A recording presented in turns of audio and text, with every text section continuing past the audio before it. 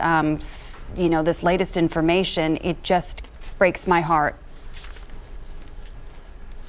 It's very disturbing and a little confusing and shocking as I sat here getting the tally of the death toll. As Don made it very clear, a total of 7 people deceased, 3 children, 3 adults, and then that includes what appears to be a female teenager who was the shooter, all right? Went over many of the details here. It's interesting. Metro Police say they took the call of an active shooter at 10:13 this morning.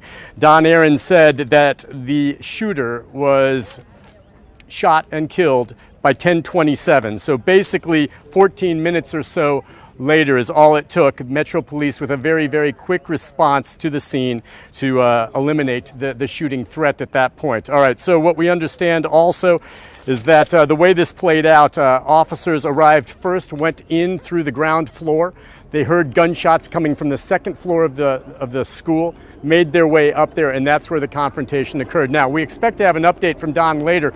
We still don't know the details of exactly how this shooting ultimately played out up on that second floor, though we know it appears officers took the teen, he said, out. It'll be interesting to see. Folks who were up there, maybe witnesses and the like, the question that I asked, did any of the 3 adults perhaps take steps to try to subdue the suspect in this case? But then again, we do know now, 3 adults killed, the 3 children, a 7 total with the shooter. The shooter gained entrance, Don said, through a side door, made their way to the second floor. One of the questions many people ask, this was a school, was there an SRO on scene? Keep in mind, this is a church, this is a private Christian school. From what I understand, talking to individuals, there is someone there that provides some degree of security. Not sure who that individual was or if he was here at the time that occurred. But not typical SRO situation, say, that you have in Metro schools. So it was law enforcement, though, that arrived, Metro Police, to confront. And again, you see the scene here, still an awful lot of media. The area remains closed off. You heard Metro Fire talk about how they removed the staff as well as the students that were remaining still up at the school to a location over there at the Woodmont Church to be reunited with their parents at that point. This remains closed off. It is a crime scene up there right now. Again, Don also mentioned, and it'll be curious to see if and when this is made public. I know there is video, he said, from cameras, I believe, inside the church and the school. You have to figure the officers that confronted the shooter also were wearing body cams, so they'll have that to look at as well. We'll see how that plays out. But that's essentially what we have for here, unless you, Vicki, or Hannah have any questions for me, maybe something that I didn't cover. No, you covered quite a bit. I really appreciate it, Nick. There's a lot going on, and I'm sure you're going to hear a lot more as the time goes on. We'll update you if there's another news conference, and there may be in the next hour or so. All right. Thanks so much, Dick Barris reporting.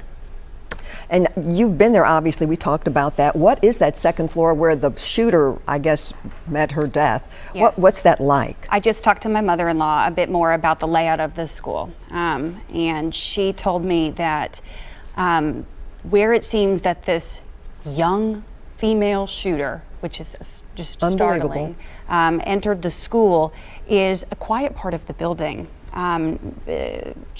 Came in through a first level door. Right. There is a staircase close to that entrance, and on that second floor are classrooms. On that first floor there are locker rooms and a room used by primarily the congregation. So on a Monday it likely would have been a quiet place. A Monday at 10:15 in the morning, locker rooms are often used by sports teams. Also an area that this person might have known they could get into possibly and get past anybody. That's just a possibility. Sure. But the second floor staircase does lead to some of the older grades.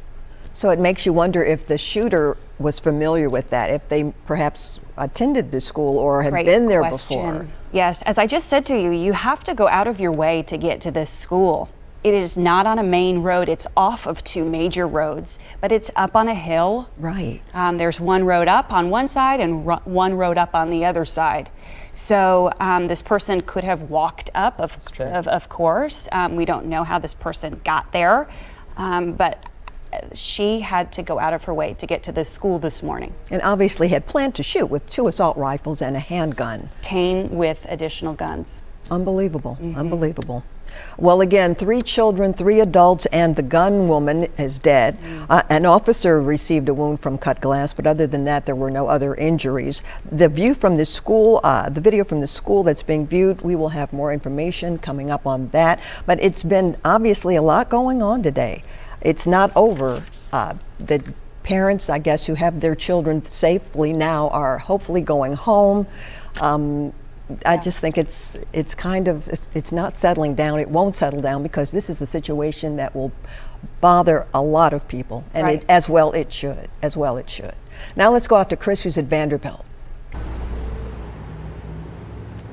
Vicki, just to supplement some of the reporting that you all have done in studio and also from Nick there at the press conference with Don Aaron, we confirmed with Vanderbilt that only 5 of those victims were transported here to Vanderbilt. 3 of them right behind me here at Vanderbilt Children's Hospital, 2 to the adult side of the hospital, and all 5 were rather quickly pronounced dead here at the facility. So that would leave the shooter and then perhaps 1 other adult victim at the scene that were pronounced dead and not transported. Often in situations where you have a mass shooting type of situation, you have lots of people rushing to the hospital because you have active patients. We're not seeing that today because so far all that we know of are patients that were unfortunately and tragically very quickly pronounced dead. So there's not a whole lot of activity right here other than we can stand by very quickly with Vanderbilt to be able to confirm the information that they have from within the hospital. But I think that's just an important clarification that Don Aaron with Metro PD mentioned earlier in the news conference, that 5 of those patients were transported and those 5 were all pronounced dead once they got to either the adult or children's hospital portion of Vanderbilt. Continues to be hard to be able to share all of this information with you, but we know especially families that are in the Covenant family, they want to know more information, so they just know the status of their loved one. So as we learn more, we'll be sure to share it with you. Chris, is there still a police presence at the hospital? There is. You've got, that's Vanderbilt Police. There was an MNPD police car that was behind that little retaining wall there. I'm not entirely sure if it is still there. At one point, they also had an MNPD officer stationed out in front of the adult hospital, but we've relocated over to the children's side. So it's unclear. We'll see if we can get an answer for you, Vicki, and we'll come back once we know more. Chris, thank you. One of the things Chris just said, which really adds to this too, is that an adult was not transported to the hospital. That's true. Which almost makes you wonder if that adult stepped in. And to help or to stop it, or Yeah. You're right. Yeah, and so that's a detail. There was an adult who was not well enough to go to the hospital. And you said the second floor, which is where everything took place, is near the classrooms of the older students? That's my understanding, yes. The youngest kids are on the first floor, closest to the bathrooms, Sure, of closest to the administration. Typically the upstairs of a school is where kids cross halls to go to classrooms to get used to that high school environment. So upstairs, I believe, are where most of the older children are. So it makes me wonder if perhaps those were among the 3 children who were killed. That would be something that I would think about too. Yeah, Yeah. it is. Anyway, Kendra. Okay, we have a statement from Metro Schools. Let's take a look at that. And of course, Metro Schools is the public school district, and this is a private organization. But I think, as you've already pointed out, everyone is thinking about security and students right now. And it says, as a parent, as an educator, as a human being, I'm grieving today over the tragic murder of children and school staff right here in our community. Dr. Adrian Battle, the director of Metro Public Schools. My heart goes out to the entire Covenant School community and the parents grieving the unimaginable loss of life today. We've been in close contact with the MNPD throughout the day, and we are providing whatever support we can to assist in their response. Our Student Support Services team will be working to help our students and staff process the situation in the days to come. One of the amazing things that Olivia Michael said, Vicki, about a half hour ago, when students arrived at Woodmont Boulevard Baptist Church, Right. or Woodmont Baptist Church, forgive me, the Reunification location. Yes. She said they were singing. They were getting off those buses and singing. And you made a comment, and I bet you nailed it. A teacher. A teacher got that started.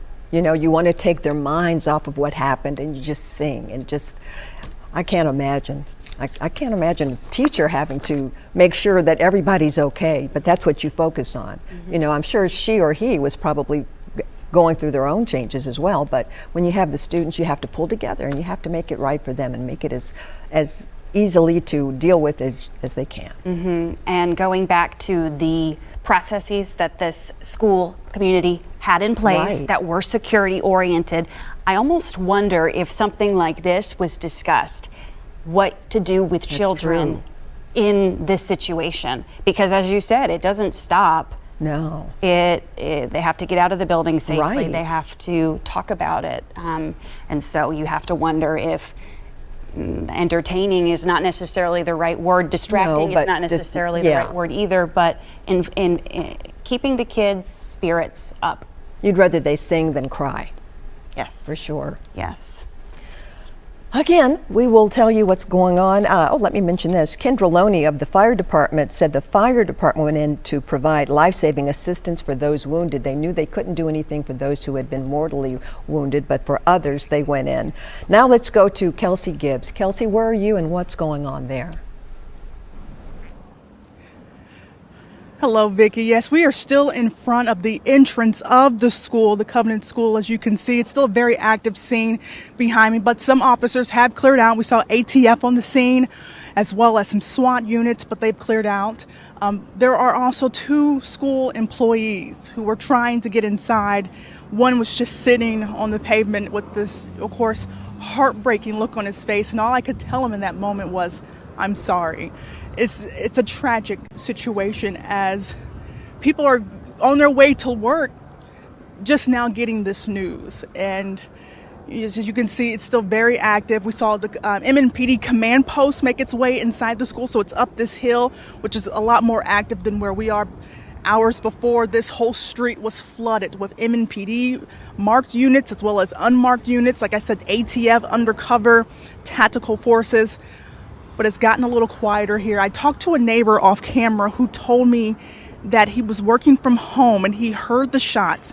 He didn't think, much of it, but he was like, "I think that's police." And he was on a work call when he heard someone saying, "Hey, is that sirens behind you?" He's like, "That does sound like sirens." And when he stepped outside, he saw the scene of, several police officers making their way here. So the neighbors are still looking upon tragedy, all the way around, but we are working out here to get answers. We did see MNPS employees make their way here, and we're gonna try to talk more to these Covenant School employees who, of course, are just heartbroken and saddened about the news of their work family. And so once we gather that information, of course, we will provide it to everyone.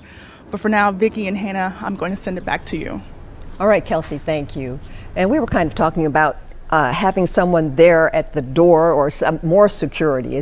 How does that figure in? How is that handled? Right. To my knowledge, as with many small elementary schools that are private, there is not a dedicated school resource officer that you might see in sort of a public school environment. There is someone in charge of security at the school, but that's almost part of his, that's under his umbrella. He does a number of other things. Right. But at this active shooter training session last winter, he was the one who orchestrated it, who made sure his teachers, janitors, cafeteria workers knew this. And I think that says a lot too, that he didn't just involve the teachers, he involved my mother-in-law at the front desk. Right. The woman who takes over for her in the afternoon, the aftercare folks, the church people who assist with school scheduling and whatnot, the coaches. I mean, everybody was at this event last year. So everybody knew what to do in the situation. But as you and I said this morning, a beautiful Monday morning in March, there's never a time for this. No, you're right. But as you mentioned, everyone plays a part. Everyone there had their role. The teachers, the other staff, your mother-in-law, she wasn't there. Thankfully, she wasn't there. But I mean, It could have, it could have been so much worse, but it's about as bad as it's going to get right now. Yeah, and this school will not be the same. It will not be the same. Of course, Metro Police have had to probably move things around, toss things Sure. around. It's a crime scene. It's a crime scene. They're delicate in what they're Right. doing, but nobody can walk in tomorrow and learn their. You're right. They can't read chapter books there tomorrow. No, you're right. They can't talk about the planets tomorrow. No. This is a school that will not be able to get back to business for several days. And if you not wonder longer. when the kids will be able to go back to a school setting, and they may not go back there necessarily. So let's go to Olivia Michael. Olivia, are you, where are you right now? Hey Vicki, I am here at the Reunification Center, the Woodmont Baptist Church. Address is 2100 Woodmont Boulevard. I know we've been saying it all morning, but we're going to keep reminding families that this is the Reunification Center because as we speak, family members, parents are still walking into the church. It has been a very organized scene here, but as you can imagine, I would say that the look on many of these families' faces, parents' faces, is fear, desperation, concern, and just eager to hug their little ones, give them a kiss, tell them that they love them because this is not something you could ever imagine happening to your child. We heard from Don Aaron earlier that there are just over 200 students at this school, so that gives you an idea of how many parents are making their way into the church to try and be reunited with those students. Many families have more than one child that attends the school. They may have siblings, 1, 2, 3 children that are all making their way as well to the church. We talked about this earlier, but about an hour ago, we saw about 5 school buses with children line up, make their way around the building to drop off those children. And while they were sort of idle, making their way around the building from where we were, we could hear the children singing. Just think about that, lifting each other up, trying to keep their spirits high during what is undoubtedly a traumatic situation. I'm going to step out of the shot so we can just get a look at the parking lot, how full it is with parents. From what I have heard from a source, they are trying to reunite the parents with their children who have siblings. So one thing I do want to point out is because, as you can see, the parking lot is full. If you are a parent or family member trying to get here, parking may be difficult.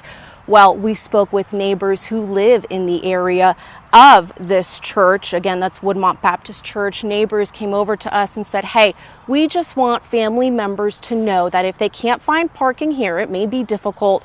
You are more than welcome to park in the driveways along the streets of the residential properties here because they want the neighbors, for the parents, to get to their children as quickly as possible. We spoke with some of those neighbors earlier today. Take a listen to what they had to say.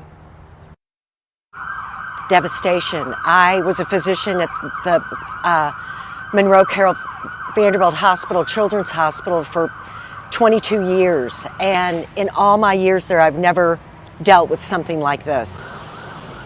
I know Covenant School. I know people that attend Covenant School. I don't know any children. It's the least likely place, I think, in the city to have a mass shooting. I just have, Lord have mercy on these families. And that was just one of several neighbors we spoke with that said they want families to know they are welcome to park on their properties. These neighbors also talked about bringing water bottles, sandwiches, snacks to help these families who may be here for a good amount of time. One thing we also want to note is that about an hour ago, the Red Cross has arrived to the Reunification Center. They are providing disaster, mental health workers, spiritual care, in addition to water and snacks. And as I'm sure you have heard throughout this live hit, just constant sirens on Hillsborough. We're seeing an unmarked police vehicle drive by, but there's been ambulances. There have been all kinds of first responders driving up and down Hillsborough Pike. Traffic is still bad. So we want to point out that if you don't have a reason to come to the area, please try and avoid it. As I mentioned earlier, parents are still arriving and we don't want them to have to fight that traffic as they make their way to their little ones. Olivia, can you tell, are all grades there at the Unification Center? It's difficult to tell, Hannah. As I mentioned earlier, we saw those buses of children come through, but we did not see the children exit the buses. But imagine how many seats in a school bus. We saw about 5 school buses. So I would say a good amount of children, possibly, from grades pre-K through 6. That's what we know are in the school, grades pre-K through 6. So hopefully all of the children have returned, although we cannot say that for sure. We cannot say which grades, but we can say about 5 buses of children have arrived and are at the Reunification Center. Again, the Reunification Center is Woodmont Baptist Church, address 2100 Woodmont Boulevard. We are about 2 miles up the road from Covenant School. Vicki, Hannah? Olivia, can I ask you, have you seen any parents actually reunited with their children? So that's a good question. We have seen parents, family members make their way into the school. We haven't really seen any exit. I imagine that it's going to take some time to sort of weed through all the children and pair them up with their family members. Like I said earlier, we did have a source tell us that they are trying to connect the parents who have multiple children at the school first. Like Dawn said earlier, over 200 kids, that's sure to take some time. Yeah, Don Aaron, 209 students, he said, typically at the Covenant School every day, and 40 to 50 staff members. Right. So it's a community where everybody does know everybody. Olivia, thank you. And I'm just looking online. It's getting a lot of interest on Twitter. I believe 12,000 posts about this. We just get so tired of seeing this, and it's almost becoming like a regular occasion, and it should never be that. It should never be that. You're absolutely correct, and I know that a few people have, texted me, right, thinking about me in this journalism role. Sure. And it is so hard to talk about this and hold it together, especially now that you are a mom. Yeah, I'm a mom, and I know some people at this school. You know people there. I know a number of people. We are hearing now from Lieutenant Governor Randy McNally, who says, quote, heartbroken by the tragic shooting in Nashville, praying for the families of those who have died, as well as all parents, students, and staff. Thankful for the work of law enforcement who stopped the perpetrator and tended to the wounded. All in Nashville are in my thoughts today. Again, Lieutenant Governor Randy McNally. One of the questions I believe that Nick asked Don Aaron was about any additional injuries. It sounds as though at this moment, the only injury I believe they were able to report was a police officer with some cuts. Glass cuts. So once again, the death toll is 7 plus. Yes, plus the gunman, or what gunwoman in this case. Gunwoman, a young woman who arrived at the school with a total of 3 guns. 3 guns. And entered the school in a quiet part of the building. Not the main door, not the door where the circle desk is, that's what they call the front desk at this school, not the circle desk for anyone who's familiar with the campus. Somewhere in the back off of the gym, shot through a locked door is what we're being told. Right. And then took a bit of a U-turn up a staircase. And it sounds like, according to Don Aaron, that is where some victims were found. Almost sounds like the person knew where they were going. Like you said, you don't just walk in there. It's not that close to the road. So it's something that you have to want to do, and I think that's what happened. But of course we won't know until the investigation is completed. Now, a powerful picture as an employee looks on. This is Mario Dennis, who works in the kitchen as part of the staff at the school. Wow. He looks just bereft, like he can't believe what happened. No, and he's by himself. And that, Vicki, is one of the roads up to the school. It only leads to the school and the church. And I think that says a lot that Mario is there. He likely can't remove himself just yet from that. I know many of the teachers and staff have been bussed. Sure. But my goodness, his mind is on that place. So how can You can't. walk away? And to know, I mean, he probably has an idea as to who might not have survived this. That's true. These school employees use a texting system, a group me. It's an app, and that's how they communicate. I was talking to my mother-in-law a little while ago, and she said that they have a category on their group me specifically for emergencies. I'm not sure if it's a different color or it shows up on your phone differently, but she says they call it TCS emergency, the Covenant School emergency.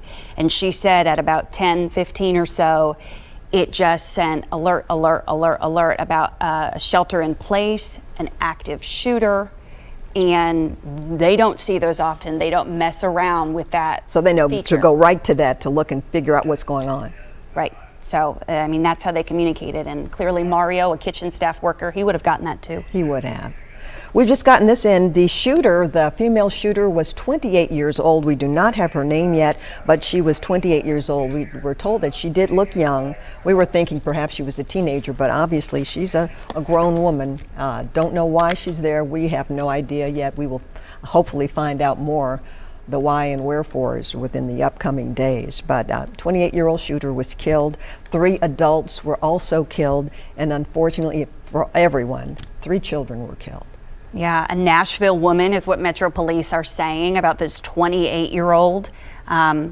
So I believe, saying Nashville would mean that this is her community too. Right, I would think so too. So as you just said, her connection to the school is a big question right now. 28 years old. You know what I wonder if people will see this school ever the same, or will it be painted with this brush of tragedy? I mean, you've mentioned it's a great school, the kids are wonderful, the teaching staff is wonderful, your mom, your mother-in-law. It just makes you wonder, how does this change the scenario now? And I absolutely hate that for them, because Sure. this is school, this is where they love to be. And so how unfair that this person took away that feeling of safety and fun and education. Right. My hope is that they can move past this and be better and be stronger and memorialize the people that this tragedy took. Exactly. Well, let's go back out to Olivia Michael and Ben Hall at the Reunification Center. At Woodmont Baptist Church, address 2100 Woodmont Boulevard, just off Hillsborough Pike. And Vicki, you asked a great question earlier, which was, have you seen parents, families leave with their children? The answer is no. We haven't really seen any of that yet, although we are still seeing, as we speak, parents making their way onto the property, of course, eager to get inside and reunite with their children. But Ben, you did make some observations earlier. Tell me what you saw. So you see this area here, there's lots of activity, a lot of energy, but in front of that door, it's just very somber. There are a lot of police officers that are there. Everyone has their heads down. There's not a lot of talking. There are some, I don't know if they're parents, they're plainclothes people, they could be relatives that are making their way here. They are going inside. We haven't seen anyone come outside. We haven't seen any kids come outside, as you said. We haven't seen any parents come outside, with news one way or the other. There's no doubt they're still going inside there. Yeah. There are a lot of police officers here, a lot of law enforcement here. You hear all kinds of stuff. There are 3 buses from Metro, WeGo buses, that were brought here just in case, and they're kind of stationed right outside as well. Yeah. So we are not seeing more buses come in of children. Yeah. It seems like most of the people from the school are hopefully there. Yeah. We see occasional people go inside, and really what you have is people standing around in a very somber sort of way, just with their heads down, just kind of waiting for news. I did see the Vice Mayor Schulman is standing outside. There's some of those officials that are here, but at this point, people are just waiting. Yeah. Have you heard if there's going to be any more bus loads of children yet, or still kind of unknown at this time? I haven't heard. It does. It's not far. We're very close to the school. 2 miles down the road. It's right down the road, and they're enabling the buses to get here as quickly as possible down Hillsborough Road, which is not an easy thing, but they've made sure they can get here as quickly as they need to. And we haven't seen any school buses come in quite a while, several minutes. Yeah. So Yeah. that's kind of where things are. And one thing we were talking about earlier is, we say that the parents are coming to the Reunification Center, but it might be grandparents, might be aunts and uncles. Every child has a different home life.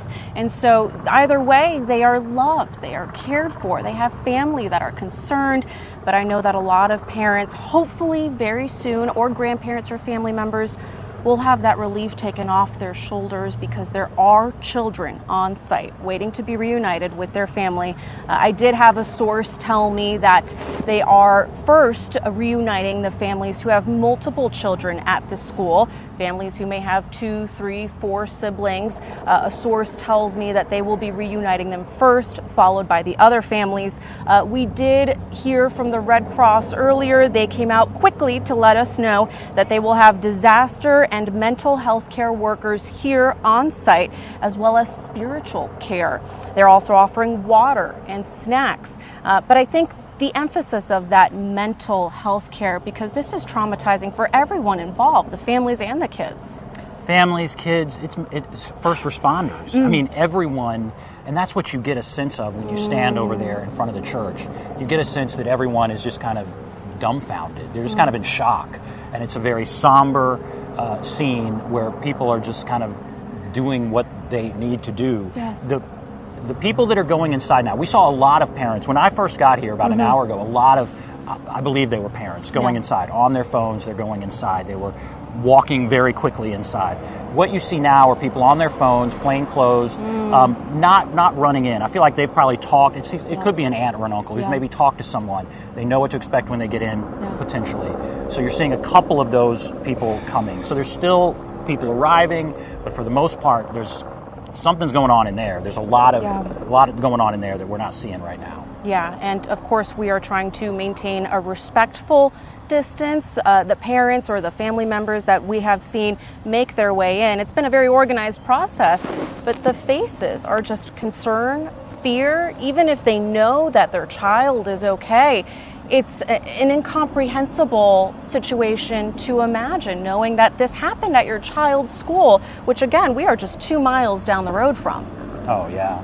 I can't imagine. I mean, there's so many things that you have to work through here. The first thing on the mind of everyone, though, is their child okay? And so they're working through that. But then the idea of how are they going to deal with this? What do you tell your child once you see them in there? What do you talk to them about? How do you work them through this? Right. And it's good that you said there are counselors here on site. You can definitely. I saw some people coming in with badges and that kind of thing, and they're parking all around here. There's, like I said, another church across the street. They're parking there. They're coming over.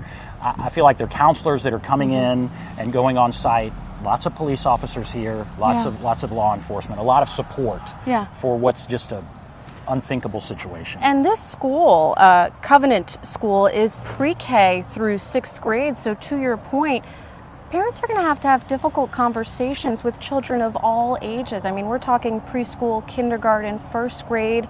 And one thing we talked about earlier is when those buses did arrive a bit over an hour ago, the kids were singing. They were Which trying speaks to how keep... young they are. Yeah, it was good to see, but it almost broke my heart. I mean, it's just amazing that the kids are singing in the midst of what is this incredible tragedy. Obviously, the parents on board that bus are doing everything they can to keep these kids as comforted as they can. But yeah, that speaks to, again, what we're talking about here. We're talking about pre-K to 6th grade. Very, very young. And they were on those buses, and they're now inside that church. So we'll send it back to you soon, but just a reminder, we are at the Reunification Center. That is where family members are asked to come. It is Woodmont Baptist Church, 2100 Woodmont Boulevard. Red Cross is on site. And again, if you do not have to be in the area, try to avoid it at all costs so that these families can get here as quickly as possible. Vicki, Hannah? All right, Olivia and Ben, thank you so much. Now we're going back to Vanderbilt Children's Hospital and checking with Chris Davis. Chris? Numbers for those that are joining our just gut-wrenching coverage of this tragic day in Nashville. There were a total of 6 victims that were shot and killed in the scenario. 3 were children, and they were brought here to Vanderbilt. Monroe Carroll Jr. hospital at Children's Hospital here at Vanderbilt. It is a world-renowned facility. It is known across the country as one of the best children's pediatric hospitals, and they didn't get a chance to really work on these kids. I think that's one of the most heartbreaking details, is we were told that they were pronounced dead pretty quickly after they were brought here to the hospital.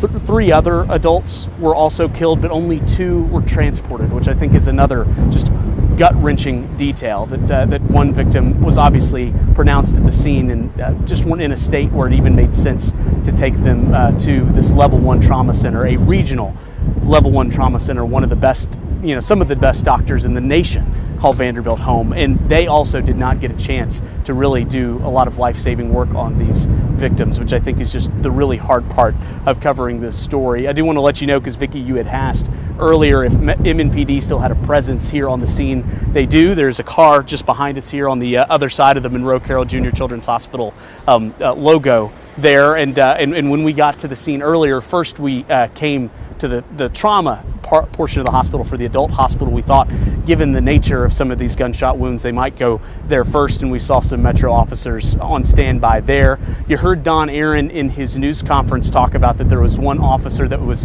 injured by broken glass. We haven't been able to confirm whether or not that officer was transported to a hospital for treatment, or if they were able to handle that on the scene, but we're trying to get some more answers on that. But I've repeated this a couple times, but I think it just bears saying at least a few more times today as we process all of this. This is a world-renowned children's hospital where people come to get better, and they just didn't get that opportunity today due to the nature of their injuries, and that is just so hard to process, but something we have to process, because it's not okay that we're having to report on all this today. That's the latest from Vanderbilt. As we learn more, we'll be sure to let you know. You're so right, Chris. We shouldn't have to be reporting this. Now we're going to hear from Don Aaron. Earlier, he had a news conference. We're going to play that back for those of you who may not have seen it. I'm Don Aaron with the Nashville Police Department. I'm going to give you a law enforcement overview of what's happened this morning. With me is Kendra Loney from the Nashville Fire Department, who will talk about the fire department's actions in regard to this morning's call. This is going to be a brief update as to what has occurred. There will be more from this spot later in the morning with Chief John Drake and others. At 10:13 this morning, the police department received a call of an active shooter inside Covenant School, the Covenant Presbyterian Church. The police department response was swift. Officers entered the first story of the school, began clearing it. They heard shots coming from the second level. They immediately went to the gunfire. When the officers got to the second level, they saw a shooter, a female, who was firing. The officers engaged her. She was fatally shot by responding police officers. There was a 5-member team who was on the second floor at that time. 2 individuals from that 5-member team opened fire on the shooter. We know at this point that this shooter is a female. She appears to be in her teens, although her identification has not been confirmed at this juncture. We know that she was armed with at least 2 assault-type rifles and a handgun. We are efforting now to identify her. She entered the school through a side entrance and traversed her way from the first floor to the second floor, firing multiple shots. We now know that there are 3 students who were fatally wounded, as well as 3 adults inside the school. We are working to identify those victims. Including the shooter, a total of 7 persons were killed as a result of this morning's incident at the school. By 10:27, the shooter was deceased. The officers had engaged the shooter by 10:27, and she was deceased. Again, I said the first call came in at 10:13 this morning. We'll have more details to give you later in the morning. Chief Drake will be here in a bit. Now, Kendra Loney from Nashville Fire.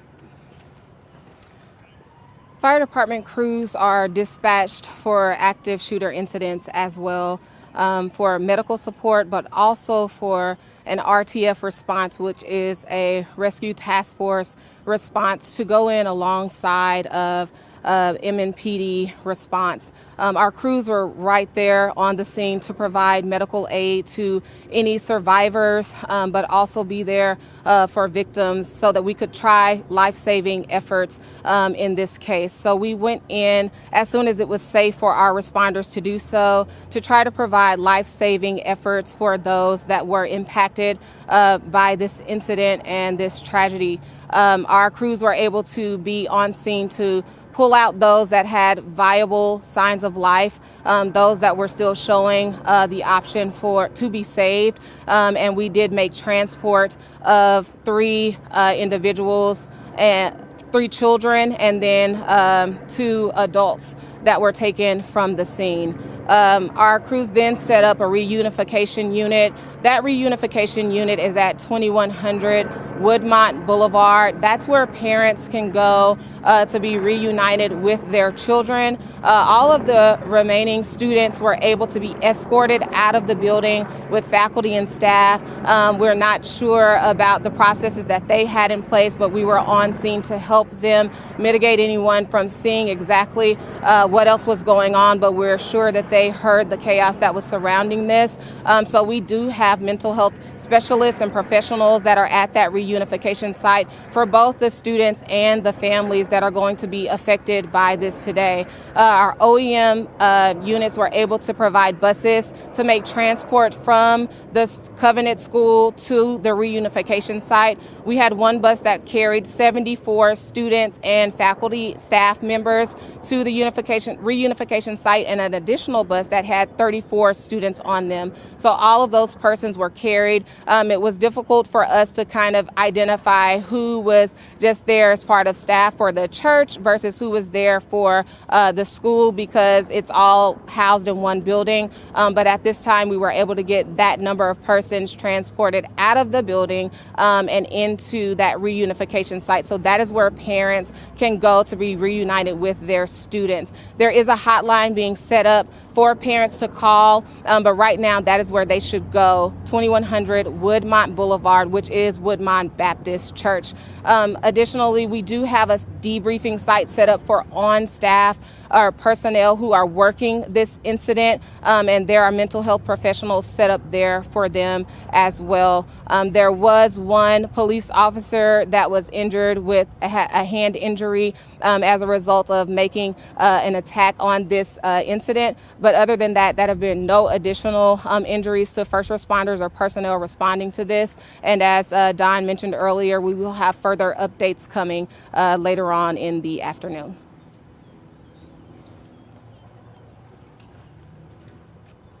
So on a typical day, there would be about 209 students inside the school and approximately 40 to 50 staff members, about 42 staff members. I'll take just a couple of questions before we go back. Clear. So the 7 dead, and then the nature of injuries, how many injured do you know? That maybe are being treated still, or injuries? I know first responders were. An officer had a wound from cut glass. That is the only other injury that I'm aware of. Do we know if the injuries of the students are critical or in a condition? The 3 students are deceased. The 3 students who were shot are deceased. 3 staff members who were shot are deceased. That's a total of 6 victims. And then you have the shooter who was engaged by 2 of our police officers, part of a 5-member team, and she is deceased for a total of 7 individuals. There are no other gunshot victims, non-lethal, that I'm aware of at present. Do you know how many people were shot? Do you know how many people were shot before the police engaged the shooter? No. Do you know if they shot anyone after they engaged the shooter? Do you know if the shooter was able to shoot anyone else? We do not know who she is at this juncture. We're trying to identify her. She does appear to be in her teens. Again, with 2 assault-type rifles and at least 1 pistol. Do we know if there have been threats or previous incidents that police have come to the school or the church? No, I'm not. Was there an SRO or an SSO working at the school? No, this is a church that operates a private school. There was no Metro Police personnel assigned to that building at any time. You said two? Yeah, the adults. No, there are a total of 3 adults. 3 adults who have been fatally wounded. Okay, one of them being the shooter? No. Okay, 3 total. So let me go over this again. You have a total of 6 victims, 3 students who are deceased, and 3 adult staff members from the school who are deceased. The shooter herself makes 7. Do you know if one of the 3 adults maybe confronted her? I do not. Are they teachers? There is video from the school that we are viewing now to try to learn exactly how all of this happened. Can you say where the victims were located? Were they in a hallway, in a classroom? I cannot at this juncture. As you know, 5 of the 6 were transported. So we will get that information later in the day. Did police engage with the shooter inside a classroom or in the hallway in another location? It is an upper level part of the school that's kind of a lobby type area. It was not in a classroom per se. All right, we'll be back shortly with more detail.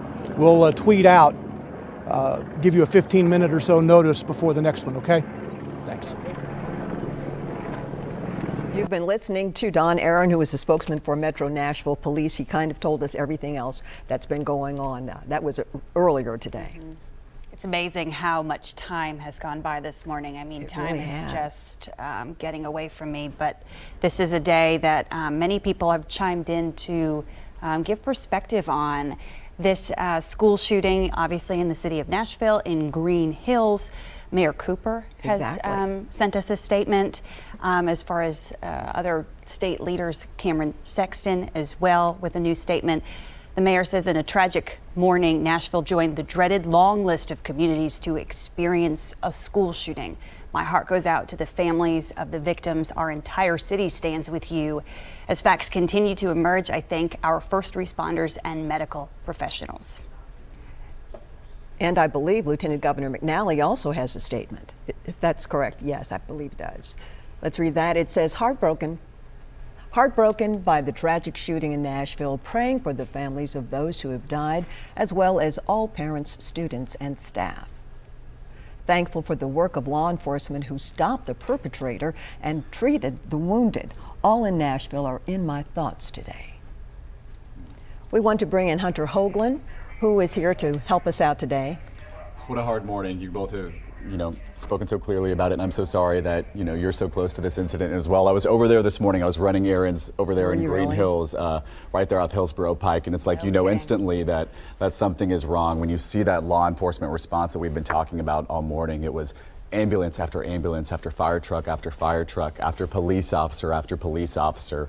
And it's one of those moments, this is something so serious. You say a quick prayer for you see it there, right? These families who, their whole lives have changed, this community has changed. And it's one of those things, I think, here in Nashville, right? You remember where you are on this day. Sure do. And you think about this on a national scale, we watch it unfold all too often. And for it to hit so close to home in a community we all love and we live in, I think shocking doesn't even begin to describe just what we've seen today. That's for sure. I grew up 10 minutes down the street from Columbine in Colorado, and that was well over 20 years ago. And it's heartbreaking to think that all of this time later that we are still having this conversation, Sure. and now it's our community who's faced with how we move forward in the coming days. It makes you wonder, makes you wonder what has to happen to stop this. What does it take? Yeah, and it's really hard, as you just mentioned. Columbine will forever be associated with what happened there, and my heart hopes that the Covenant School is not always connected to this, but how can you forget this? Exactly. 3 children, 3 adults who work in the school killed this morning on a Monday in the middle of the spring. And the shooter killed. I mean, some of the students had to have seen some of that when they were taking them out. Great point, Vicki. Yes, Metro Police telling us that they confronted the shooter. They followed the sounds of the shots to the 2nd floor and took down the 28-year-old female shooter.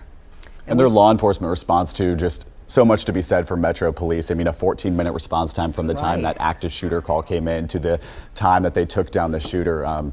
They are to be commended out there for their work. You know, in past school shootings, we have seen so many different law enforcement agencies to be criticized for how long it took to enter the school to take down the shooter, and for them to do that in 14 minutes, for there to, and not just, you know, only because 6 innocent lives there killed, horrendous, but so thankful that it wasn't even more in that 14-minute time span. And you wonder if the children and the parents who are in the Reunification Center are being told how to respond, or when you leave here, this is what you need to do. I'm sure they're not just going to say, okay, you're all together so you can go home. They have to have some kind of guidance. Olivia Michael alluded to the Red Cross being there, and we often associate the Red Cross with sheltering after a storm, but no, they have mental health resources they can pull. So in addition to snacks and water, which elementary school kids need that on a warm day, they're also getting emotional help, but it doesn't stop today.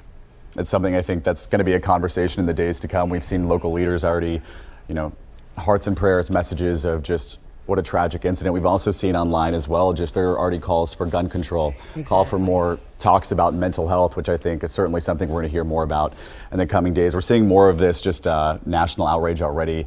We believe, I think Jill Biden has just now spoken about the shooting. We want to go ahead and take her sound. I am truly without words, and our children deserve better.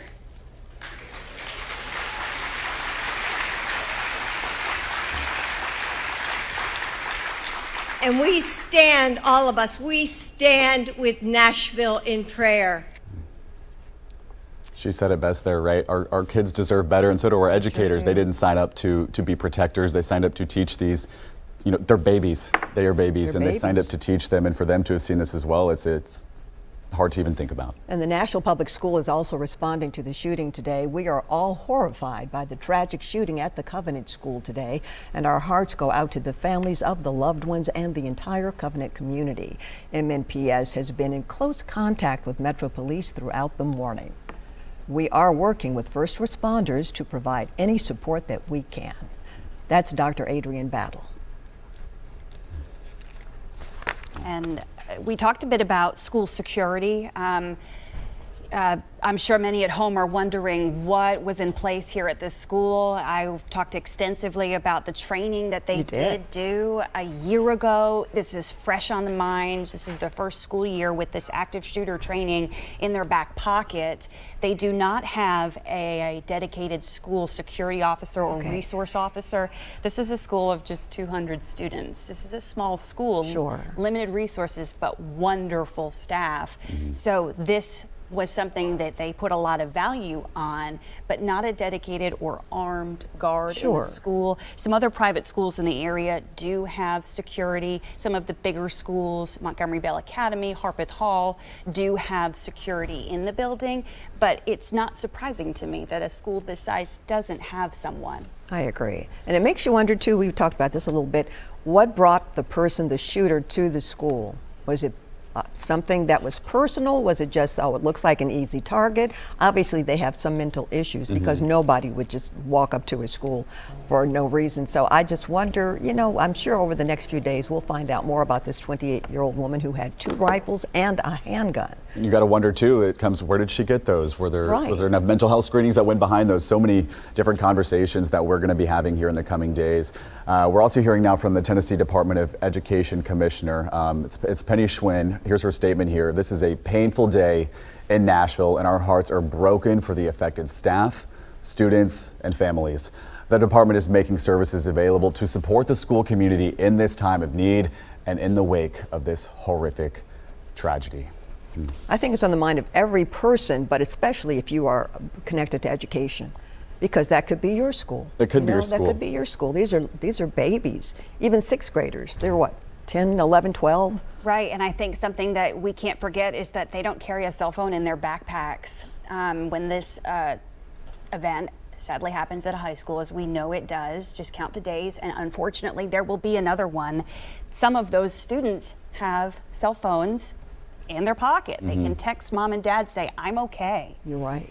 You don't always have that in elementary school and in preschool, and you know that makes it that much harder for these parents who they went all morning without hearing from their little babies out there and hoping to, you know, see their face when they get to that reunification center. And then your heart breaks for those 3 families who don't get to see that. And the husbands and wives of the staff members who were killed. It's just horrendous. We also have a statement from Cameron Sexton who's saying no harm should ever come to any child. At some point today, please take a moment to pray for the families impacted by this tragedy. As we continue learning more details, we appreciate law enforcement and first responders for their quick response neutralizing the threat. With many families and colleagues impacted by the tragedy today, we will only meet briefly tonight and move all legislation to a later date. Speaker of the House, Cameron Sexton. And he mentioned there that quick law enforcement response, and I think that's something we've been talking about all morning. We know that call came in this morning, an active shooter call at 10:13 this morning. That shooter was killed at 10:27. That's a 14-minute time span from the time that they were alerted that there is a gunman inside the school to the time that they barged in there and were ultimately able to take this shooter down. So just an incredible response on behalf of Metro Nashville Police and all the other law enforcement agencies who are out there right now assisting them. And they were drawn to the sound of shots, right? From what I understand. Yeah, so to recap my mother-in-law's experience, she works at the front desk in this school and she was on a break. The day starts very early here at the Covenant School. She was at her desk at 7 a.m. By 10 o'clock, it's time to step away and take a breather. Sure. She was out of the building, came back, parked in the parking lot, and happened to hear shots. And as we've learned from the police, the shooter entered through a quiet part of the building by the gym in the back, made her way to the second floor, and it sounds like that might be where some of the victims were killed. But police, when they got there, they also followed the sounds of shots. I mean, that's your best tool, your ear sometimes. It sure is. Did your mother-in-law know immediately they were shots, or was she thinking car backfiring? Or I think she did. She knew what it was. And then very quickly after that, she said that her phone started to light up and they went right into their protocol. They knew what to do. Everybody got the alert on their phone that this is a TCS emergency, the Covenant School emergency, to shelter in place. So that's the big emergency. They knew something was very, very wrong. Not a fire drill. This is a big emergency. All right. Let's go back out to Olivia Michael at the Reunification Center. Olivia. Hi, Vicki. That's right. We have been at this Reunification Center all morning trying to maintain a respectful distance from the families. We are at Woodmont Baptist Church, 2100 Woodmont Boulevard. We have still seen parents trickling in, and it's been a couple hours now, but they are still trying to fight traffic, make their way here. Not only is the parking lot full, but now the street outside of the church is starting to fill up. We have not seen any children exit, although we do know that they are here, they are in the building, and presumably going through the process of trying to pair them up with their family members. We're joined by Ben. And Ben, you made an interesting observation earlier. Can you just talk to us about what you saw? Well, after we talk, I go over closer to the front entrance of the church and around the side. I did see some children with parents walking out, just a couple. So it wasn't a large group of kids coming out as if they were all leaving all at once. I saw a child, three. I saw a child with a parent in three different cases. And I can't confirm that they actually went to that school. It could be that they came here with a child and then somehow left. But three people with children got in their cars quickly and left. I saw the police Metro police officers brought out a woman. They had their arm around her. There were two older people with the woman, and they got in a police car and they went straight out of the parking lot. They had their lights on and they went straight out of the parking lot. I asked where they were going. I was told Vanderbilt. I'm not sure about that. But that's the first case of the police were treating her with such kindness and respect, and they were asking us to treat them with kindness and respect.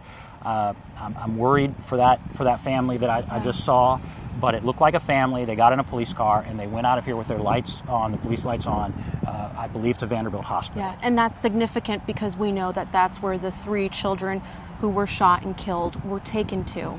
Right. So I don't know all of that for sure, but I do know that they did leave here. There's several ambulances here. One ambulance left, and then another one immediately pulled up and took its place. So there's several ambulances here. And as I reported earlier, a lot of police officers. And it's just an incredibly somber scene. People have their heads down. They are being respectful. Everyone is just standing around wanting to help, wishing they weren't here, frankly, and wanting to do something to alleviate the suffering that is clearly taking place or about to take place inside the church. And, you know, to your point, I think it's a lot of waiting. A lot of parents just waiting to touch, to hug, to kiss their little ones. Hopefully they know that their little ones are safe, but it's possible that some families may not know. We hope that they do, but we don't know. And so I think it's a lot of waiting around, hoping to get word of when they can reunite with their little one. Kind of like what we talked about earlier, there are resources here on site. You mentioned that there are ambulances, police officers. The Red Cross is also here providing disaster, mental health workers, spiritual care, water, and snacks at this time. This is without a doubt going to be a traumatic situation that the families and the children are going to have to cope with, and healing is going to take a long time. We want to turn it over now to our Chris Davis. I believe Chris is at Vanderbilt. Chris, what can you tell us? Olivia, I think we were seeing the receiving end of what you and Ben were just talking about, of several Metro Police cars arriving here at Monroe Carroll Jr. Children's Hospital at Vanderbilt, an officer running inside to the emergency room along with some individuals in plain clothes. So it sounds like, unfortunately, our suspicion of what you may have witnessed out at the school is indeed what may be happening here, of some family members of potentially these children, since it is the Children's Hospital, arriving here on scene. But they were given a police escort, it looks like, running sirens and lights to be able to get them here as quickly as possible. We don't have that officially confirmed, but just based off of your reporting there at the school, it appears like that's what we just saw. And so, you know, just given the news of the day, given the updates that we've sadly gotten here at Vanderbilt, it is just a very somber scene out here, and just kind of waiting for these type of moments that you've been reporting about there at the school to transition over here at the hospital. If you're just tuning into our coverage, a reminder that there are 6 victims in this Covenant School shooting. 3 children, all 3 were taken here to Vanderbilt Children's Hospital but were later pronounced dead. And then 3 adults, only 2 of the adults were transferred to the adult hospital here at Vanderbilt. Just, you know, it's just tough to cover.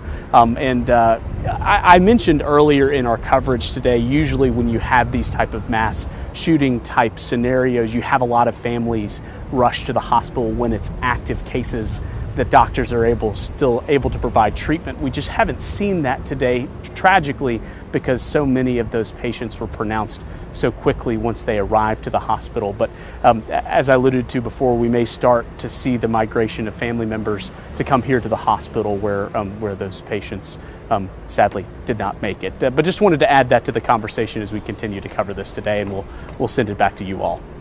All right, Chris Davis, thank you so much for your reporting. And Ben Hill is here to join us now. Just wanted to give Hannah a little bit of a break. It's a lot for her to process. She's so closely connected to this, and it's stunning. I think we're all just trying to process. And I've gotten so many texts from different parents. I'm a parent myself of 2 and a daughter who's in a preschool here in Nashville, and this is a parent's worst nightmare. It's here we are again in this country talking about something like this, and it's just at a spot where you would think you're so protected and so safe. And that's what's so scary for any parent, to imagine this. And I can't imagine the reunification process right down the street at Woodmont Baptist. And the head pastor at Covenant was my wife's youth pastor. Oh, really? And it is a precious church, a precious school, precious children there. Sure. And it's tough. It is. And we're just going to continue to bring the facts as we know them. And as we continue to go through this here, the numbers kept getting worse throughout the morning, and I think that's what's so tough for all of us to process as we go on. And there will be many more questions left after today as we continue to process this. But just praying for all involved, and again, the response from Metro, so quick. You know, my mother-in-law lives right across the street from Covenant. She heard the gunshots. that's how closely connected so many people are to this. And speaking for Hannah, I just can't even imagine for so many people and so many families in the Covenant community and all the church community, the school community here within Nashville and beyond is just so grief-stricken. I wonder if Nashville will ever get over this, you know, because we always hear about other cities who are going through this and we think, oh, that's so sad. But this is us now, you know, and it's not that you don't feel for them, but when it's you, when it's in your backyard, it's a whole different situation. And Hunter, you mentioned being close to Columbine. I know you're from Colorado, and you know, I was in school when that happened, and that was really the first we ever thought, how could this happen at a school? And here we are 25 years later still talking about this and looking for answers as to what's the solution, but we're still talking about that. We're still talking about it, and that was what, 1999, all these years later, and it's still such a relevant conversation today. And we talk about, you know, is this something that will brand this school in the years and decades to come? And unfortunately, sometimes that is the case, and it's something that you hope every community will learn from and not ever forget the lives that were lost. But to think that that was so many decades ago, and yet it sometimes feels like, have we learned anything as a country? When it continues to keep happening. We've this morning already seen different calls for gun violence and more mental health resources on a national level. We know President Biden will be addressing the country 2:30 Eastern, so it should be any moment before a scheduled Women's Summit, where you can imagine he's going to have a lot of things to say about this, of things he would like to see changed in the future. And of course, just thoughts and prayers for all of these families who were affected today. We've also been talking about the Metro Police response and just the incredible effort that we saw from them this morning. We know they are going to be giving another update here in about 10 minutes, which of course we will take live for you. That last update was around 12 o'clock earlier today, where they let us know that 3 little babies had died this morning, along with 3 staff members and the shooter, who we now know is a 28-year-old woman. Came in with 2 assault-style rifles and a handgun. And so many conversations now where everybody is wondering, how did somebody like that get access into the school? And we know they're looking at different surveillance video, trying to piece that together. And we imagine we'll hear more on that here in about 10 minutes. And here we are again, catching everyone up, Vicki, on what we know. Again, Hunter mentioned 3 children, 3 adults killed. We mentioned the response from MMPD. We do know 2 of their officers who heard the gunfire engaged that suspect there on the 2nd floor of the Covenant School. And this 28-year-old female suspect, again, still waiting on a name for her to be identified by police. We do know 1 officer suffered a hand injury in the response to this. And again, that reunification process that I mentioned a few minutes ago taking place there at Woodmont Baptist Church, right across the street from Woodmont Christian Church, right here in the heart of Green Hills in Nashville, a community that is still so stunned. But Vicki, it extends beyond Nashville. I've gotten so many text messages from friends and family all across the country who are texting to see if everybody's okay and what the thought process is like here in Music City as we all continue to process. I understand we have a soundbite from the White House secretary, the press secretary, on what's happened today. Let's listen to that. We want to express the President's appreciation for the first responders and prayers for all the families affected by this shooting. Schools should be safe spaces for our kids to grow and learn, and for our educators to teach. And by the way, Education Week, I believe it's a website, said that there have been so far this year, 2023, 12 school shootings with injuries or death. And that's not including today. That's just up till this point. 16 people killed or injured in a school shooting, 4 people killed, 3 of them students or children, 1 a school employee. I think so many people now, so many parents especially, Hunter, are thinking for their children. It felt like the safest place to be, a school. Whether in a severe weather event or anything else. And now the question is, who's next? When will it be us? I think that's the question so many parents are processing right now, because you want to feel like when you send your child to a school or a church or a camp that they're protected and safe. And, communities have gone through, as Hannah mentioned earlier, they went through a drill to protect yourself. And in a real life event, all you can do is be prepared. But this is, again, something that we'll have to learn from as we grieve and wonder what's next. And it is just it's a tough conversation to have, and they can do all they can to try and prepare. We know that this school, they had held active shooter drills, and you try and be as most prepared as possible as you can, and unfortunately you can do all you can, and it is still not enough. You think of all these educators too in this day and age where that's something that they're now having to take into gravity. When do you want to be a teacher? You're right. Because you're also an educator, and now it seems like you're a protector. And so many of these people, they didn't sign up for that either. And just a tough conversation to have. We had just heard from the White House, his press secretary, who said schools should be a safe place. And we know President Biden is getting to address the nation here in a couple minutes as well, and we're standing by, and we will take that live. But just a tough morning for Nashville, a tough morning for Tennessee, and then, of course, just the country as a whole. You know, no parent ever thinks, I wonder if my child will come home tonight. Right. I mean, you never think that, but there are 3 parents who are now saying, my child won't be coming home. And again, this will be debated. This Right. always tends to become political after something like this happens, and there are 2 sides to this argument in Washington about what the answer is. That's and true. Again, I don't know, and I think that's what's so hard, because you just want to feel like we want answers now. We want our children to be protected yesterday. Where do we go from here? What is the right answer? People don't want to see more arguments in Washington, Hunter. They want answers. They're looking for some sense of security, to know that life can continue on as normal, to go worship, to go learn. These are innocent children. Innocent children. I was hearing from different friends I have in the area. Their little daughter's daycare on lockdown, and it's so many different lives that were affected today. Those people who they're wondering too. It's my kid's school next. Are they safe? And you think of just, this was an elementary school. These kids didn't have phones to get a hold of anybody, and parents had no way of knowing, was that my kid? Are they okay? There's a chance, we had heard from Olivia, that maybe some parents still haven't been totally reunited with their little babies. So just such a tough morning for these families out there, everybody in the area of Green Hills and around Nashville, wondering if their kids were safe at their school this morning. Kids are at school and they're thinking, hey, it's Monday, okay, had a great weekend, I'm gonna enjoy being with my friends. And then something like this happens, and how do you explain that to them, to the ones who are alive, who made it out? What kind of things do you tell them so they don't carry this from year to year, so they're not afraid to go back to school?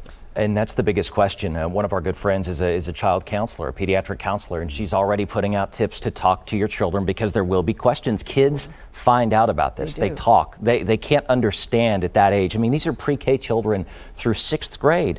They are kids. And to have this conversation about what has happened, and for classmates that won't be coming back, is so hard. And that age is so sacred. You want to think they're protected. You have young grandchildren. I do. I have kids myself, and to think about that, we have to have this conversation at maybe 4 or 5 years old, to talk about how to stay safe at school, what you need to do to protect yourself. And I mean, Hunter, you mentioned teachers. I mean, to think that they may have to go into school every day and protect 30 innocent bodies is an intimidating factor. And that's still being asked. What's the best way to prepare them? God forbid an event like this happens to their school. It's a conversation all across the board. Our colleague Hannah McDonald, who was up here earlier, talked about what a close-knit school this was. This is a small school, 209 students inside. And again, for 3 of those babies to not come back, and there's no telling when school will be back open there, but 3 little faces who won't be in the hallways come the next few weeks. 3 staff members. It's so tough to stomach, and again, just something that nobody ever thinks will happen to your school, to your community, until it does. And they were prepared. I mean, they had a big plan, but still, you just can't plan for some things, and this is one of those. One of those things you just can't. Yeah. We're still waiting again for the President of the United States to weigh in on yet another incident here in the United States of America in 2023 already. So many of these that we've had to talk about and had to deal with and try to find answers to. We know so many politicians have already weighed in, especially our Tennessee representatives. And again, prayers are so appreciated. But again, I think that we're looking for some sort of answer to this problem that continues to happen here in this country, where we should feel safe and protected. And again, for our reporters who are out there going to have to try to talk to some of these parents who get to bring their children home, the process of why did we get so lucky? Because they are. And it's a matter of right place, right time. As we talk about, Hannah McDonald's mother-in-law happened to be on break when this incident occurred. And again, we don't want to assume we're going to wait for all the facts to come out about how this exactly continued to go down as police responded, but praise God for a quick police report from Metro as well. We're going to have a Metro presser momentarily, so please stay tuned for that. And we're still, of course, working or looking for the president to make a statement. That should be coming any minute now. But Ben, you talked about that police response, right? If you were just joining us, we know that an active shooter call came in at 10:13 this morning. They were able to take that shooter down by 10:27. That's a 14-minute response time. And you think of just the widespread criticism, right? When you talk about the Uvalde school shooting, when a lot of those officers, they waited. And, we saw it play out, unfortunately, because it was such a delayed response time.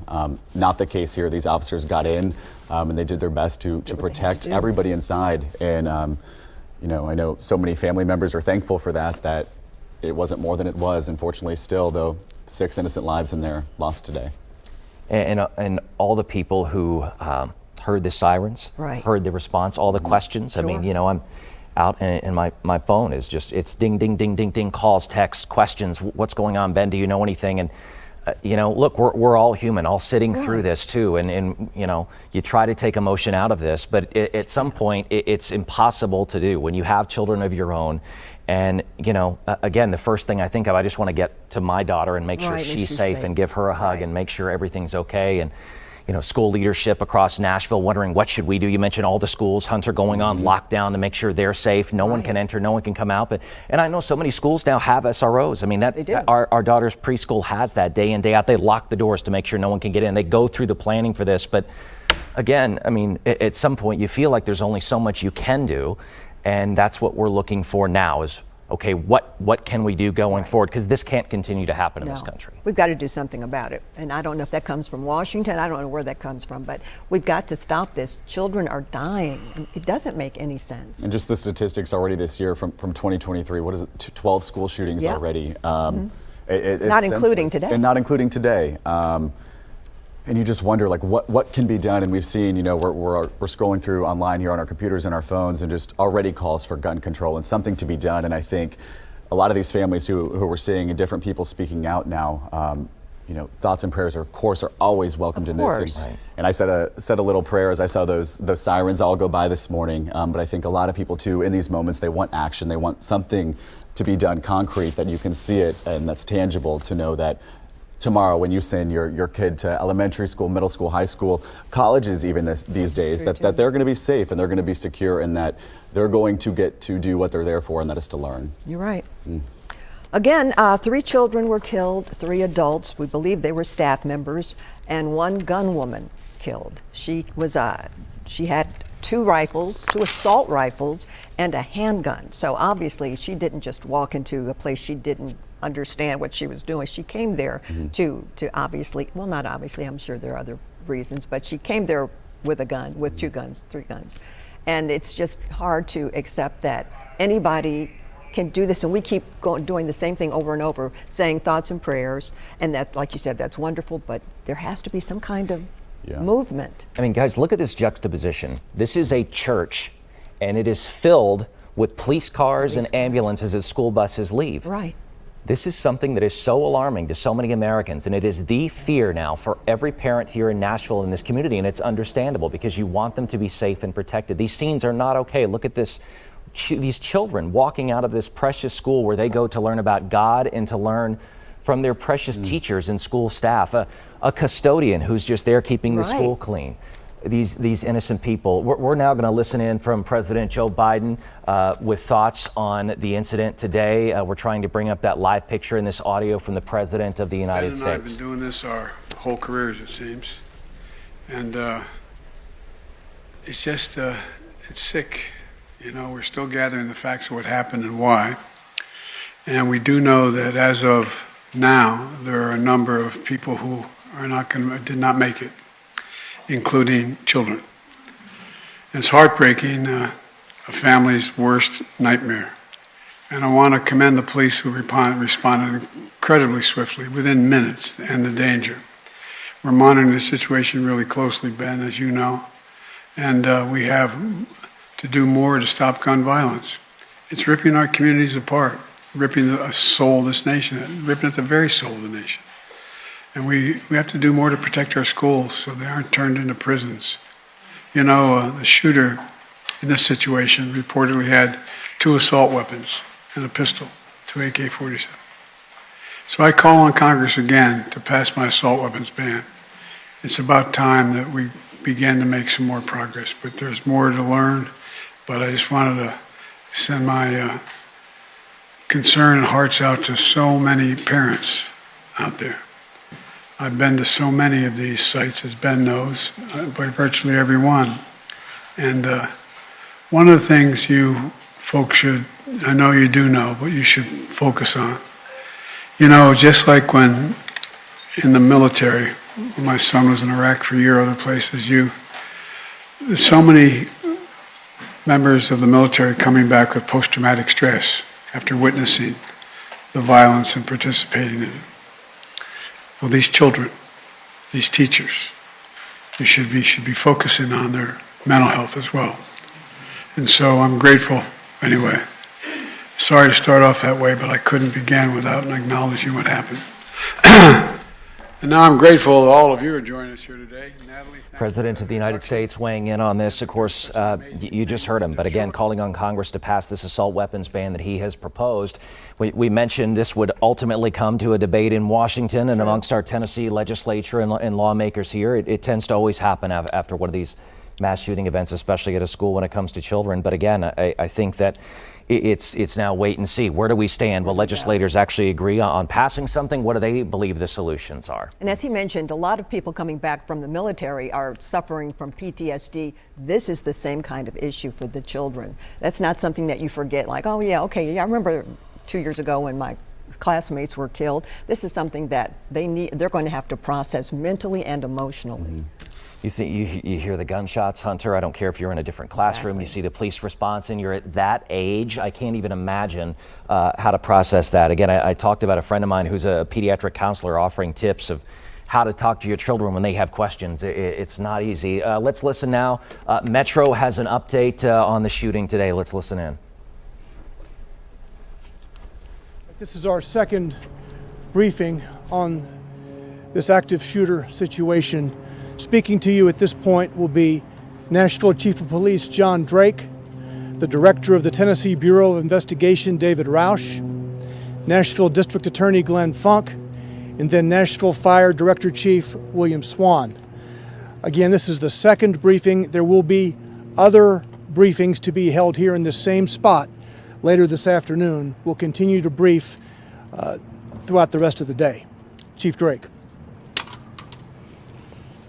First and foremost, I want to say thank you all for being here on this very unfortunate situation. My heart and prayers go out to the families of the 6 people who were tragically injured. What I know at this point is at 10:13 today, our officers responded to a shots fired call to Covenant School. It's a church school. Officers immediately responded. A team of 5 immediately went in the school, went to where gunshots were being heard, and engaged the suspect. We have identified the suspect right now, tentatively a 28-year-old female white. We know the address of that person as well, and so we have some ongoing investigations as to that. We have 3 adult victims, and we have 3 children who have been identified and their families have been contacted. Right now, I will refrain from saying the ages, other than to say I was literally moved to tears to see this and the kids as they were being ushered out of the building. I want to say thanks to all of our partners, to the FBI, to the ATF and other federal partners, to the THP, Tennessee Highway Patrol, the TBI, the District Attorney, and to the Fire Department, who all came together and seamlessly addressed this situation as quickly as possible. I've already gotten requests from the national media about a great response. We're still assessing that as well. But what I can say and what I've said before is that whenever I hope that we would never have this situation, that if we ever did, we would not wait. We would immediately go in and we would immediately engage the person perpetrating this horrible crime. And so that's all I can say. Right now we have David Roush, director of the TBI, who will come after me to address his portion. And then we have others that will say something as well. So thank you. Thank you, Chief. Again, I want to echo what Chief has said in reference to the great support and the great teamwork that has been taking place here. And as well as sending our heartfelt prayers to the families, to this community of these victims. Now, I know there'll be people who want to criticize us for prayers, but that's the way we do that in the South, right? We believe in prayer and we believe in the power of prayer, and so our prayers go out to these families. The role of the TBI in this investigation is we have been asked by General Funk to assist in the officer involved portion of this incident. So the incident where the officers engaged the suspect, we are assisting the Metro investigation. And the reason we've got Metro doing the primary investigation is because it was a fluid scene. So there wasn't a single stop in the action. And so as they investigate the homicides, then we felt it was most appropriate for them to continue that investigation. But we will assist as in our role as an independent oversight on the officer involved situation. And so that will be the role of TBI. We too want to thank all of our partners. It is special. We've had this conversation, unfortunately, too many times in Tennessee, and that is that you wish you wouldn't have to do these types of scenes. But when you do, you want to have the working relationships that we have in our law enforcement community here in Tennessee. It is amazing. And we've all come together as one and working very tirelessly. And we'll continue to work together to address this situation. It's a horrible, senseless tragedy. And we will be here working with our partners to get through it. And next, I'd like to introduce the District Attorney General for this area, Glenn Funk. This is the ultimate crime when school children and caregivers are the victims of senseless gun violence. Can't say anything before we first express our concerns for the victims and their families and the extended number of victims that are traumatized by today's events. I came out on the scene today because our current operating procedure is that when an officer is involved in a shooting, that the TBI comes out, and I knew that this was a unique case, and I wanted to make sure that everything was handled appropriately. Director Roush was out here almost at the exact same time I got here, and Chief Drake had already been on the scene for a while. The three of us met and talked about how the investigation was going to be handled. We made a joint decision affirming what the two law enforcement leaders, how they wanted to proceed, which was that Metro was going to handle the bulk of this, but the TBI would participate in a capacity to continue with making sure that we have transparency and everything, and to make sure that any backup that MNPD needs in this continued investigation would be provided. Can't not stress enough how seamlessly that worked to have a conversation in a decision to be made quickly and appropriately as far as how the case was going to be handled from here. Hats off to Chief Drake and to Director Roush. I also want to thank Chief Swan and our federal partners as well. While I cannot comment about the ongoing nature of the investigation, really impressed with the work that's being done by law enforcement. Yes, good afternoon. First, let me just say, as everyone else, what a tragic day here in Nashville. So our hearts and our prayers do go out to all the family members and also the first responders that actually made this call. As always, the fire department and the Office of Emergency Management, our job is to support. And we were here at the beginning and we'll be here until the end. We just ask that everyone, again, as it was said earlier about prayer, we ask for that. And the ongoing support that's needed from our standpoint is to give support in any area that's asked for on the scene.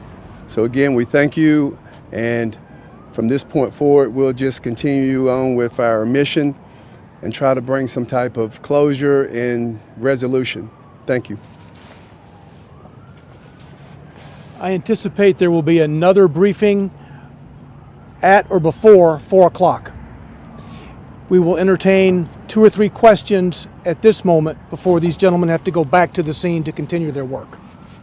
Chief, did you identify the shooter in this case yet? Yes, we have identified the suspect. It's a 28-year-old female white, actually a Nashvilleian or lives in the Nashville area. We are having an ongoing investigation as it pertains to her at this time. Located her place of where she lived, and you have officers there? We have. Was she wearing body armor? Was she wearing body armor? I can't say that far into the investigation. I don't remember seeing it, but I can't say for certain if she had body armor on or not. Does she have any connection to the church? From my initial findings is that at one point she was a student at that school, but unsure what year, all of that. But that's what I've been told so far. Can you give any word on social media, or has her social media been examined at this point? The investigations are still ongoing at this point. Our federal partners, our state partners, we're all looking into that to see exactly. This is still fluid at the time, but we're looking at everything. Did anybody pull a fire alarm? We know. Don't remember a fire alarm going out. I was told there was kids that evacuated into a wood line. They had the presence of mind to do that and to go to a fire hall. Once we arrived on scene, we had everyone moved to First Baptist Church, Woodmont. And that way we could get parents and children reunited and then ultimately make the notification on the 3 kids. So. Do we know yet if the side door she entered in was locked? There was a door that was entered. All doors were locked to our understanding, and how exactly she got in at this point is still under investigation. There is a vehicle that was nearby that gave us clues as into who she was, and but as stated, that investigation is still ongoing. Did the school have school shooter protocol? They did have protocol. To my understanding, we had, unfortunately, 3 kids that were tragically hurt. It could have been far, far worse. Okay, folks, we'll be back again before 4 o'clock. Okay, thank you. We've just heard from everybody who's involved in this, and obviously, according to Captain or Chief John Drake, Metro Police will be basically taking care of this because it's been a fluid situation. The one thing that he said that we did not know is that the suspect is a 28-year-old female white who lives in Nashville, and at one point they believe she may have attended the school. And I think that's a huge finding there as well. I know everybody's wanting to know in these moments why. What is the motive? Exactly. Who is this person? And now we know at one point that she attended the Covenant School. We know right now that they have her address. They are there working to, likely gather search warrants if they haven't already, and possibly see, were there any findings at her home that indicated that something was going wrong and that she was planning to commit such an act of violence out there. So we know they are at her Nashville address working to gather more details as well. But again, we know that they are going to come back with another press conference, likely around 4 o'clock. It looks like to be like 2-hour increments right now. We had originally heard from them at 12 p.m. this afternoon, another one at 2, and then we're going to hear from them again at 4 o'clock with likely new findings as well. And Chief Drake talking about being brought to tears, seeing those children being reunited. Some of those families did get to reunite today at Woodmont Baptist Church, right in the heart of Green Hills, off Hillsborough, of course, where Woodmont intersects. And Olivia Michael has been there speaking to parents, getting answers for us. Olivia, can't even imagine that scene. Catch us up on where you are and what you've seen. Sure, Ben. Well, we are right outside the Reunification Center here at Woodmont Baptist Church. Address is 2100 Woodmont Boulevard, just sort of off of Hillsborough Pike. And like you said, it really is kind of unimaginable. It's been an organized situation here. Parents are still, even hours after this has happened, making their way in. And the look on their faces is concern, fear, desperation. But the good news is, as you had mentioned, that they are being reunited with their children. I'm currently joined now by Dr. Talwar, who is a social psychologist and co-founder of the Unity of Faiths Foundation. Tell me what brought you here today. Myself and my colleague Pam Lewis, we came here because we heard what happened, the horrible scenes. As a crisis psychologist or a social psychologist working in Nashville as well as in Liverpool in the UK, it was only my duty to come over and offer my services to support the parents, the school, the police, the city council. So I came here, and then we were led inside and to we can offer our services to counsel or to or just to speak to them and offer a hand of support and put a hand, put a arm around their shoulder or give them a hug or something. Because at this present moment, there was all I could see in their eyes was fear. All I could see in their eyes was a lot of anger as well at the same time. There was a lot of crying going on, you can imagine in there. So the scenes were not very unpleasant scenes in the sense of like, my heart just went out there. I'm being a psychologist, but I got incredibly emotional as well at the same time. And that was something that I was going to ask you. You've already talked about it, but what was the atmosphere like? Our Ben Hall kind of had a vantage point earlier, and he said, he described it as somber. Yes, it was actually. And it was like, like a funeral or something. It was terrible, and people didn't know, but you can see it, that whole walking through the whole of the aisle. I mean, walking into a church and suddenly you think you're in a funeral. It was terrible. It must be terrible for the parents, obviously. It must be terrible for the families as well at the same time. But I just want to say the police did a fantastic job. The city council is doing a fantastic. The deputy mayor was here as well at the same time, still here, and the school doing a wonderful job. But I think we've got to realize, guys, that sometimes, yes, this is a mental health problem. We know this is a mental health problem, and we've got to find a way to take away the stigma of mental health, because the stigma is still there. And then on top of that, the country is split. You have a split of the country where 50% want the gun law, so 50% don't want the gun law. So like we had in Britain, for example, we had a Brexit referendum. Let the public choose what they would like. So this way, no one's in the way, the public will choose, and then, you know what, we've had 100 shootings in 2023 this year so far. We're still in March. So all I can say is this is not a Nashville problem, this is not a Tennessee problem, this is an American situation which everybody needs to get and solve. I want to talk to you about the road ahead, the path to healing for these students and these families. But first, can you describe, was it a full room in there? If you had to take a guess, how many adults would you say were in the room? It was like a huge church, and it was completely packed inside. So you can imagine, I don't know how many, 100, maybe more, but it was completely packed inside. Yeah, because we do know that there were about, on any given day, just over 200 students. Maybe. So that would make sense. That would. Kind of like we were talking about earlier, obviously a traumatic, incredibly painful situation, both for the children and for the adults. Are parents going to have to now have difficult conversations with their little ones? Well, I think so, because we don't need a child to go through this situation where they'll be scarred for the rest of their lives. And that's really important, that we need to identify, speak to the children, find a way to evaporate this memory and move them forward. Because normally when someone goes through mental health issues, it's always been a scar in the past that sort of like springs up. And that's why it's important that we deal with the children and also the parents, that they need counseling, they need support. Let's get them the support. So how do parents and guardians open up that dialogue with their little ones? I think it's really important firstly you comfort them first, that you're safe, you're with me, nothing's going to happen, I'm here now, so don't worry about that.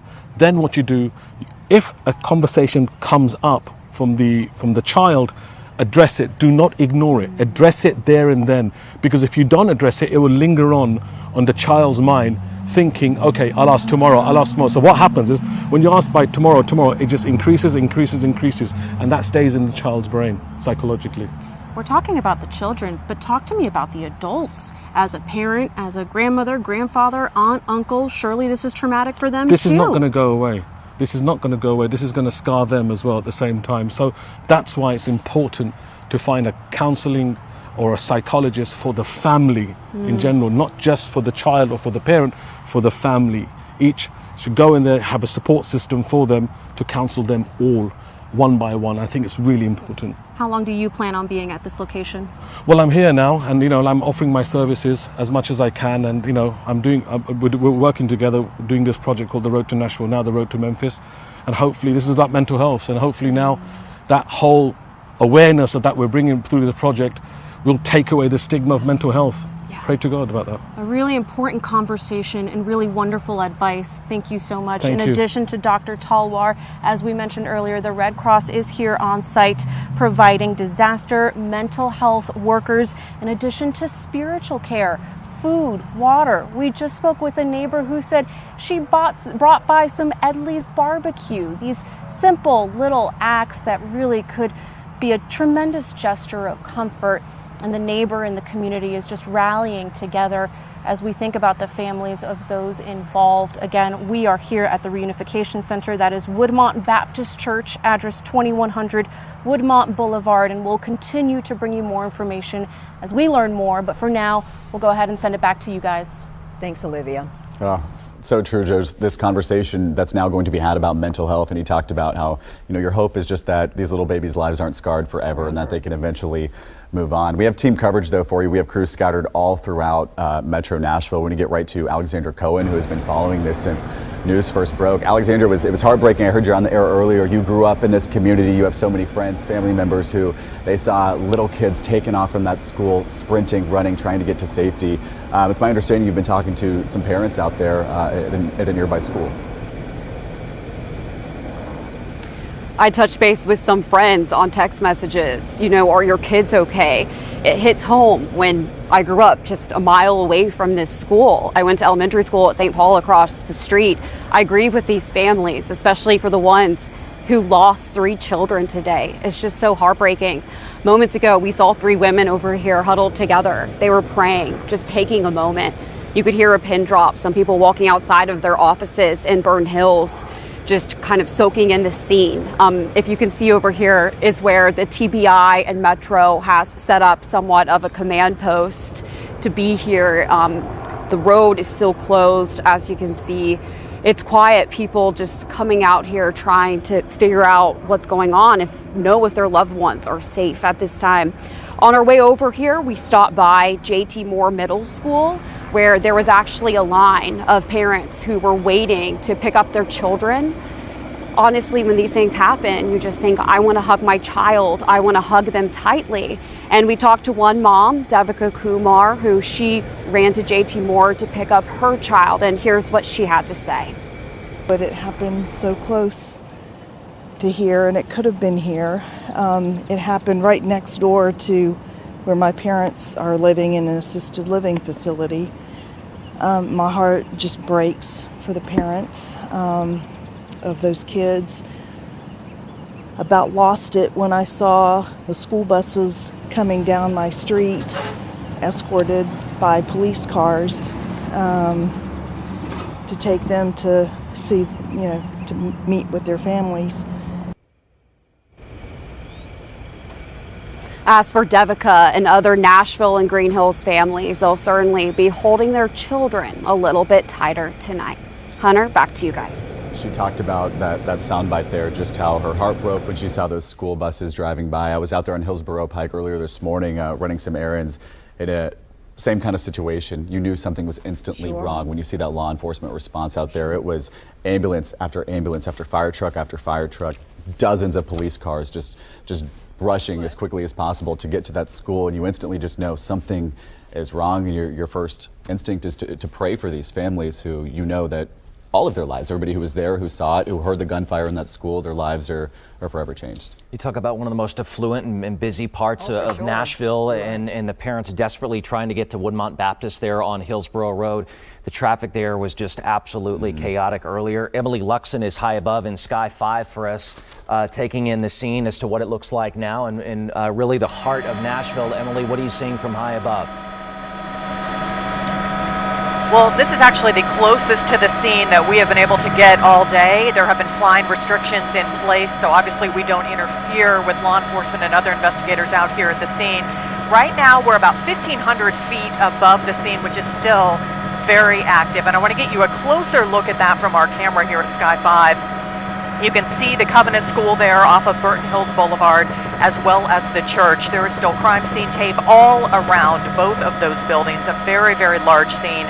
We are seeing law enforcement officers actively walking around that property. We know Metro Police, Nashville Fire, the TBI are all on the scene and have been there throughout the morning.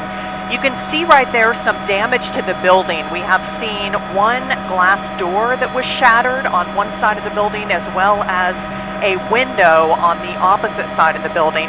That's all I'm able to see as far as damage to the actual structure at this point. But again, still very active, still lots of people out there walking around, I'm sure inspecting and making sure every inch of that property has been covered as they continue to investigate. We heard from Chief Drake just a short time ago, who said he was very pleased with the quick response to this shooting and praised not only his officers but the others who arrived on scene quickly and were able to respond as well as they could to just a completely tragic situation.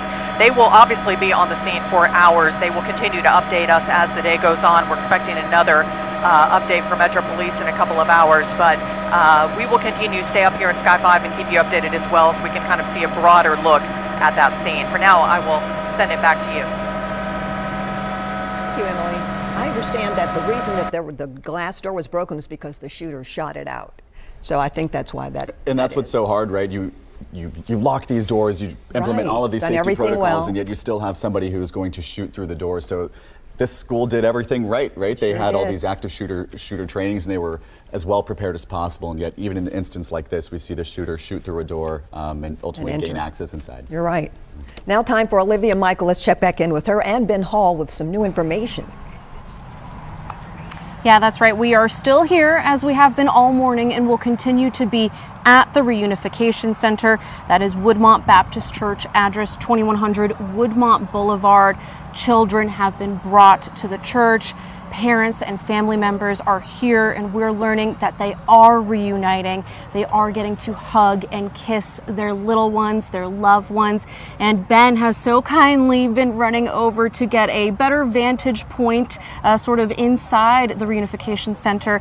And you've seen a lot, Ben. Tell me what you've observed. We don't want to get our camera too close because this is the most sensitive of situations. Right. But I just talked to a pastor who is inside and came out and told me a little bit of what's going on. So there are a large number of parents that are inside in the sanctuary. So they take the parents in the sanctuary. You can see from pictures from the outside, there are lots of police officers here. Anyone who goes in that building, they check their ID, they make sure that they're affiliated with the school, that their kids go to that school. So the parents are upstairs in the sanctuary. The children that came here in buses, we saw that earlier, they are downstairs. The parents are being called up, 3 families, 3 different sets of families at a time. And one parent is, again, they have to be identified, then they identify the child, and then one parent goes to the car and the other parent picks the child up and takes them to the car. So we're seeing now a slow stream of children come out with one parent and get in their car and drive away. It's a slow stream. We're told there's still a couple hundred people in the sanctuary right now. There's still a couple hundred people. It's a slow process, a very deliberative process. There is a lot of help inside that church. There's a lot of counselors, there are a lot of police officers, there are ambulances right outside here. So that gives you some sense of what's going on inside. And to your point about the quantity of people in the church, Don Aaron said earlier that on a normal day, I think there's about 209 students. So when you think about their parents, their family members, you multiply that.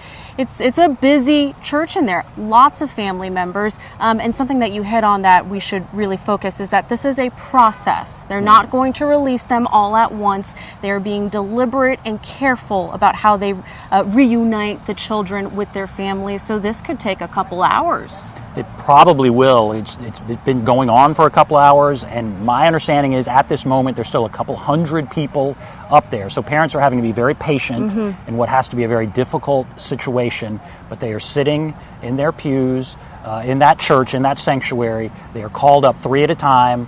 One parent goes and gets the child, the other parent goes to the car, and then they can go home. Have you been able to get a close enough look at the faces of the adults and the children as they're coming back together, maybe getting in the car? What do they look like to you? I've seen one child crying. I've seen 2 children crying. I've seen the parents traumatized. So yeah, you do get a sense. I haven't seen overt expressions of emotion, but you can tell almost kind of shell-shocked. They're walking out. I have seen a couple of kids that are in tears, understandably, walking to their car with one adult, with, I guess, one parent. So again, they're not all coming out at once. It's not like that. It's a slow trickle of people coming out and getting in their cars and driving away. And I haven't talked to anyone who was there. We're letting them just kind of get in their car and drive away. Right. We want to give the family and the students that space to cope, to heal. This is a traumatic situation, and surely they're still digesting, trying to understand what happened, because one thing we have to remember is those students who were inside were classmates and friends of the 3 children who were killed and the faculty that were killed. Many of the people in this building knew the people who were killed. And earlier you and I had talked about that when the buses of children arrived, we could hear singing, which in a way, you know, it's uplifting, but then you wonder, do they understand what is happening? And it seems like now that comprehension is starting to sort of set in. There's no doubt it's sinking in now. It's sank in immediately for the parents. The children, you know that they're being kept as happy and as comfortable as they possibly can be. But again, they're kind of downstairs away from all that's going on, and the parents are upstairs. We did see a tragic situation I described earlier where police came out with a woman. They had their arm around her. There were 2 older people following her. They took her straight to a police car. They waved everyone off. They turned on their lights and they drove out of here. There were 2 police cars that were part of that. We were told they were going to Vanderbilt. So that sounds like a situation where that's a family that was being taken to Vanderbilt. So that's the worst possible scenario. We are seeing many others where parents are walking out and getting in a car, and that's what's happening. And our Chris Davis was on the receiving end of what you witnessed. Chris is at Vanderbilt, and he saw those cars pull up. He saw who he believes were the parents or the family that you mentioned, and it really hits home. It's real. They have a loved one that could possibly be a victim of this school shooting. Have you seen any other similar situations like that? I have not. So I haven't seen any others, and I've been coming back here and going back up there, so I haven't seen that. But it's clear police were so kind to that family, and they wanted to care for her as much as they could. Right. They got her in that car, and they got her out of here with a total escort going down Hillsborough Road to Vanderbilt.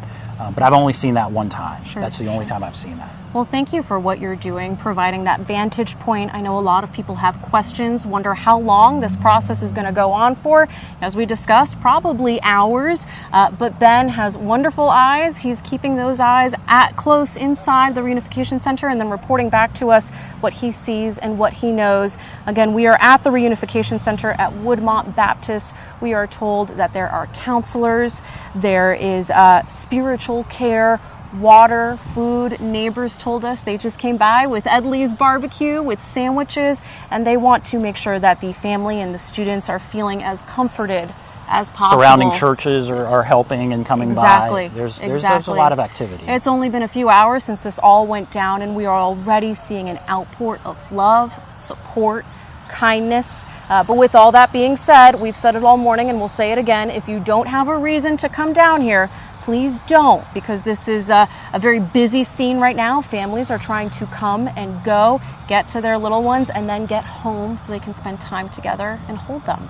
There were 4 Metro buses, WeGo buses, that were kept right outside the church in case they were needed. At least 3 of those have been released, so those have gone. But yeah, obviously, it's always congested here on Hillsborough Road. It's even more congested now, so don't come anywhere near this area. All right. Well, thank you, Ben. We're going to go ahead and send it back to you guys.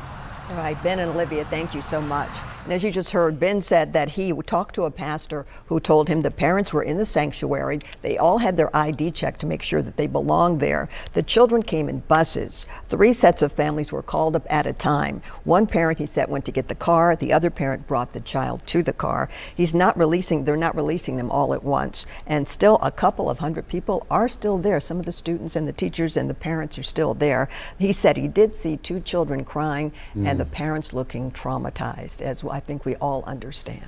You know, as a parent and waiting in that line, all you want is for the children to come children. rushing out That's and right. grab them and hold them and show them that security. But it is a painstaking process. As Ben and Olivia alluded to, you can't just do that. But I can't imagine being a parent waiting in an hours-long line just to be reunited with your child who wants to see you so Right. badly. And Hunter, you had a great point earlier about these kids are so young, they likely don't even have a cell phone to just text to say, Mom, I'm okay, I miss you, I can't wait to see you. They can't even do that. So I can't even imagine the patience they have to have. And you just pray for all those parents and the children just waiting to even be reunited. Well, it struck me too. It is almost 2:30. The shooting happened 4 hours ago, and you think that this is just the first time now, 4 hours later, that a lot of these parents are seeing their babies for the first time, and how scared these kids must have been waiting all of that time without their mom and dad, and how these parents just long to see their kid safe. We had heard there from Chris and Olivia that these kids showed up in the bus and they were singing, and it reminds you of just how innocent these lives are. Singing on the school bus as they, just ran out from a school shooting. But too, when you think of just the innocence that was lost today, we had heard from Hannah McDonald earlier, whose mom had just stepped outside from that school and she heard the gunshots in the parking lot. You know very well that each of these kids probably heard those gunshots in the school this morning, and just something that stays with you. And it's heartbreaking to see that preschoolers up through 6th grade have now had to deal with this at such an early age. Classes are over today. I have the information here. Kindergarten to 6, they're over at 3 p.m. So they'd be getting ready to go. Normally they'd be getting ready to leave school for the day. Ben Hall alluded to the tight-knit church community, not only here in Nashville, but especially here in Green Hills. And my daughter attends a different church preschool here in Nashville. And this community is just grieving together. The school director's been texting me for them to have to go on lockdown. These are kids younger than 5 years old. Just to make them feel safe, even temporarily, is so sad. And you think about, all the emotion to process. I think we heard from a psychiatrist earlier just about how to speak to your children, because they will, even if they're at a neighboring school, will have questions. Sissy Goff is a Nashville-based child psychologist, a friend of mine. She's a counselor, and she gave some tips I'd like to share of how to talk to your children. Stay calm, be the source, let them lead, give them space to feel, and it's okay to feel with them. It's okay to show that emotion. Answer age-appropriate questions and be honest. Talk about what they can control. Look for the helpers. Make sure you're a helper, and ask what would help them feel safe at school. And don't feel like you have to have all the answers, because admittedly we don't. And that was alluded to in the press conference earlier. We are so split, and there seems to be a 50-50 split in Washington as to what the answer is, and especially right here in Tennessee. I love that quote, though. Look for the helpers. You see it in every tragedy that we have here in Nashville, whether it be the tornadoes and now a mass shooting. Look for the helpers, because there is certainly good that will come from this. I mean, we even heard Olivia out there talking earlier. There's just people showing up with barbecue, doing what they can, whatever you can do to make people feel any kind of sense of hope in these moments. Our Chris Davis is standing by now live for us at Vanderbilt Hospital. Chris, what are you seeing out there? Hunter, unfortunately, we're seeing some just really hard, raw examples of emotion out here, as is sometimes tragically part of the process.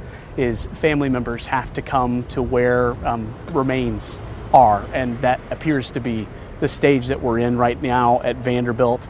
So just a few moments ago, we saw just this gut-wrenching example of potentially a family member, we don't know their identity, but just screaming out in agony, and you can certainly understand that. I mean, especially if they lost someone, especially a child, here being at the Children's Hospital, and that reaction. And it's just, it almost even a little torn as a journalist of witnessing that, because part of it tells this tragic day in Nashville, and part of it is also just so hard to see for any other human being to go through something like that. But it appears that is now kind of the phase that we're in here at Vanderbilt, is family members that are impacted by this are getting police escorts here to the emergency room to go through the next steps, because as we've talked about all day, this is a crime. This is a crime scene out over at the school, and there are different steps that have to be taken as this investigation moves forward. But it's just a reminder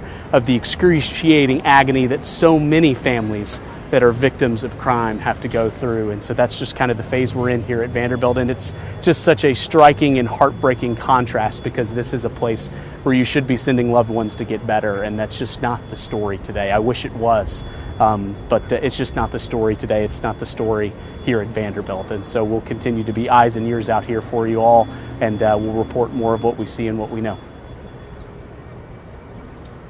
So well said, and I don't know what else you can say at this point. And I just found out, I got a text from my wife that Sissy Goff, who I mentioned, the child counselor, is now at Woodmont Baptist. They're offering their services. They're with Daystar Counseling Ministries here in Nashville, talking to parents, children, staff members, anybody who just needs to pour their heart out or find some sense of security on a day where it feels like there is none.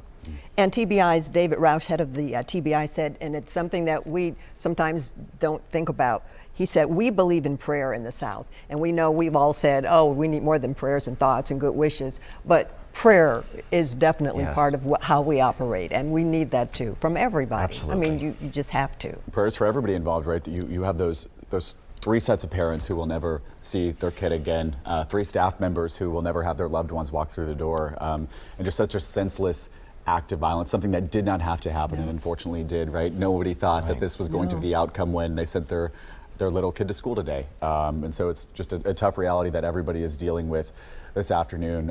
We've been hearing from law enforcement throughout the day, and something that we have heard both from President Biden and also Chief John Drake is just the response time from Metro Nashville Police.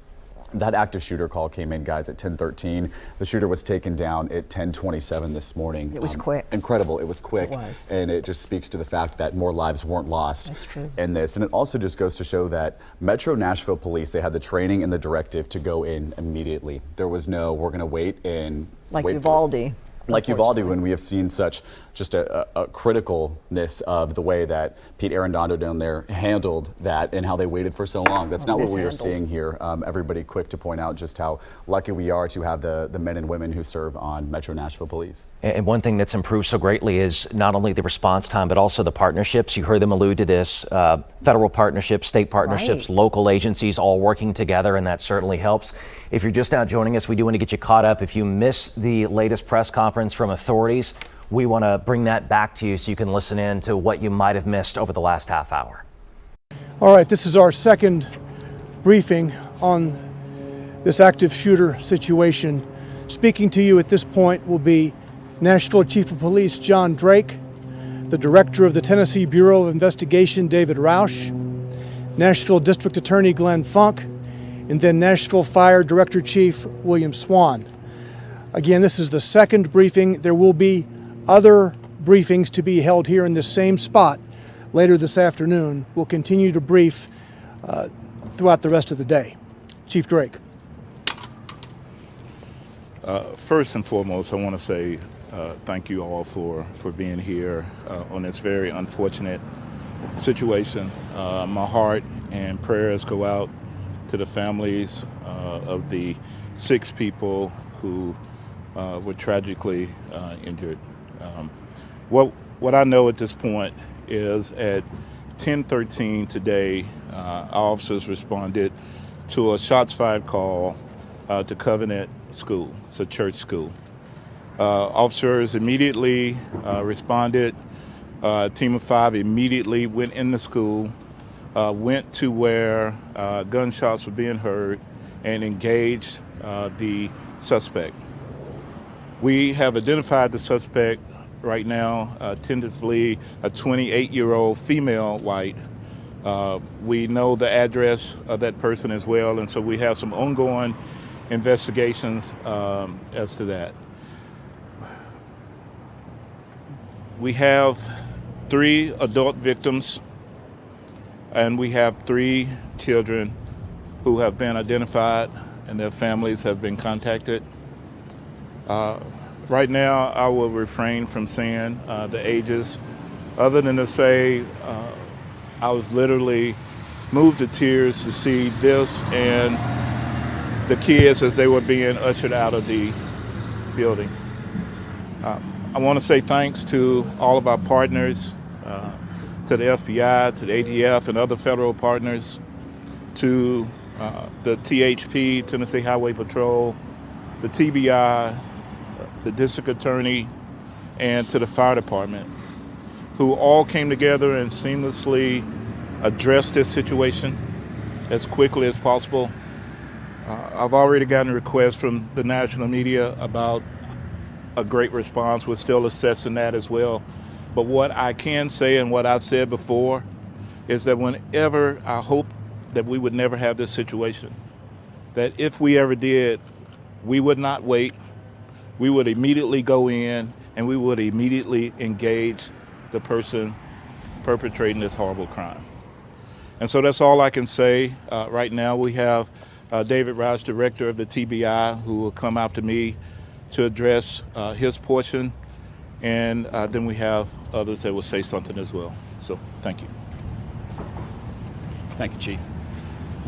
Again, I want to echo what Chief has said in reference to the great support and the great teamwork that has been taking place here, and as well as sending our heartfelt prayers to the families, to this community of these victims. Now, I know there'll be people who want to criticize us for prayers, but that's the way we do that in the South, right? We believe in prayer, and we believe in the power of prayer, and so our prayers go out to these families. The role of the TBI in this investigation is we have been asked by General Funk to assist in the officer-involved portion of this incident. So the incident where the officers engaged the suspect, we are assisting the Metro investigation. And the reason we've got Metro doing the primary investigation is because it was a fluid scene. So there wasn't a single stop in the action. And so as they investigate the homicides, then we felt it was most appropriate for them to continue that investigation. But we will assist as in our role as an independent oversight on the officer-involved situation. And so that will be the role of TBI. We too want to thank all of our partners.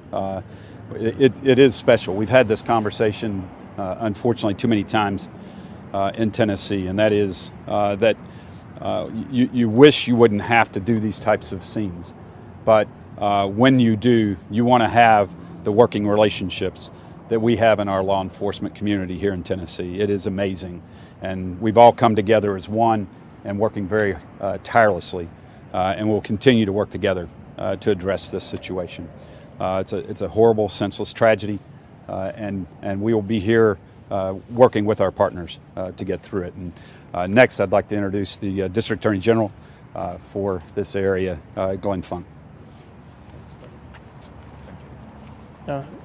This is the ultimate crime when school children and caregivers are the victims of senseless gun violence.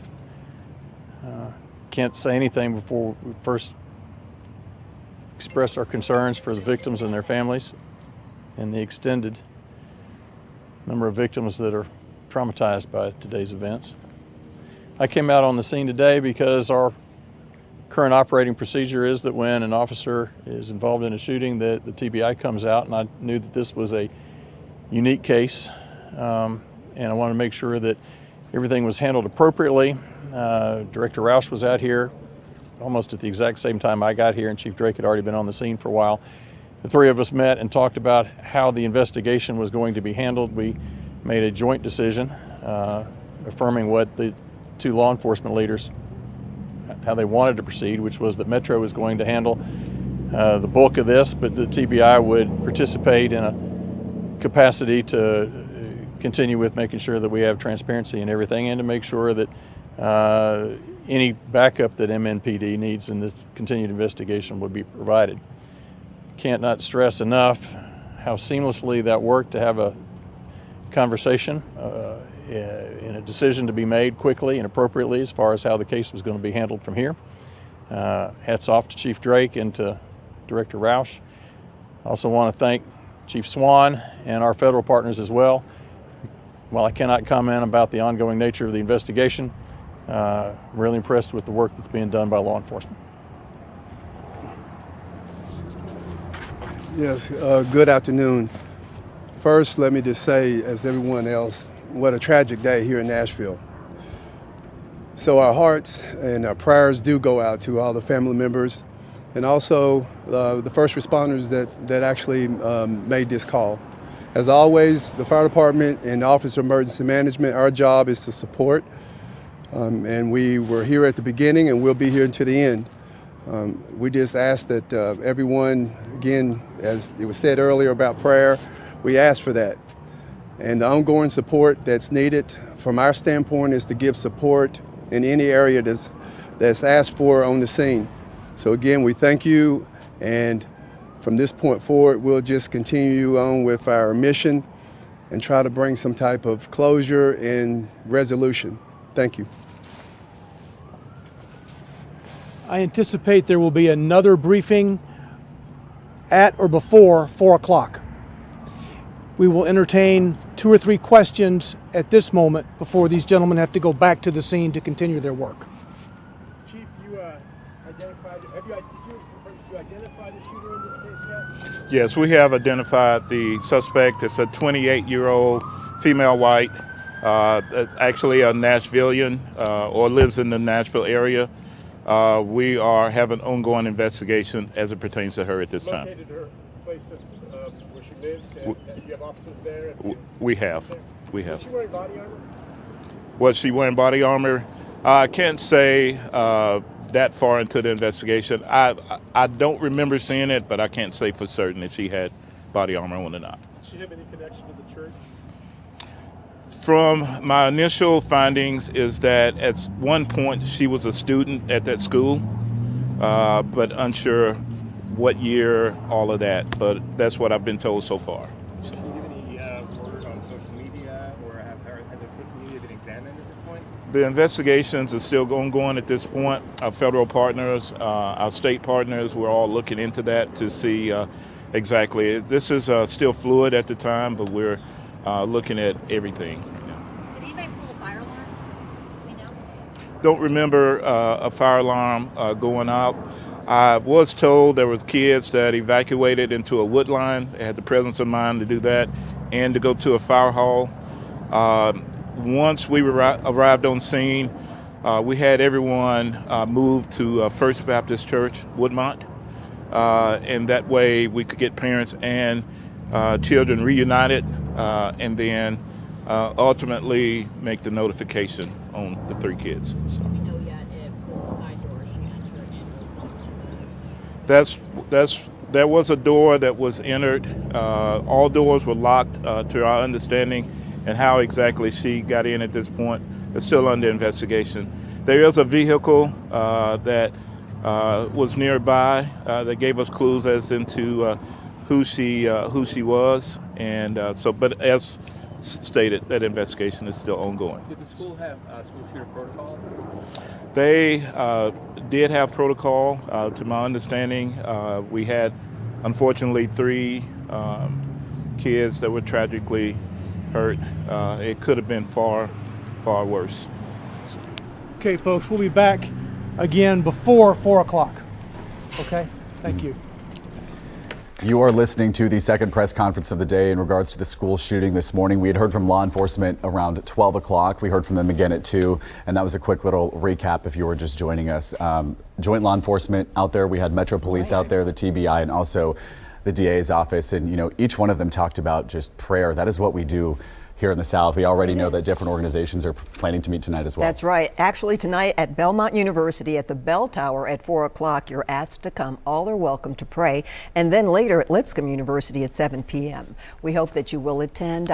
We'll be there to cover the services. Yeah, we have Chris Davis moving there as well to hopefully talk to people who are joining in prayer. Nashville coming together. We need that now more than ever before. At least some sense of community, some sense of support, some sense of security, even if it comes from one of these services at Lipscomb or Belmont. We mentioned how tight-knit some of these communities are here in Nashville. All these churches right there together, close to Covenant. Emily Luxon's been high above in Sky 5 watching the action. Emily, what are you seeing right there right now?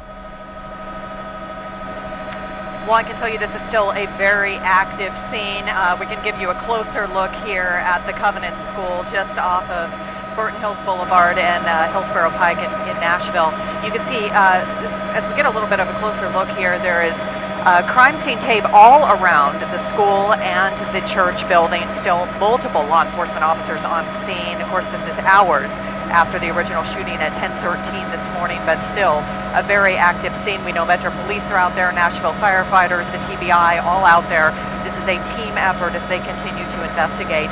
As we've gotten a closer look at the building as we've been circling around here, we have noticed some damage, particularly what appears to be multiple bullet holes in a window in the upstairs part of the school. If we can get a closer look there, you can see there's also shattered glass on the ground floor, a door, two different doors that appear to be broken. Investigators have certainly been circling that area, focusing in on those areas as they continue to try to learn more about what happened. But again, this is expected to be active for hours as law enforcement continue to circle the property to try to learn more about what happened. We will continue to stay up here in Sky 5 for the next few hours and monitor as they do their work on the ground. But now I'll send it back to you. She talked about one of those doors that was damaged out there. We likely know one of those is from the shooter who, those doors were locked, guys. She shot through the doors. This was a school who, they had planned for this. They had held different active shooter training drills. Correct. The doors were locked, and yet still this 28-year-old woman shot through the door. And she, they believe, was a former student there. So we don't know. Obviously, that might have something to do with what happened, but we'll find out more the upcoming days. There's a lot to digest. It is, and just seeing that, it just makes you sick to your stomach. I mean, I can't even process some of this now that we're talking about families who will not be reunited today, as that reunification process still happens at Woodmont Baptist just down the street. What those children are thinking, what the parents are thinking, what to say, what's the right answer.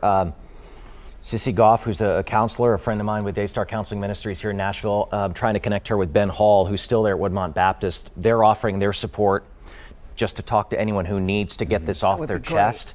Because we mentioned earlier from authorities, they talked about the PTSD, even for the responding team, first responders going there and seeing this scene, for them processing this and dealing with this, and what this means for not only here in Nashville, but all across the country. The president weighed in on this just over an hour ago, and here we go. So we'll see what legislation perhaps is at least discussed here in Tennessee and nationally to see where we go from here. We just hope it's not more of the same, because every time there's a school shooting, this happens. We say, you know, we got to do something, but nothing's really done. And you hear from our people there on the ground how much thoughts and prayers are appreciated at this time, and they sure are. But we heard from President Biden earlier who addressed the nation, and while he also gave his thoughts and prayers, he also said, this is ripping our communities apart, calling on Congress to pass this assault weapons ban. That's something he has been, very vocal about being in office. And now more than ever, I think gun control is in a lot of people's minds when it happens, especially in your own community. Exactly right. Now let's go out to Alexandra Cohen, who is outside of the Covenant School. Alexandra.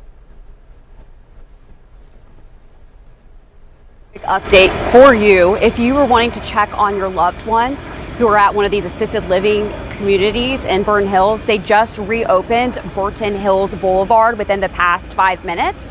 I talked to a Metro officer here on scene, and they said they're reopening the roads surrounding the Covenant School except for Harding Place. And I meant to notice that, or to say to you guys, there's offices all around here. A lot of those people have been sheltering in place. Some people wanted to go and check on their elderly loved ones who are at nursing homes in this community. Well, now they're reopening these roads so that can happen. I know that's important to a lot of the people who have loved ones here at this time. When we were driving over to the scene, coming down Harding Place, JT Moore caught my eye. There were parents lining up at the door to check on their children. Some of the moms and dads were picking their children up from school early. They told me they just wanted to hug their children tight and let them know that they're safe. Here's what one of them had to say. I'm just in such shock. But yeah, I mean, it's heavy. I mean, you think you can protect the kids, but in reality is we have such little control when they're at school. And we trust our law enforcement, we trust our schools to look after them. That lack of control, something families across the mid-state will be struggling with today. Many of us just feel so helpless in a situation like this, especially with the families of the little ones and the adults who didn't make it. Here at Channel 5, our thoughts are with all of you guys at this time. Back to you. So well said. Alexander, who grew up, as she mentioned, and went to school just down the road. I saw Carrie Sharp when I was coming in. Carrie's live outside of Covenant for us right now. And Carrie, I saw you. We're both parents. We get the luxury and ability to go home and hug our children tonight and tell them how much we love them. We know that 3 sets of families won't have that luxury here tonight, and certainly praying for them. I just want to get your thoughts about this as a parent, as a journalist, as a mom, what you're thinking right now, what that scene looks like outside of this precious school here in Nashville.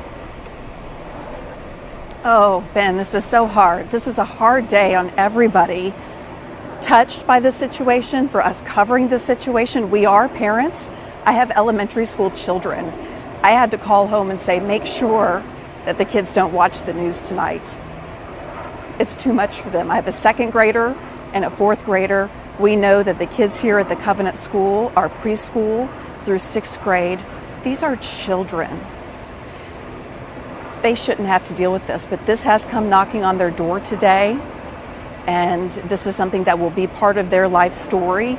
I do want to tell you, we are here right outside the church entrance to the Covenant Presbyterian Church. You can see officers are still staged there. They just opened this part of the road, but we see officers here, both in marked and unmarked cars, the motorcycles as well. Around this area is an office complex, several different buildings. Traffic has returned on this road, but nothing is normal here. When we pulled into this parking lot and started to set up, we found just a very organic scene, a very moving scene. 3 women stopped, huddled together, arms around each other, praying in this parking lot. We gave them that space, we gave them time, and I approached them gently when they were finished praying and just said, what brought you here? What are you praying for? And I found out that these women are strangers. They were compelled to come here and just lift this school and this community in prayer.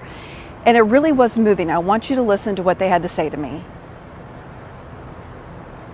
As soon as I heard, I was like, I have to get out there to pray, because like the officer said from the TBI, people like to judge us for praying, but no, this is exactly what we need in this time. It is prayer, that we need. That's what's going to change. That's what's going to shift. And we are certainly out here praying for every family that has been connected to this tragedy, for the families of every student that is represented in this school, all the staff, the administrators, and all of our first responders and police department. We are covering everyone in prayer, because that's our first responsibility, is to pray.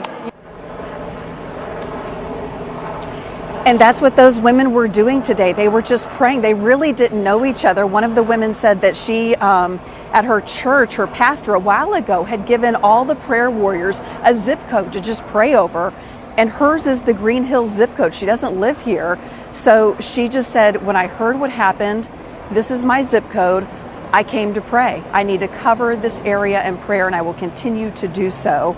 I was looking on the school website earlier today, and this really struck me. I don't know if it's their motto or their slogan, but on the website for the Covenant School, it says, shepherding hearts, empowering minds, celebrating childhood. That's their mission here at this school, to celebrate childhood. But evil walked through that door today, and that's just going to be really hard to do going forward. This is a private Christian school, and we have heard time and time again, as those children were getting off that bus to go into the Reunification Center, many of them were singing. We don't know what they were singing, but they were singing, and that's what children should do. So even in this moment of tragedy, this school mission of shepherding hearts, empowering minds, and celebrating childhood is just, I imagine, just clinging on right now, and they are trying to do their very, very best. But again, we are outside the church here, connected to the school, Covenant Presbyterian Church. Officers remain here, but this road is now open. It's already been a long day. The call went out from the school at 10:13. Officers were able to take down the shooter within 14 minutes.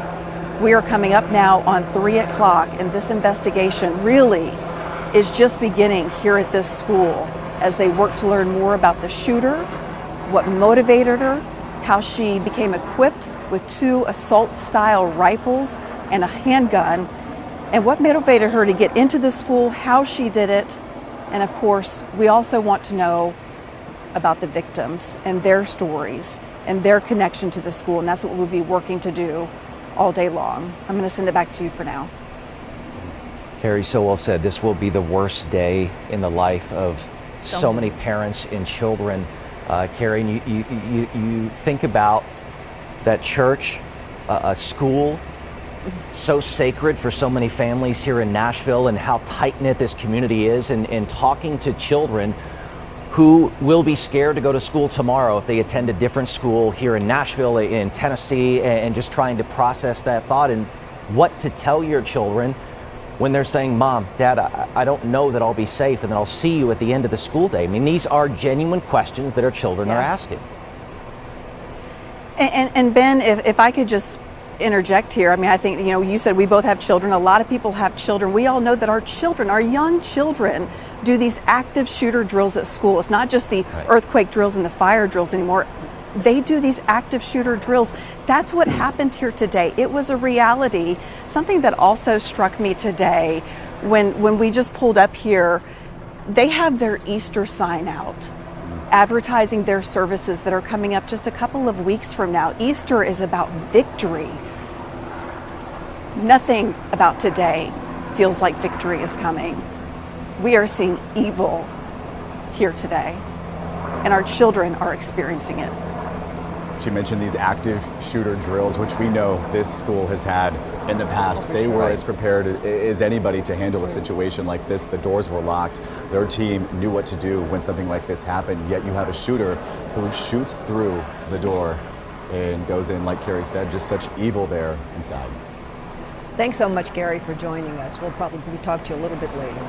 You talk about a church and a school that is a preschool through 6th grade that's now a crime scene. Carrie's across the street from the church because you see police motorcycles from Metro who had done a magnificent job by all accounts, responding so quickly and so bravely. Those 5 people who heard the gunshots, we heard from Chief Drake earlier, responding without question, going there and taking out this 28-year-old female shooter that we're still learning more about. We did hear from the chief that perhaps there is some sort of connection to the school, be it she was perhaps a former attendee was there of Covenant.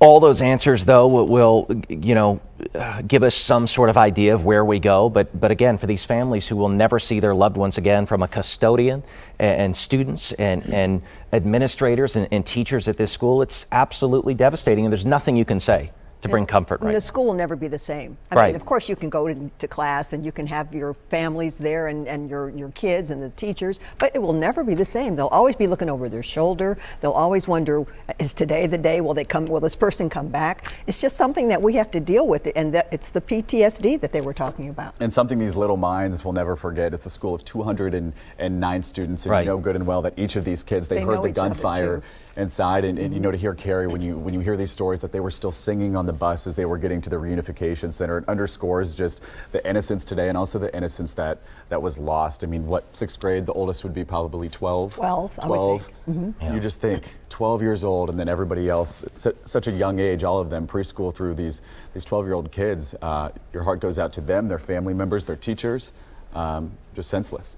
We mentioned the debate that will continue inevitably in Washington on both sides. We heard from the president earlier. Our representative, Congressman Andy Ogles, released a statement recently. I'd like to read that to you if I can. Here's the quote. "My family and I are devastated by the tragedy that took place at the Covenant School in Nashville this morning.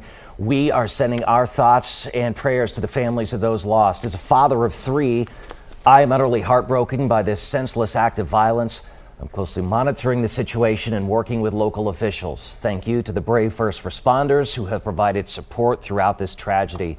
Again, Congressman Andy Ogles, a statement from him a little bit earlier. We've heard from the governor, now the president, so many administrators here. And again, we know the DA Glenn Funk's office will be handling this investigation as it proceeds. And you have to respect the commitment and the partnerships that our agencies have together to work on this, to process this crime scene. I mean, they've come out and have been so kind to continue to brief us here in the media to give us the latest. And we do expect one, I think, here in about an hour or so. So please be patient. We're not going to speculate about, I know so many people are wanting more answers, and we hope to hear that here in an hour, but we can only go with what we know so far. And kudos to the police. They were right on time. I mean, they did as much as they could, as quickly as they could. 14 minutes from the time that active shooter call came in for them to take down the shooter. It is incredible in comparison to what we've seen just nationally when it comes to the response of these school shootings. The president even coming out saying, well done to Metro Nashville Police for getting in and getting out and trying to keep as many people safe as possible. I think still so many people watching. I know Vicki, Ben, and me as well. We're trying to figure out that why, right? The motive behind what could be going through somebody's head. As far as the shooter goes, we know she is a 28-year-old white woman. They describe her as a Nashvilleian. They know her address. They know who she is. And I think that's a conversation too we have as a newsroom. You never want to give any shooter the notoriety and get their name out there. That's right. But they know who she is. They are at her address trying to figure out any possible clues as to what would cause somebody to do what was done this morning. And Carrie put it best, just evil. It was evil that walked through the doors at that school today. Or mental health problems. You know, that's a possibility. We have to, as you mentioned, you know, a lot of times it's a mental health issue, but whatever it is, it can't continue. Again, going with what we know right now, 3 children killed, 3 adults inside that school. We talk about a 14-minute response time from police. We do know that 2 MNPD officers who heard that gunfire did engage that 28-year-old female suspect, and again, according to police, killed her there. We do believe her to be a former student. We're still waiting on a name and for her to be identified. One officer suffered a hand injury during that response, and again, that reunification process, which we saw a video of from earlier, just a couple of moments ago there at Woodmont Baptist Church, right there off Hillsborough, adjacent to Woodmont Christian Church, really in the heart of Green Hills, you know, by all accounts, an affluent, safe area right here in the heart of Nashville. So many people shop at the mall down the street, visit all these boutiques and great restaurants and these churches and schools that are right there in the heart as we see just this unspeakable and unimaginable tragedy and grief that's taking place here today. We do know counselors are there on hand at Woodmont Baptist talking to these parents and these children who are seeking some sense of security on this awful afternoon here in Nashville. And we were told earlier about the Reunification Center that the way they're doing it as far as bringing the parents together with the children, 3 sets of families are called up from the center. One parent goes to get the car. The other parent brings the child to the car. They are not releasing them all at one time. They are checking their ID to make sure they belong there, that not someone snuck in to, to take advantage of the situation. So there's still a couple of hundred people there. It will probably be a few more hours before everyone is cleared away. They saw the chief said he saw 2 children crying, and Ben Hall said that, and parents who looked traumatized, and that's not a surprise. And we understand why they're not releasing everybody at once. It takes time, and you got to figure out who's who and what child belongs with what parent. But to give you guys just context on what these kids and these parents are going through, that shooting happened at 10 o'clock this morning. A lot of them just now being reunited with their family members at 2 o'clock this afternoon. That is 4 hours when a lot of these little babies, they don't have the cell phones to be communicating with their parents out there. So just parents waiting to see their kids waiting to see their parents. And it is a lengthy process, but sure is worth it. But your heart goes out to everybody who is just in that mode of waiting. We have reporters, our entire News Channel 5 team covering every aspect of this story. And our Jason Lamb actually spoke with Patrick Michaels, a Nashville psychologist with Rogers Behavioral Health. Here's a portion of that conversation.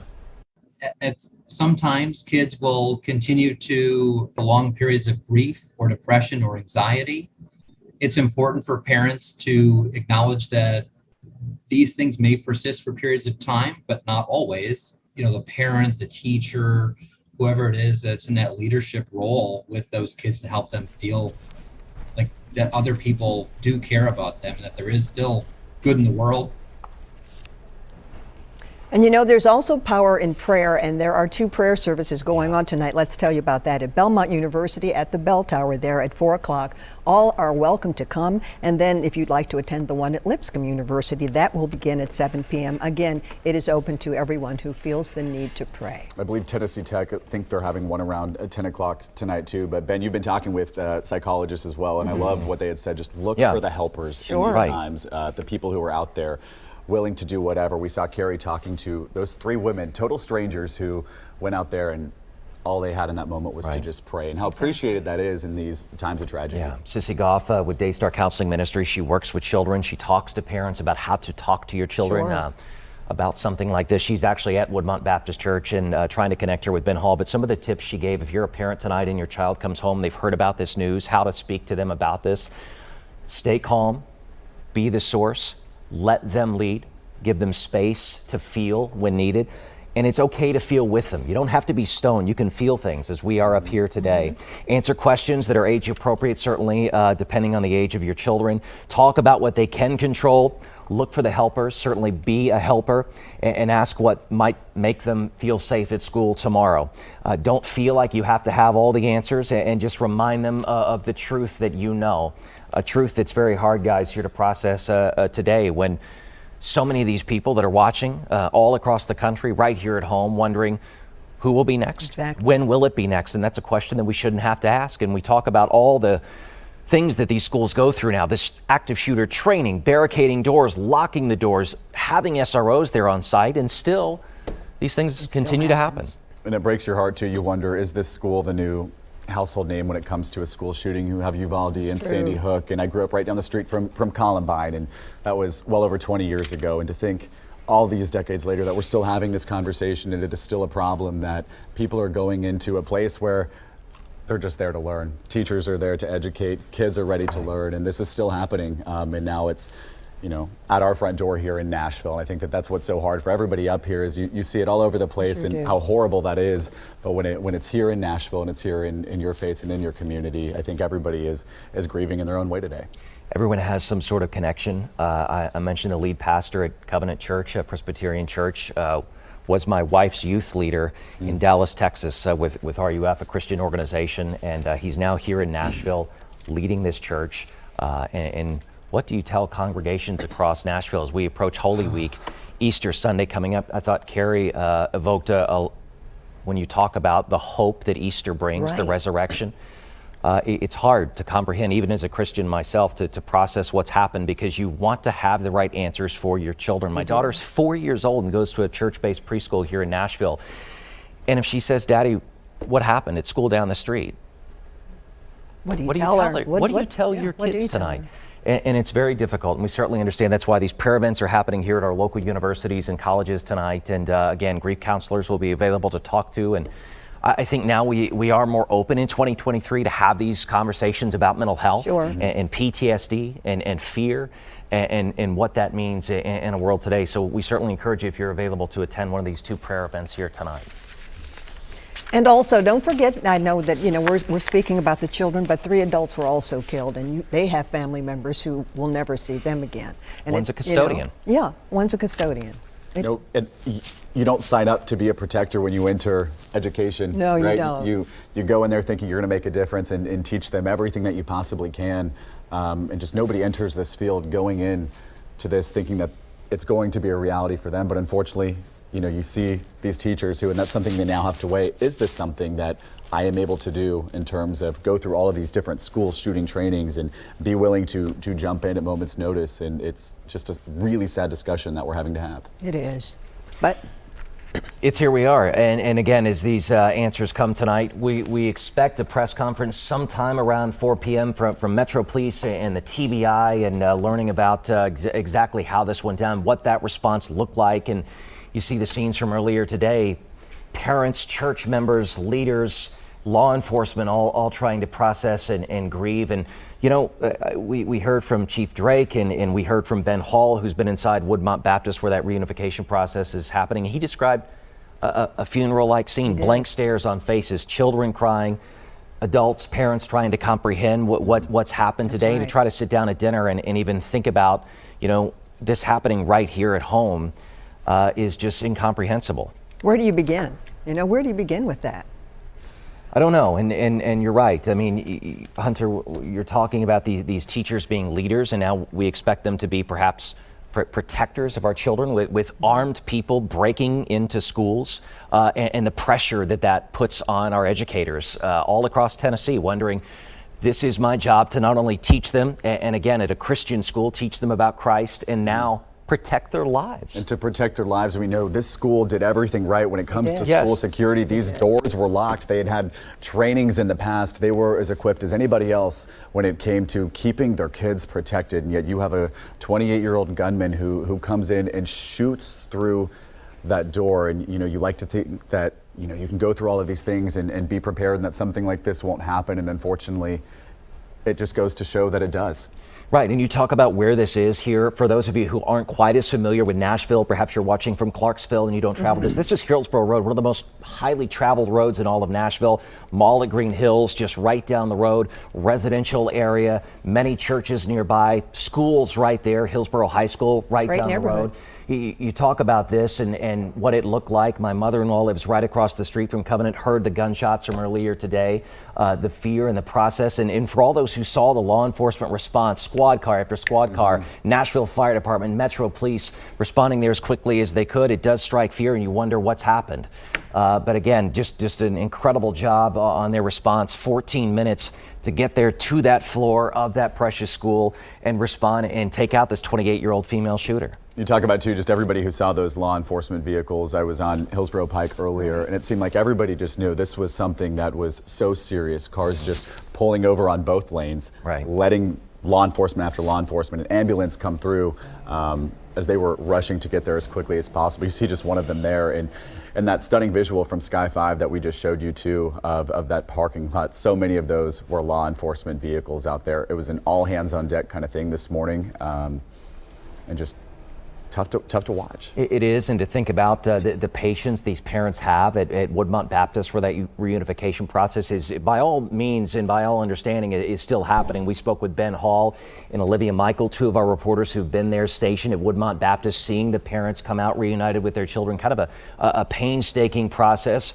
One by one, confirming this is indeed the parent or caregiver of a child, either pre-K through 6th grade, the children who attended Covenant School, being reunited, getting back in the car, and again, just wanting that hug that they have waited hours for so patiently, just to be able to go back home and hug a favorite stuffed animal, watch a favorite children's TV show, have a conversation, see their brother or sister, something that it seems like we can't now take for granted because we never know. The heartbreak just at all the different locations that we've had our teams scattered upon. You have the school, you have all these different spots, the reunification spot, also where Chris Davis is at Vanderbilt when you're seeing for the first time. And we now know from a Vanderbilt spokesperson that these kids were dead as soon as they got there, and just how horrific that such an equipped medical team, there was nothing they could even do to save these little babies, unfortunately.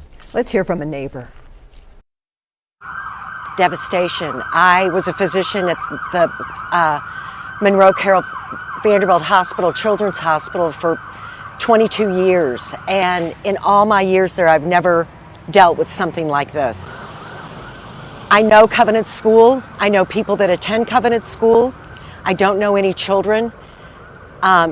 It's the least likely place, I think, in the city to have a mass shooting. I just Lord have mercy on these families. Again, we talk about Hunter, how residential this is, schools nearby, so many people, and they're seeing scenes like this, ambulances racing by to take them to VUMC, helicopters overhead, Metro police cars flying by, and Hannah McDonald is joining us back here on the desk as we give Vicki Yates a quick break. And Hannah, your husband's from here, he's a Nashvilleian. Your mother-in-law worked at this school. And she had just taken a break. She was in the parking lot when she heard those gunshots. Right. Decisions that you make, and they determine perhaps your tomorrow. She took a break. She went to the Shell right down the street, Hillsborough Road. I talked to her just a little while ago. We've talked a couple times today, and she said that she arrived back up on campus a little after 10:07. She said that's kind of the last time she saw on the clock, and there were two Metro Police vehicles in the parking lot, which is unusual. And she noticed the officers get out, open up the trunks, and start grabbing some of their gear that you only use in a scenario as serious as this. You instantly know something is wrong. Yeah, and she then understood what she was hearing were gunshots. You touched on earlier in our coverage, but our viewers who just tuned in might have missed it. They went through active shooter training. Isn't that something? Yes, and Hunter pointed out, this is a school that did all they could to protect the environment. And yes, they went through an active shooter training, a top-notch one that I happen to go to. It was a day off. I was interested in it, and my mother-in-law works at the school. So I felt very invited, and it was a powerful, difficult training. They saw video of the Las Vegas shooting. They talked about school shootings. They even looked at the layout of their particular school grounds and talked about vulnerabilities. And I know in the 13 or 14 months since, this was about January of last year, they have purchased walkie-talkies. They have upped their communication on their cell phone so that when anything happens that everyone needs to quickly get informed about, they know that certain tone perhaps that their phone makes, and they key into it. And locked doors. I mean, they were so prepared. That's something that they take seriously there. And we're hearing that the doors were locked, but this shooter had a plan. It's those situations you can't plan for. And you talk about just the close-knit of this school. I know you talked about it a little bit earlier, but 209 students. I mean, you spread that across preschool to 6th grade. Yeah. You kind of think probably it was one of those things, everybody knows everybody. And now there are all of these kids who are now without 3 of their classmates and 3 staff members. Yes, and this school only was opened in 2001, so it's a fairly new school. Perhaps some of these kids had siblings there, but this isn't necessarily a place that has you know, a long legacy of parents and whatnot. So this is a young community that pours a lot of money into keeping this school strong and open, and admissions are something that they pay a lot of attention to. They want people to come and experience this school because it's a wonderful, friendly place. And it's what parents do. I mean, that's what we do with our daughter. You drop her off and you say, honey, I love you so much. You have a great day. And you know they're in a great Christian learning environment and they're just wanting to go have fun. These are preschool. I mean, these are babies. Yeah. My daughter at 4 years old would be terrified to hear gunshots in her school and to have her teachers be as brave as they can in that moment. God, we know that these administrators have gone through everything and you're prepared and you work with authorities what to do in this situation. And yet, you know, here we are and we're processing this and learning what we can do as parents to say the right thing, to continue to pray, to know that we're doing everything we possibly can. And again, we'll just see, guys, the response from our legislators as well. Perhaps we know they're convening now and talking about what might be done in Washington, what might be done here locally, and even across the state of Tennessee. We've heard from President Biden earlier. We want to go ahead and play some of that sound for you.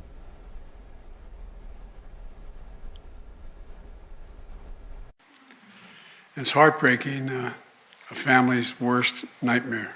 We have to do more to stop gun violence. It's ripping our communities apart, ripping the soul of this nation, ripping at the very soul of the nation. And that's the thing too, we've heard from our local officials here who are calling for thoughts and prayers, and you also hear from our top official, President Biden, who is coming out saying something has to be done. I know that's a conversation we'll likely see here in the coming days of just what action can we see that is tangible, so something like this doesn't happen again. He talked about reintroducing his assault weapons ban. We'll see where that goes in Washington, but we've heard from others today, some psychologists and counselors, you know, we really have a 50-50 split in this country about what perhaps the right answer is, and we're doing some things. Perhaps we need to do other things better as well. Carrie Sharp is live just across the street from the church, which again, Carrie, I mean, to say that this is a crime scene at a church, at a preschool through 6th grade, it's incomprehensible. It really is. And from the calls that I got today before coming out here and the text and from being out here, people just said, not Nashville, not here, right? This can't happen here. And now it has happened here. And this church behind me, Covenant Presbyterian Church, connected to the Covenant School, is indeed a crime scene. We are seeing officers still here at the entrance. They've opened this road. This is Burton Hills. But the officers are guarding the entrance to this church. It's a church. It has Easter signs up in front of it advertising their services that will happen in less than 2 weeks to celebrate Easter. And of course today, this is about a terrible, terrible mass shooting that has happened at this school. 6 victims dead. Also the shooter dead after this encounter this morning with police. It has drawn, of course, media here. Everywhere you look, there are reporters here. And I want you to know at home, this is not what we want to be doing here today, but we want to be able to bring you accurate information about what is happening, what is true. how to talk to your families about this, what this means for our community, and where we can go from here. So that is why we are here today. But I guarantee you, those officers, these reporters out here, we would love to be doing something else today and not covering this tragedy here in our hometown. I think something that I've heard a lot today from just being out here and from people calling me and just saying, Lord, have mercy over this situation. And when we came here and we're trying to find a spot to park, we just very organically found 3 women in the parking lot. 2 knew each other, 1 did not, just strangers who found each other. And when they came here just to pray on their own, they connected together. Actually, there was a TikTok connection. One has a prayer ministry on TikTok, and they just joined together and said they just felt each other's spirits, just needing to lift this area up in prayer as some way to unify, hopefully, our nation through this tragedy. And that's what they were praying for, that some good, some type of good could come out of everything awful that is happening today. And I just wanted you to hear it from them. As soon as I heard, I was like, I have to get out there to pray because, like the officer said from the TBI, people like to judge us for praying, but no, this is exactly what we need in this time. It is prayer, that we need. That's what's going to change. That's what's going to shift. And we are certainly out here praying for every family that has been connected to this tragedy, for the families of every student that is represented in this school, all the staff, the administrators, and all of our first responders and police department. We are covering everyone in prayer because that's our first responsibility, is to pray. Yeah, and when you can do nothing else, just pray. And that's what some people are just saying. I don't know what else I can do, but I can certainly lift up everybody involved in this. There are 3 families who will go to bed tonight without their children. There are 3 other families who will go to bed tonight without their loved one. And there is a family of the shooter in this who will go to bed tonight not knowing why this happened and be wrapped up in this horrible tragedy. But we are seeing glimpses of good already, just like those women praying. And then an Uber driver came up here and said, am I allowed to be here? I noticed this area is surging and I just want to provide my services for free. And he was worried about being in trouble for being here. And I said, no, you're behind the police line. You can be here. He just had a good heart. He just wanted to help. And I think that's the situation that a lot of us are in right now. We don't know what to do, but we just want to do the next right thing and be here to help. We are continually hearing updates. The police have held 2 press conferences so far. We have kept you up to speed on all of those details, but their hands are full right now, not only monitoring this crime scene, protecting this area, keeping it cordoned off, but also going out into the community, finding out more about this woman who opened fire at the school, finding out more about these victims. We do know that everyone has been identified and that their families have been notified. We will stay right here and keep you up to date on all the latest information from right outside Covenant Presbyterian Church. Back to you guys. You mentioned just even the school's motto out there, shepherding hearts, empowering minds, celebrating childhood. And that is what these educators were there to do. That's exactly right. I mean, let's remember, these are preschoolers through 6th grade. These are children. They are learning the fundamentals of learning. This is a Monday. They're probably very excited to go back to school for the most part, see their friends, see their teachers, tell each other what they did over the weekend. It is a glorious day weather-wise, and now we have this juxtaposition of just this darkness that has set in over the Covenant School, and that's just what it feels like here. It doesn't make sense. We have this beautiful day, we have children, and we shouldn't be talking about 3 of them being shot and killed, and 3 adults who are there to help them in their education journey and there to protect them and to shepherd them, just as the school's website says, being shot and killed. We shouldn't be talking about this, but we've done it. We've seen it across the nation, and now indeed it has come to Nashville. We talk about the power of prayer and feeling like a tight-knit community right here in Nashville. We know many people are holding prayer vigils tonight. Two of our great universities, Lipscomb and Belmont. If you would like to attend those and pray, we actually have an entire list that we're working on of gathering those as they come into our newsroom of where you'd like to go. I know Woodmont Christian, right across the street from Woodmont Baptist, where the Reunification is happening. They're having one I just saw at 6 o'clock tonight. But guys, here are the others: 4 p.m. at Belmont, 7 at Lipscomb, 6:30 at Belmont United Methodist, and then 10:15 tonight at Tennessee Tech as well. If you just want to go and pray for your friends, your neighbors, loved ones who might have been impacted by this, Hannah, because Lord knows we need each other right now. When I talked to my mother-in-law, Diana, who works the front desk at this school, she said to me about an hour ago, "I want you to tell everyone we do want your prayers." She said that's all anyone can really give at the moment, and they're powerful. Just please do whatever makes you comfortable. If it's going to one of these gatherings, if it's just at home to yourself, that's fine too. These families are going to not be the same ever again. And I mean, Carrie, she said it so well. What a beautiful day it is. These kids love going to school. Many elementary school age kids do. I went to the graduation last year, the 6th grade graduation, and there were just tears in the pews from all of the teachers because they've watched a lot of these kids rise up in the ranks.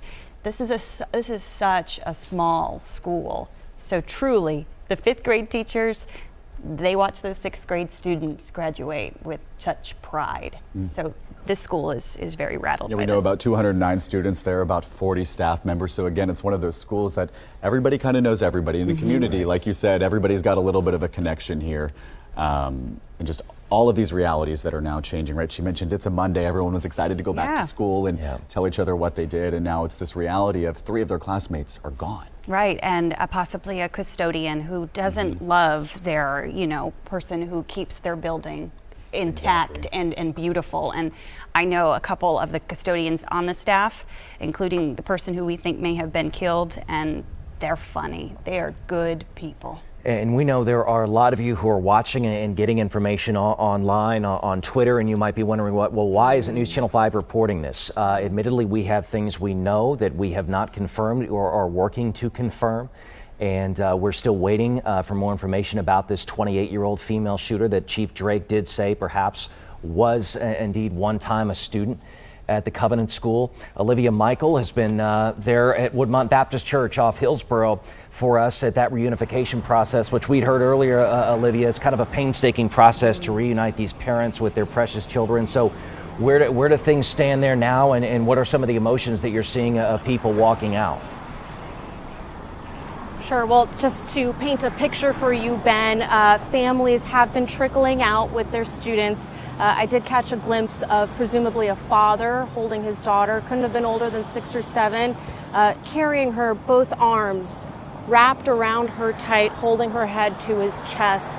And you could imagine that feeling these parents are experiencing, holding their little ones, knowing this tragedy happened at their school, and they finally have them safe in their arms. The process is still ongoing. It's a long process. We know that on an average day, there's about 209 students at this school. So when you think about all the family members, the parents that are coming, our Ben Hall told us earlier, it seems to be groups of 3 that they are dismissing, and it's a very deliberate process. We're joined now by parents, actually, Carol and Jimmy Smith, who have a very close relationship with the school. Your son is a recent graduate, right?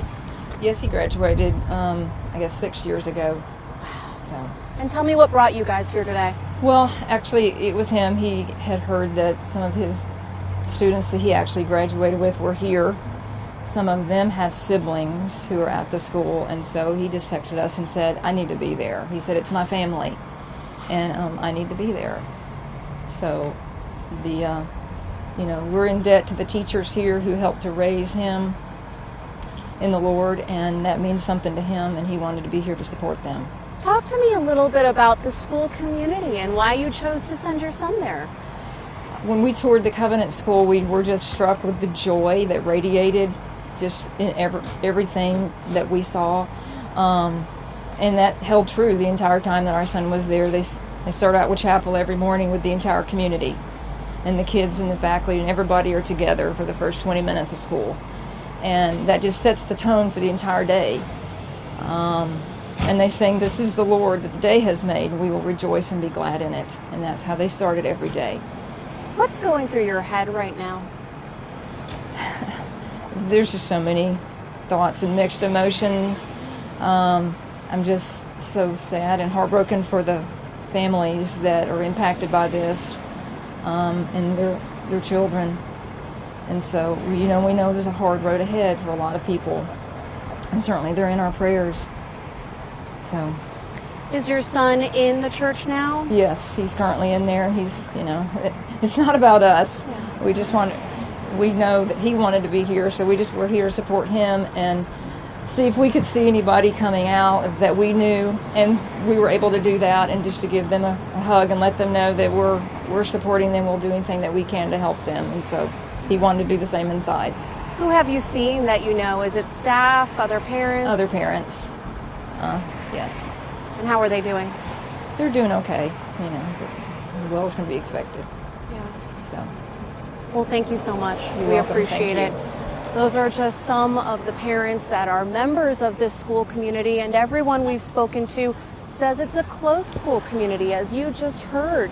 And really, a lot of parents coming by that have children in other private schools but say, we played games at the school, we had basketball tournaments, soccer tournaments, our kids have played each other, and even though they go to different schools, we're going to be there for them because we're all one family. So going back to the reunification process, again, we are here at Woodmont Baptist Church.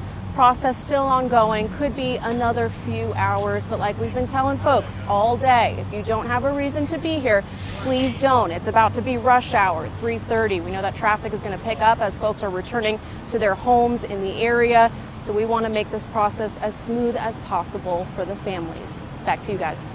You talk about such a long process, Olivia. How is the scene there? Are we still seeing a line of cars, the parents still trying to come in and pick up and be reunited with their children? Sure. Well, I'll say where we were sort of stationed earlier, the parking lot was full about 2 hours ago with family members coming to pick up their kids. That parking lot has now cleared out. Still a few cars, still children coming out with their family members, but definitely fewer family members, fewer cars than we have seen earlier in the day. So the process is moving along slowly but surely. And we know this was an hours-long process, right? That shooting happened around 10 o'clock. We checked in with you around 2 o'clock, and some parents were just starting to be reunited. But as you mentioned, it could be still an hour or two before more parents see their little kid's face for the first time. How hard has that been to just see some of these parents in that waiting mode? Yeah, I'll tell you, Hunter, I've never seen anything like it. It's difficult to put into words because it's difficult to even imagine. Why would you imagine something like this? But this is the reality that parents and families are facing. And as they were making their way onto the property, they would lower their windows, ask us, ask security, is this the right place? Is this where I come to meet my children? And their face, I said earlier, there's this look of almost desperation.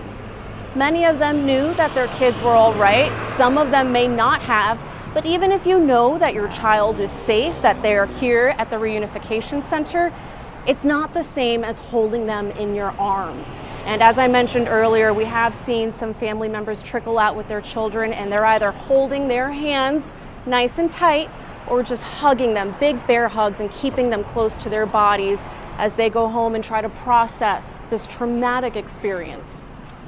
And I know teachers, their job is to stay with those students likely until the very last person that they have in that classroom is home with a student. Olivia, how are the teachers doing? Hannah, it's difficult to answer that question because we don't really know who the teachers are. As you could imagine, this is a very busy location, a lot of personnel. You've got Red Cross, you've got volunteers, you've got neighbors just wanting to show up. Just like Carol and Jimmy, who we spoke with now, their child is an alumni. You've got all different kinds of people here, so it's a little difficult to discern who is actually faculty and who is just here to show support. I'm glad there is so much support. Olivia, thank you. Jason Lamb, by the way, is responding to a home where Metro Police currently are. Jason, tell us where you are and what you're seeing right now.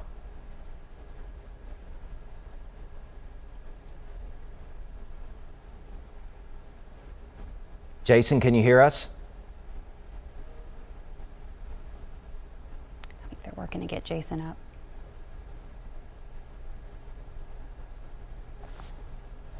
Our producers tell us that Jason is at a home where FBI and ATF agents are investigating. Jason is ready That's to speak right. to us. Hannah, Jason. if you can hear me. Yes. We can, yes. Okay, yes. Yeah, guys, we are on Brightwood Avenue here. We're coming to you from my phone, which may account for some of the delay here. But Brightwood Avenue is just really just around the corner from the school, the Covenant School. And let me just kind of show you what we've seen here in the last few minutes. We kind of pulled up on scene, and you won't be able to see it from this shot if I try to zoom in here. But down in toward this area, along the left side of this road, there are several ATF and FBI agents kind of gathered around in the front yard of somebody's home. Again, this is on Brightwood Avenue here in Nashville. In the last 5 minutes or so, police actually moved this crime scene tape much further back. So that's where we're being held now. Police came up to us and told us that more police officers are going to be coming here, presumably to check out what, potentially we have no idea about what could be here, but we're seeing a lot of investigative type officers bring out equipment, very similar to what you would see at a crime scene. So with ATF and FBI here and a lot of equipment and being told that other officers are going to be on the way, one can really only assume that this is one of the developments as relates to the investigation of what happened here. I'm trying to zoom in, if you'll pardon the jarring nature of this, just so you can try to see some of the agents out here. Some of the FBI and ATF agents that we've been watching. There they are, very faintly in the distance, if you can see through my phone here, a large group of FBI and ATF agents that we've been taking a look at. But we're going to keep monitoring the situation out here. If anything else changes, we'll be sure to let you know, guys. That's very interesting. Okay. And this is right behind the school, guys. Wow. I mean, he's very, very close to the school, which is just even more disturbing. Again, Brightwood, right here in Nashville. Jason, thanks for your reporting. Again, as Metro respond to this home, and we'll continue to learn more. Again, we're only reporting what we have confirmed. So stand by about a half hour, we believe, until the next press conference. You'll be updated when we are. We are working so hard to learn more, guys, and continue to process where we go from here as far as the suspected shooter and what we know about their history beyond what Chief Drake shared earlier, that she was, it appears to be a one-time student at Covenant. And he said they know her address, they've identified her, so we can't presume anything right now, but this could likely be a search of that shooter's home. They know where she is, they know who she is, and so we are, again, just continually working to learn more on who this person is who opened fire on such an innocent group of young kids. Yeah, I think that as we've seen the aerials, for those of us who don't know it that well, and for those of us who've been there, it shows you how private the school is. It's one road up and one road out. So this individual, this 28-year-old woman, possibly familiar with the campus. Now we're hearing from Chief John Drake, familiar possibly with entrances, came up to a locked door, but somehow was able to enter in. So police, of course, were expected to hear a little bit more about that. And Hannah, you're familiar, you've done stories with this school. On the layout of this school, it's laid out to where, correct me if I'm wrong, but the older grades are on that second level where we know that gunfire was coming from, and the younger grades are on the first. Yes, as far as I know, the younger students are on the bottom floor. There are usually more students in these younger grades at small private schools too. So you have pre-K, kindergarten, first grade, I believe, on the first floor, second through sixth on the second floor. And the shooter did make her way to the second floor up a staircase that was located at the back of the school by two rooms that likely didn't have anyone in them, a locker room and a room used mostly by the congregation, by the church that's connected to the school.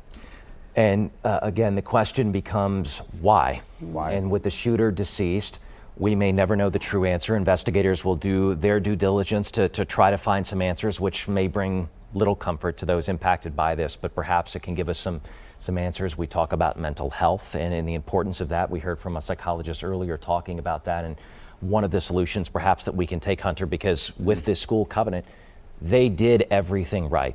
They took the precautions needed. They went through active shooter training for preschool through 6th grade to learn what you can do. These teachers were prepared as you can be in that situation, God forbid, and here they are confronted with it today. And the door was locked, and we saw from Sky 5 earlier that there was damage to different doors. It is because the shooter shot through the door. You know, in other school shooting cases, you hear there was an unlocked door that the shooter gained access to. Right. They were all locked up. Those kids were as safe as could be inside, and yet there was still this woman who took a handgun and 2 assault rifles into that school. If you want to participate in any vigils tonight, if you're moved by this like we are, there are several prayer services around town, and really at any time that can be convenient for you. 4 o'clock at Belmont University, right now actually at Trevecca Community Church, and they're all the way until 10:15 at Tennessee Tech. We're going to be adding and adjusting some of those times so that you can get to those. And today we have just heard about the importance of prayer from everybody involved. You know, even the director of the TBI, he came out and said, we believe in the power of prayer. It's what we do in the South. Your mother-in-law who works there said, we want all the prayers that we can get right now. Right. And I did like that Director Rausch said it might feel overused to say, please pray. But it's not. No. It's what we can do. We are not police officers, but we can pray.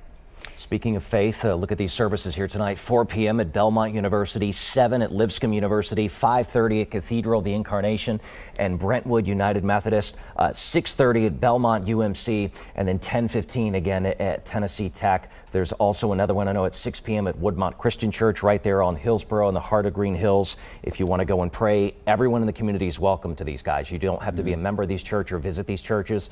Perhaps you don't have to be a person of strong faith to know that that's needed now, perhaps more than ever, as we still await answers from law enforcement here. Hopefully, in about 20 minutes, we'll learn more about what all unfolded this morning here in the heart of Nashville. And that right there, a great way to help. I know you hear in all of these cases, just all these people who want to help, and you have different people out there trying to deliver food to first responders and just stop by and offering what they can. And on the other side of this, we have heard if you don't need to be in that area, in that Green Hills area, do not go. There is still law enforcement trying to get in and out of that area, and the less congestion, the better. So if you're looking for a way to help out and show support and just really rally for this community, you see it there on your screen, just so many different opportunities available tonight. Yeah, no stone unturned. You can bet on that. As far as the Metro police officers that are there, the Tennessee Highway Patrol, they have asked for as much reinforcement as possible so that they can have a full picture as to what happened this morning.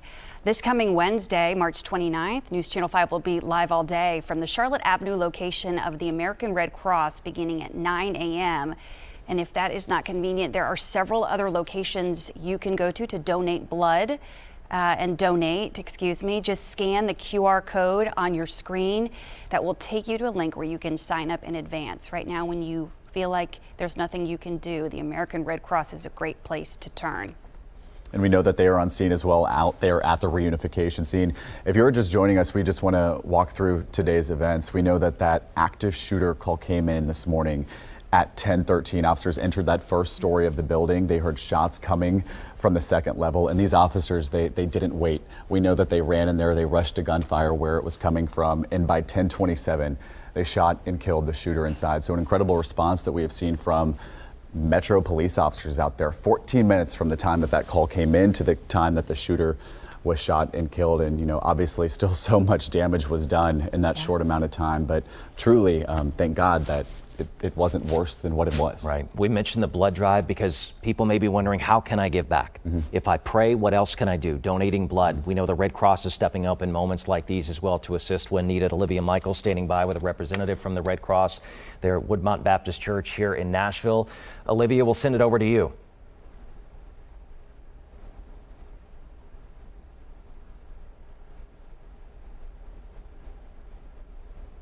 Cross, they think of natural disasters, tornadoes, hurricanes, earthquakes.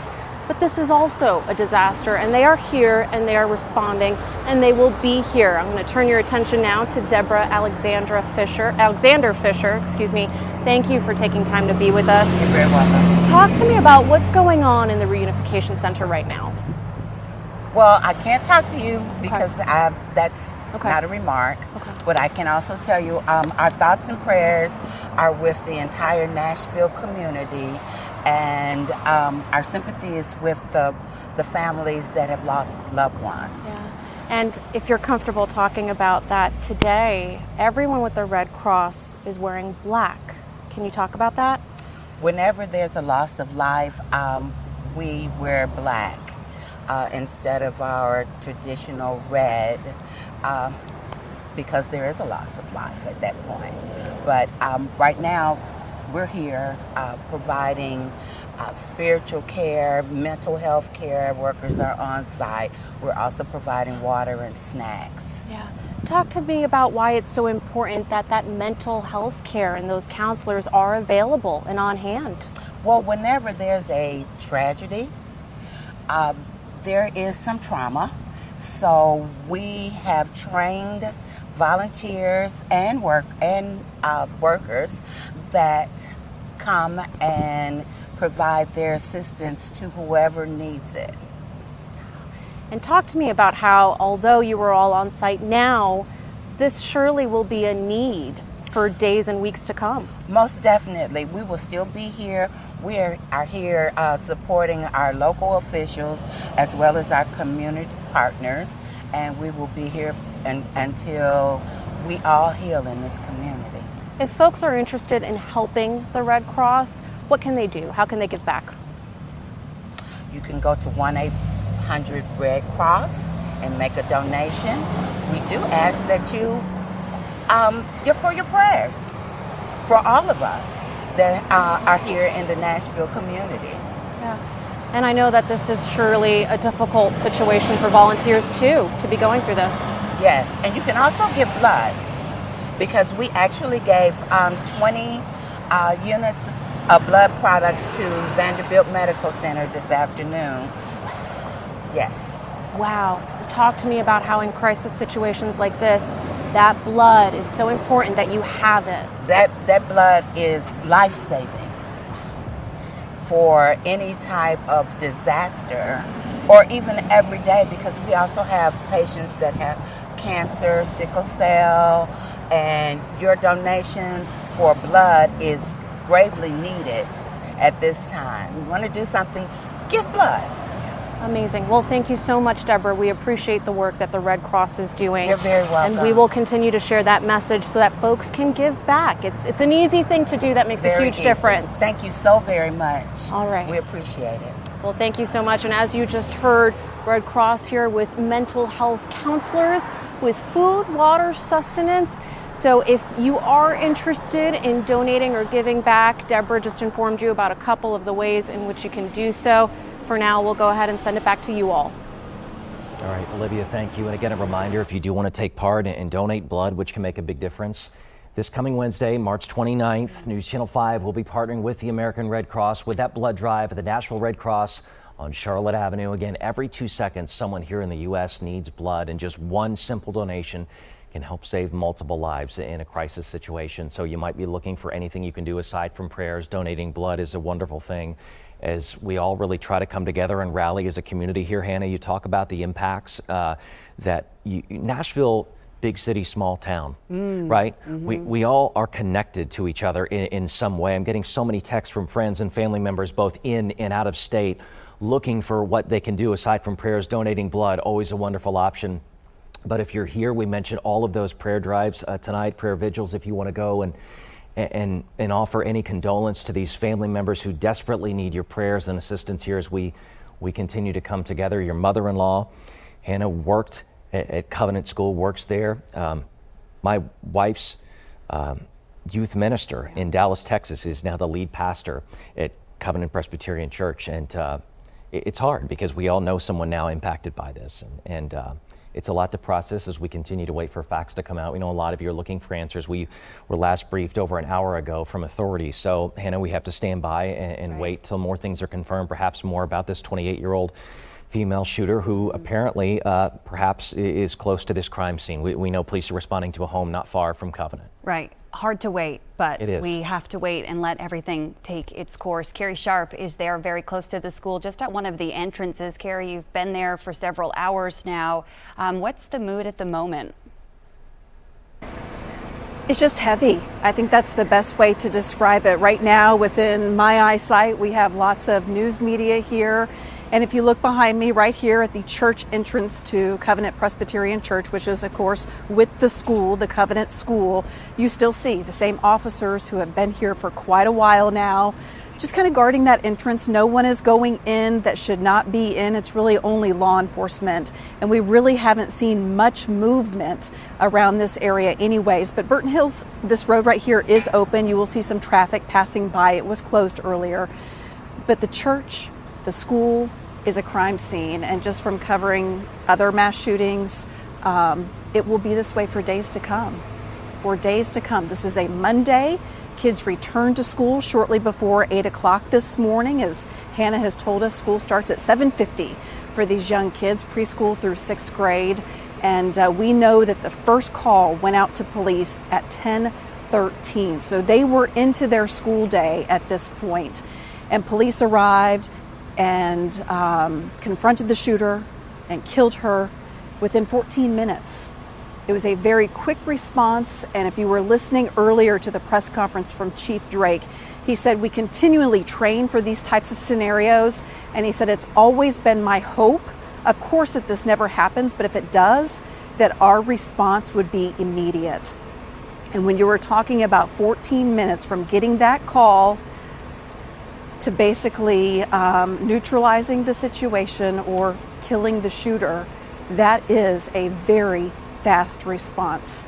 Of course, that doesn't take away from the tragic part of this, that 3 children have died. 3 adults within that school were also killed by this shooter, and the shooter is dead too.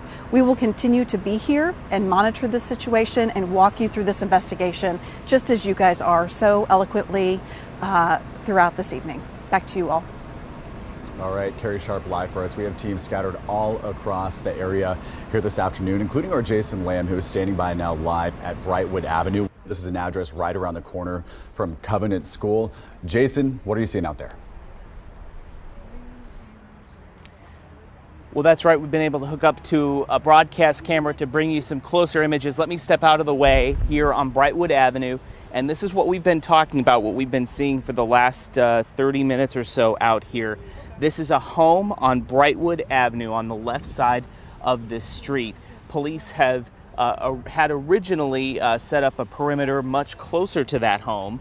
They have since pushed us back about 3, 4, or 5 houses as more investigation continues. But we've been able to see, and what you're kind of looking at right now is a lot of ATF. What we're seeing is ATF and FBI agents, and certainly other law enforcement agencies are here as well, standing in the front yard of this home.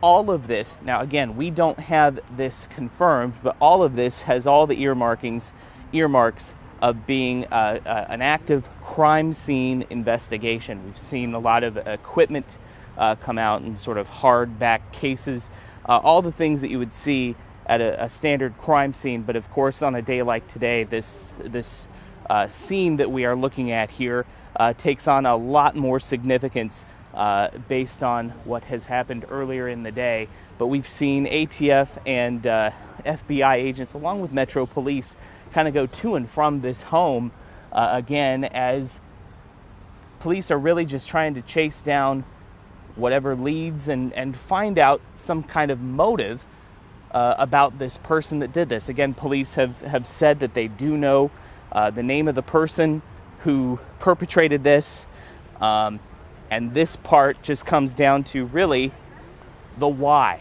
Why did this happen? And that's what you're seeing, these ATF agents and all sorts of different law enforcement agencies here on Brightwood Drive going through this home, potentially trying to find out an answer to that. We're going to stay on scene here, though, and if there are any other developments, we'll be the first to pass them along to you guys. Jason, thank you very much. And again, I know you're going to start hearing reports and seeing reports online of this shooter's name and more about. We have to wait. We go through the process and wait for authorities to confirm that to our newsroom. As soon as we know something, we will bring it to you as quickly as we can. But you're right, Jason mentioned the why. And guys, that's a question we may not ever fully understand with the shooter, as police say, confirmed dead. We're still waiting to understand, but some sort of context and perspective more about this alleged shooter's history and the ties to the school. As Chief Drake mentioned earlier, he'd heard that perhaps they were once a student at Covenant. And Brightwood Avenue, I've just popped it into Google Maps, just about a 10-minute drive from the school. Jason said pretty close to the school. This is in the 12 South neighborhood off of Belmont Boulevard. So the investigation has now jumped over 440 into that neighborhood too. I think, Ben, to your point as well, the reason why we are waiting is you got to hear from law enforcement first. We originally heard that this shooter was a teenager, and now we know not the case. It was a 28-year-old.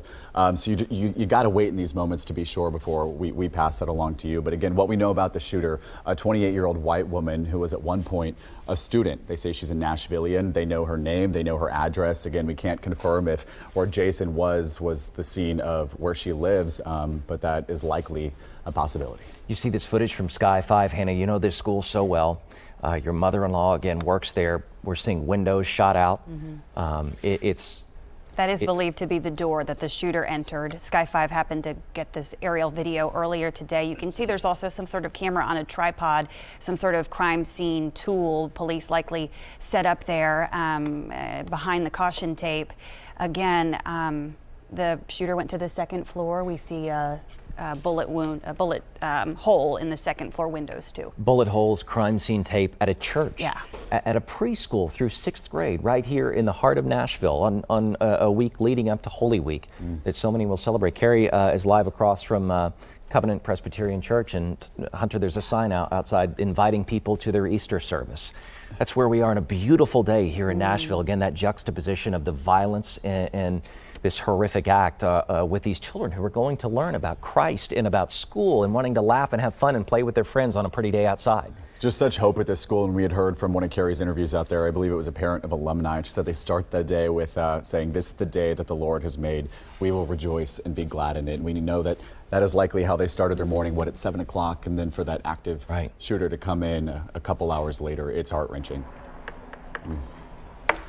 Sometimes you're without words, and here we go as we set up perhaps just a few minutes away from another update from authorities. Okay, we're told it's delayed just a little bit. We'll stay there, stand by, and bring you any updated details as we get them, guys. I'm sure we expect to learn more as we see this police presence again at a home here in the 12 South neighborhood, as you reported, Hannah. So please be patient with us as we gather facts and details. We're not here to speculate. We're not here to assume. We're not here to just give you information solely based off sources. We want to hear from authorities firsthand who are working this case and taking breaks, guys, believe it or not, from visiting the crime scene at that school just to come and keep the community updated. I mean, we can't forget that these firefighters, emergency responders, and ambulances, police officers, many of them are parents too. And as Vicki, said earlier, we're also talking about 3 adults who worked in a school building who gave their heart and soul to this job, who have families at home getting this horrible news. There's so many innocent lives affected today. And again, the first responders who saw all of it, their lives forever changed. Little babies who were shot and killed in a classroom that they had to enter in. They saw it. These little classmates saw it. Yeah. Teachers, staff members, custodians, everybody whose lives are forever changed.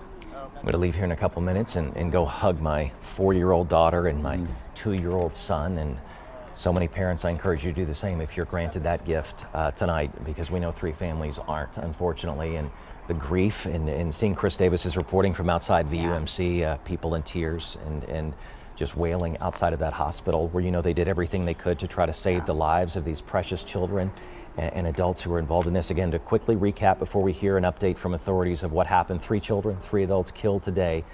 2 MNPD officers who heard that gunfire engaged that suspect on the 2nd floor of that school. This 28-year-old female suspect fatally shot by police, believed to be, according to Chief Drake, a former student at this school. and one officer suffered a hand injury. And again, that reunification process at Woodmont Baptist Church here, just down the street from Covenant. We have been told, we are learning the names of these victims. As we get those, as we confirm that information, we are going to bring that to you here live on the air. If you'll please stand by. Nick Barris has been working his sources all day, working the phone, email, text messages. Nick, I'll bring you in.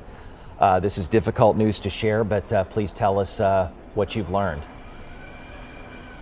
Okay, I will, while we're white balancing here in a moment to make sure that we have the right color balance on this. But okay, we're good, he says, so we'll go with that. Yeah, we have not learned much more than what you've just talked about, but you see behind me here the media gathering, and this group of media has grown over the past couple of hours, though things have slowed down out here. As you see Hillsborough Road, the traffic is back flowing again right now, Ben, but the news conference expected to begin at 4 o'clock. That now, we're told, has been postponed for a period of time. They say there were some new developments maybe. You understand Don Aaron and Metro Police are probably in the process right now of trying to get everything in place, as they always do, and update us on the very latest situation. But yeah, a far different scene out here. I know all of our reporters have been out talking about what they witnessed. And for me, when we first arrived here on the scene this morning, just after the first responders pulling into the staging area, they all went up to the school.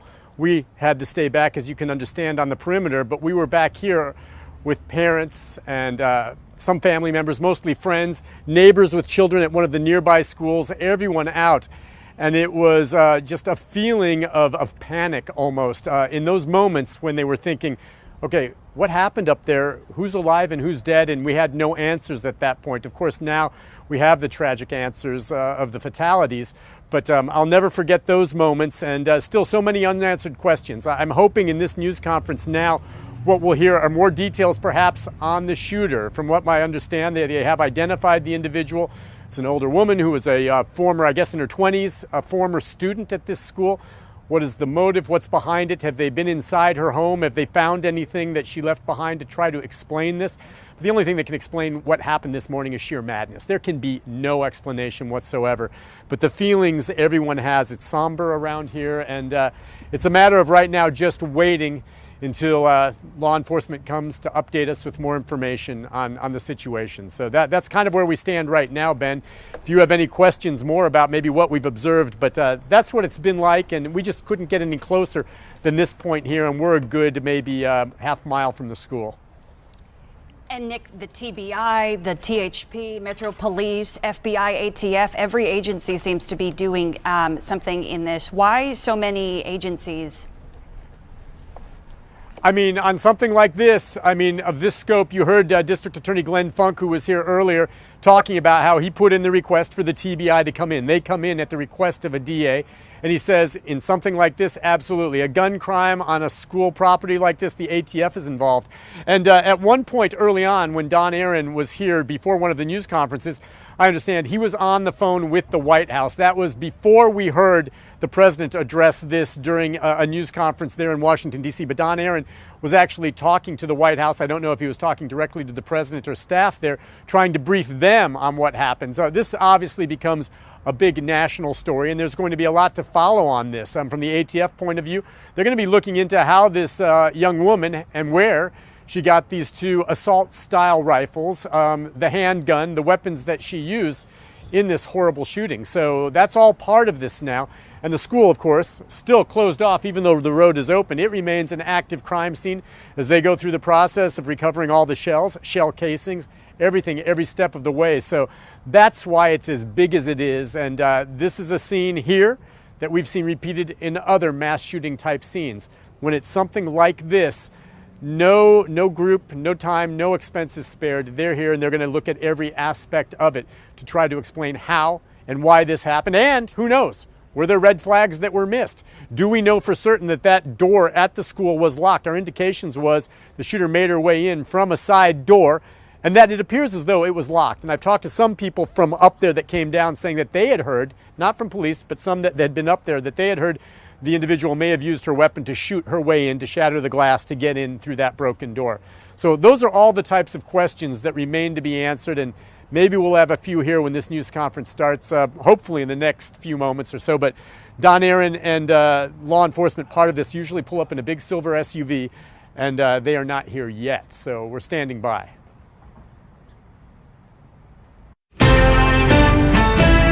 Now with breaking news. This is News Channel 5 at 4. The police department response was swift. Officers entered the first story of the school, began clearing it. They heard shots coming from the second level. They immediately went to the gunfire. Terror inside a Nashville school. A woman opens fire on students and staff, killing 6, including 3 children. I'm Vicki Yates. And I'm Hunter Hoagland. It is just so senseless. We've been following this breaking news from the Covenant School in Green Hills since just after 10 o'clock this morning. We have team coverage of the very latest. We're going to start with our Carrie Sharp. And Carrie, it's our understanding that we are just learning the names of some of these victims.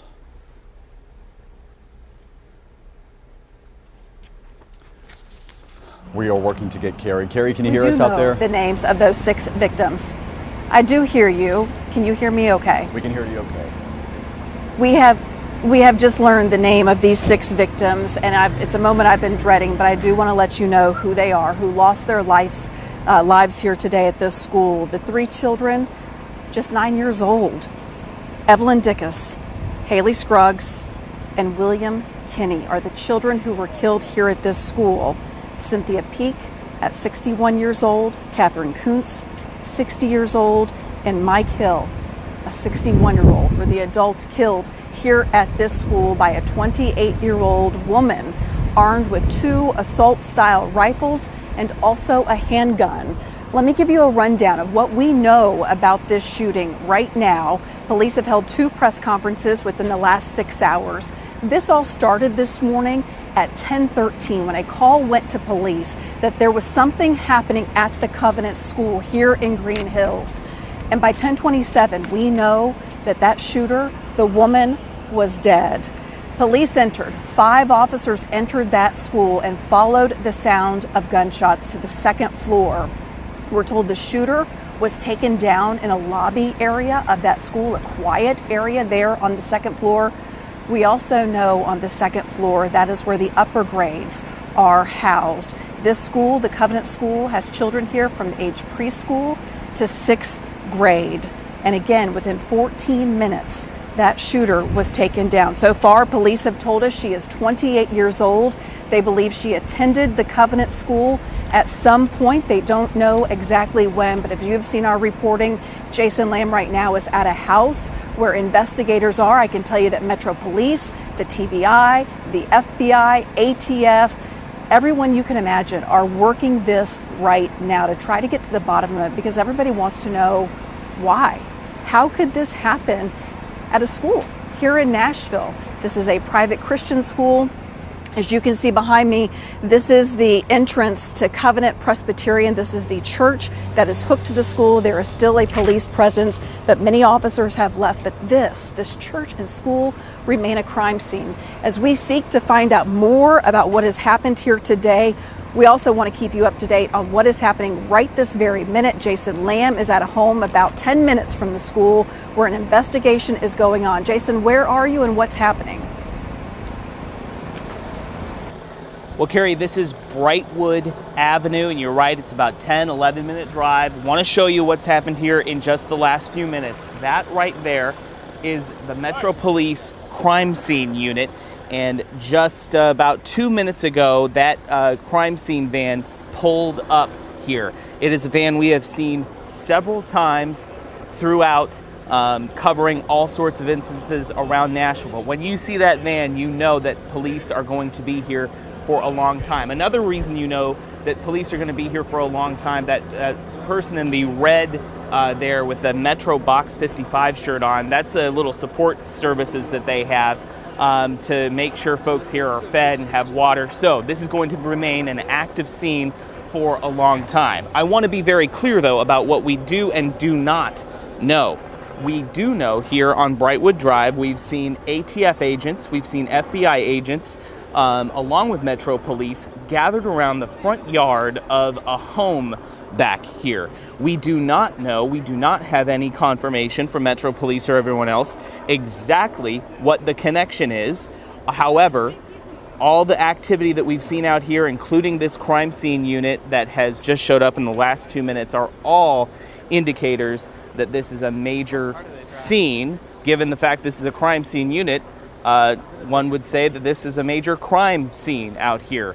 But that is the developments that we have seen out here on Brightwood Avenue. And again, we've been told by police that this would happen, that more police and other law enforcement agencies would be coming out here as this investigation continues. We can still see several federal law enforcement and local law enforcement agencies standing around the front yard of this one particular home. We don't want to exactly show you close-up images of that because we're told some of those officers are undercover.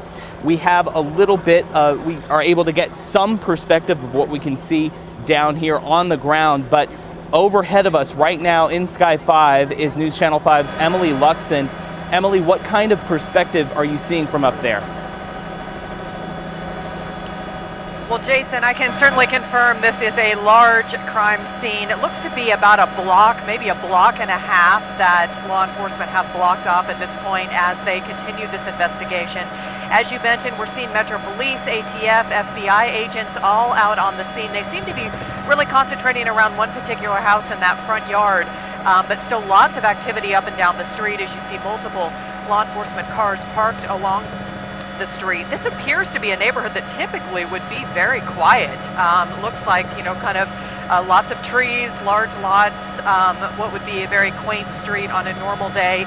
We did notice a couple of neighbors out on their balcony across the street from the house that officers have focused on, just watching, I'm sure wondering what's going on, trying to get more information, just like we are as well, about what direction this investigation is going. But they certainly seem to be zeroed in on something.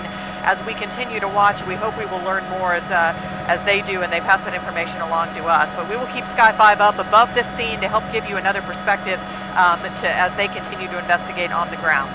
Back to you. Emily, thank you for that. It is an important viewpoint that we can provide to you. Nick Barris has been here covering this since really just as quickly as it happened. He's been here on the scene watching law enforcement roll in. Nick, this has been a very chaotic scene from the very beginning. Yeah, very chaotic, Carrie. Things have settled down, obviously, in the past several hours. The news conference we're waiting will begin behind me in just a few moments. But in this very area, the staging area, I was there with panicked parents, neighbors, all at that moment fearing the worst, and it was just a devastating feeling for everyone here gathered. Those nearby say they heard gunshots in the distance early this morning and saw the rush of police converging on Covenant Christian School. Word quickly spread. Parents and neighbors outside looking around, desperate for any news of what was happening. There's a husband and wife that stopped and talked to a police officer, and the mom doubled over crying, and then she and her husband went running back down the hill. In that moment, they didn't know what had happened or if their child was alive or dead. No. We couldn't hear it. They were across the street, but you just could see her. She doubled over, just crying. Just running up the hill, just desperate situation. A desperate situation is exactly what explains it. I have to tell you, Carrie, it's hard to put into words what we were all feeling at that moment. Again, kept back at the staging area, and some of these family and friends wanting so badly to cross over that line, run up there and try to see if their child was okay, not knowing whether they were alive or dead. Just a heartbreaking, horrible situation, something I'll never forget. And again, we hope soon to get more answers. The news conference gathered behind us as we await for authorities to update us on the very latest, Carrie. We'll send it over to you again. We know you'll keep us posted. Thank you very much, Nick. I wanted to tell you a little bit about the Covenant School, what we were talking about here. 209 children thereabouts go to this school every day, and they have about 40 to 50 staff members. It is a close-knit community. It is a private Christian school here, really in the heart of Green Hills. Today it has been turned into a crime scene, and it will stay that way for the days to come. Just as soon as this happened, I got on the website for the school to learn more about it. And I was taken aback by this motto that they had on their website. This is their mission: shepherding hearts, empowering minds, and celebrating childhood. We cannot forget that the kids who went here, who showed up at 7:50 this morning to start class, were children, preschool through 6th grade. This is a Monday where they should be excited. It's beautiful outside. They're telling their teachers and their classmates what they did this weekend. And by 10:13, everything changed inside that school. Again, we have gotten the identifications of the victims. The 3 children, 9 years old, that puts them somewhere around 2nd, 3rd grade. I can tell you that because my children are that age. We know their names now. They are Evelyn Dickus, Haley Scruggs, and William Kinney. They are the victims here in this shooting. The adults who were killed, Cynthia Peak, Catherine Kuntz, and Mike Hill, all in their 60s, who worked at this much beloved school to, again, shepherd the hearts of these children. We do know that after this situation was contained, the shooter was killed. These children were bused to a reunification center, and we were told by the people arriving there that when they heard the children getting off the bus, many of them were singing. It is just really a heartbreaking reminder that we are dealing with children, and just the amazing hearts of the people who are teaching them and surrounding them, and even in the moment of crisis, that they are trying to keep them children. They're trying to keep their hearts light. Of course, a heavy cloud at that reunification center. Olivia Michael has been there since the very beginning, all day long. We are going on 6 hours now since this happened. A lot of emotion there, Olivia. It has been a very tough day. Yeah, Carrie, tough to say the least. And we heard firsthand that singing when the buses pulled up with children. I'm joined by Ben Hall. The two of us, along with our photojournalist Jordan Powell, have been here all day. And I know that when the 5 buses of children pulled up, we were all sort of together talking, and we heard singing, and it was just kind of one of those moments that everyone in the vicinity stopped and thought, is that right? Do we hear singing? Yeah, it was surreal. Obviously, there was a parent on board that bus who wanted these kids to feel okay in this horrible time. It was comforting to hear that, but it was also heartbreaking. Some very tough things have happened inside this church. Woodmont Baptist Church opened up its doors. Pastors came. Counselors came. We saw people from the school that had graduated years ago come to offer their support. And then the process went of notifying parents. And I can kind of go over how I understand that worked. A pastor explained it to me. The parents were kept upstairs in the sanctuary. The children were downstairs. There was a lot of identification that was required. Police were outside. They identified who they were. Then parents were called up, 3 families at a time. And one parent, if there were 2 of them, was sent to the car. The other parent was able to get their child and then walk them to the car. We've been told all children are now out. All children are now out. We saw just a slow stream of kids come walking out. And there was one tragic situation we saw. Yeah, and we do now know the names and the identities of all the victims, including the 3 9-year-old children. Carrie just shared that information with us a few moments ago. And Ben, you may have witnessed the family of one of those victims. Can you tell us about what you saw earlier? I was standing here. We were trying to stay far away to be respectful. We didn't have our camera here, but I was standing here. Police came out with their arm around a woman. They were telling everyone to back off. That she was followed by 2 older people, and they got immediately into a police car. The older people got into another police car, and those 2 police cars turned on their lights and they sped off. I asked where they were going, and they said they were going to Vanderbilt. So the police were being very compassionate, and it's very likely, again, all parents were told to come here to this location. And then from this location, they were reunited with their children, or unfortunately, maybe not. But that was the tragic thing that we saw. And that is something that we realize, and that I think a lot of community members are coming to terms with, which is the families of those 3 children will not be reunited with their child. And the same for the adults that were killed as well. They will not get to hug and hold their loved ones. While we were here, we witnessed a lot of impactful moments. You talked about seeing those family members escorted by police vehicle. I know when we first arrived, it was that face of concern, of worry as the parents were arriving, hoping that this would be the place that they would get to hold their little ones again. There was also many moments of neighbors, loved ones, family of alumni, as you discussed, who wanted to come and just lend a hand, give a hug, bring food, those little things that could make a big difference. And then, of course, as you just talked about, we have been told that all the children have been escorted out and reunited with their family. And this has been an hours-long process. This started around, what, 11 o'clock, 12 o'clock today? I think that's right, 11 or 12. The call came in, as Carrie reported, at 10:13, so it was not long after that they were here. Police took their time with this, and there was a lot of support here. And it's just the beginning of what's going to be a long process. And going off of that, this is also the beginning of the healing. Red Cross was on hand, a lot of mental health counselors and experts, and that is going to be a long journey ahead. For now, we'll go ahead and toss it back to you, Carrie. Thank you, Olivia. Thank you, Ben. We do know that officials are taking their place for another news conference. They are going to update us on what is happening here at the school. Let's listen in. Chief Drake is also here, as well as Chief Swan and District Attorney Funk. Right. At this time, Mayor John Cooper. At some point soon, I may run out of battery. Thank you, Maybe Don. not soon. Laura and I want to express our grief and our city's grief on this unexpected day, this worst day. But let us love each other and support each other and hug each other and pray for each other and pray for our families. But also let us praise our first responders. 14 minutes, I believe under fire, running to gunfire.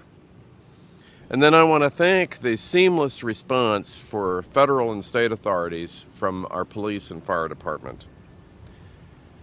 So this morning I was in Boston to see my own son's sporting event, and now I am overwhelmed at the thought of the loss of these families, of the future lost by these children and their families.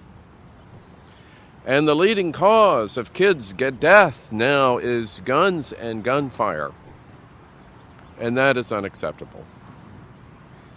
But I want to thank the fast response of our officers. Guns are quick. They don't give you much time. So even in a remarkably fast response, there was not enough time.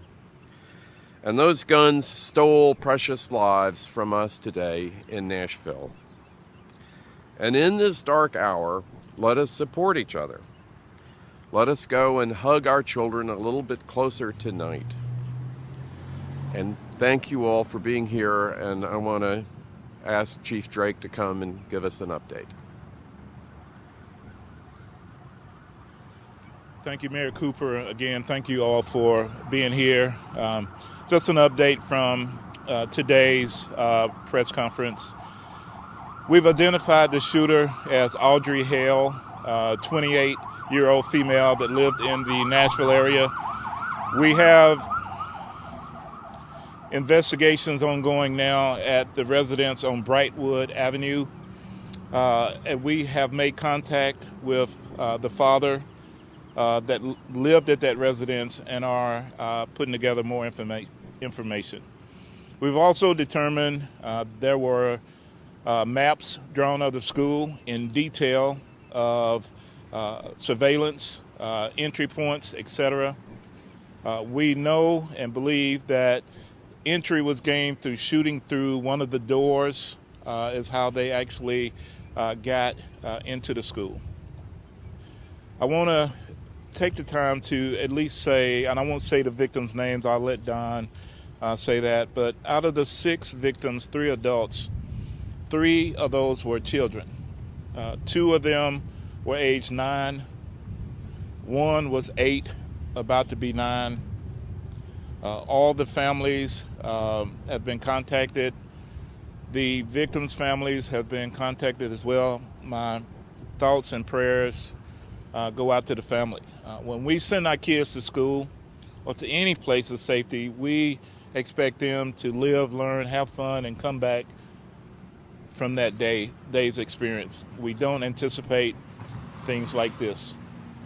And I want to say thank you to our partners, to Chief Swan, to Glenn Funk, to our mayor for his support, to our federal partners.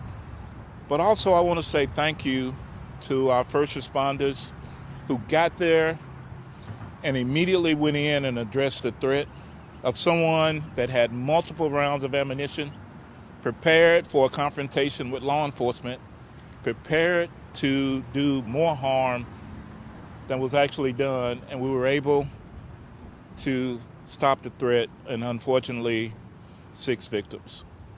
So my thoughts and prayers again, but the praise go to the men and women. As I've said before, we will not wait.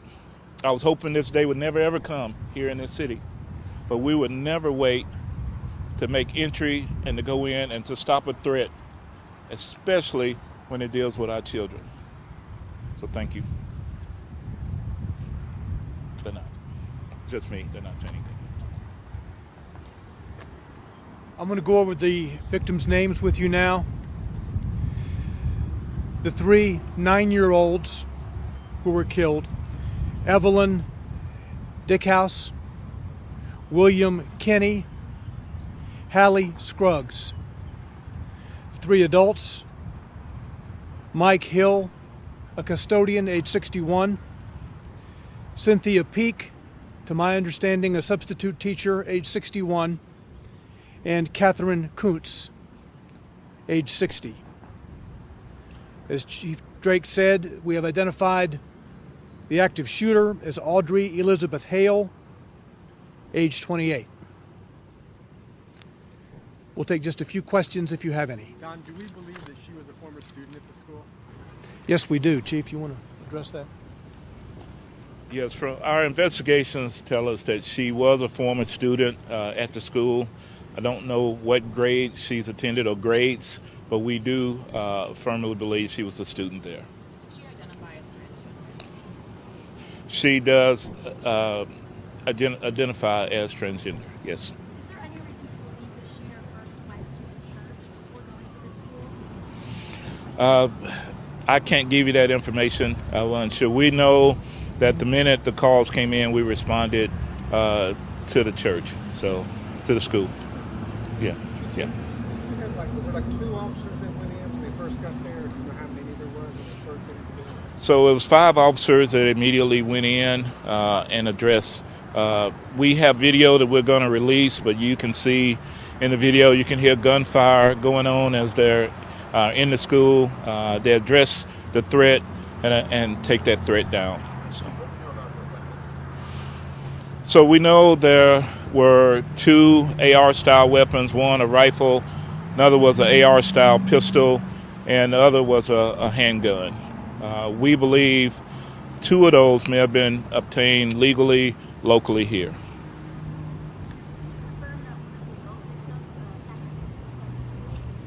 Was what? There was some, I don't know her exact capacity within the school, but it was higher up in the echelon.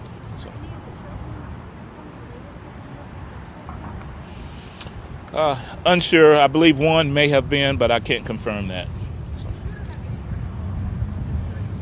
No history at all. And no motive at this point? Anything discovered in the apartment or house? No, we have a manifesto. We have some writings that we're going over that pertain to this day, the actual incident. We have a map drawn out of how this was all going to take place.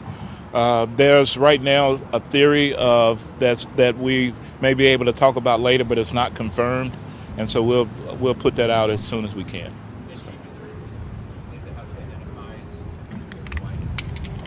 I'm sorry, I knocked someone's mic over. I didn't hear you. Say that again, sir.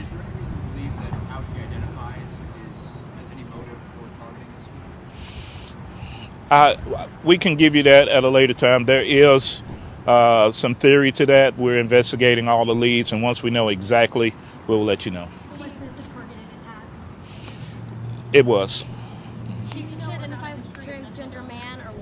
Don't know any history of mental illness at this time, but we are looking at that as the investigation is ongoing. And I'm sorry. Did she identify as a transgender man or woman? It's a woman.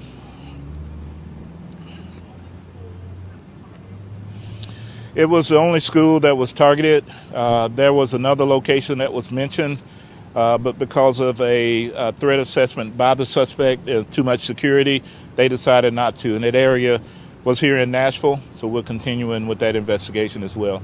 Right now, we believe it's a lone assailant, and we don't anticipate any further damage at this time, but we're still investigating. So. Brightwood address, she lives there with her parents? Yes, yes.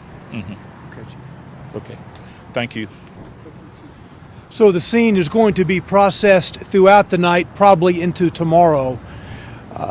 This is an extensive scene. As you know, she entered the building, which is one structure. The church and the school are in one building. She entered on the lower floor. There were shots fired on the lower floor before she went to the upper level. And it was on the upper level where she was confronted by police and killed.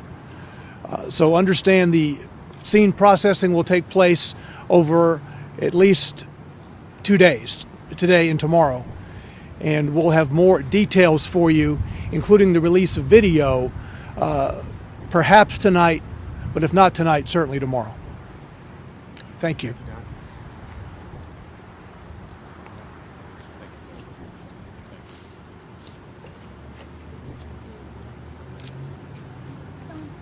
To your question, I saw.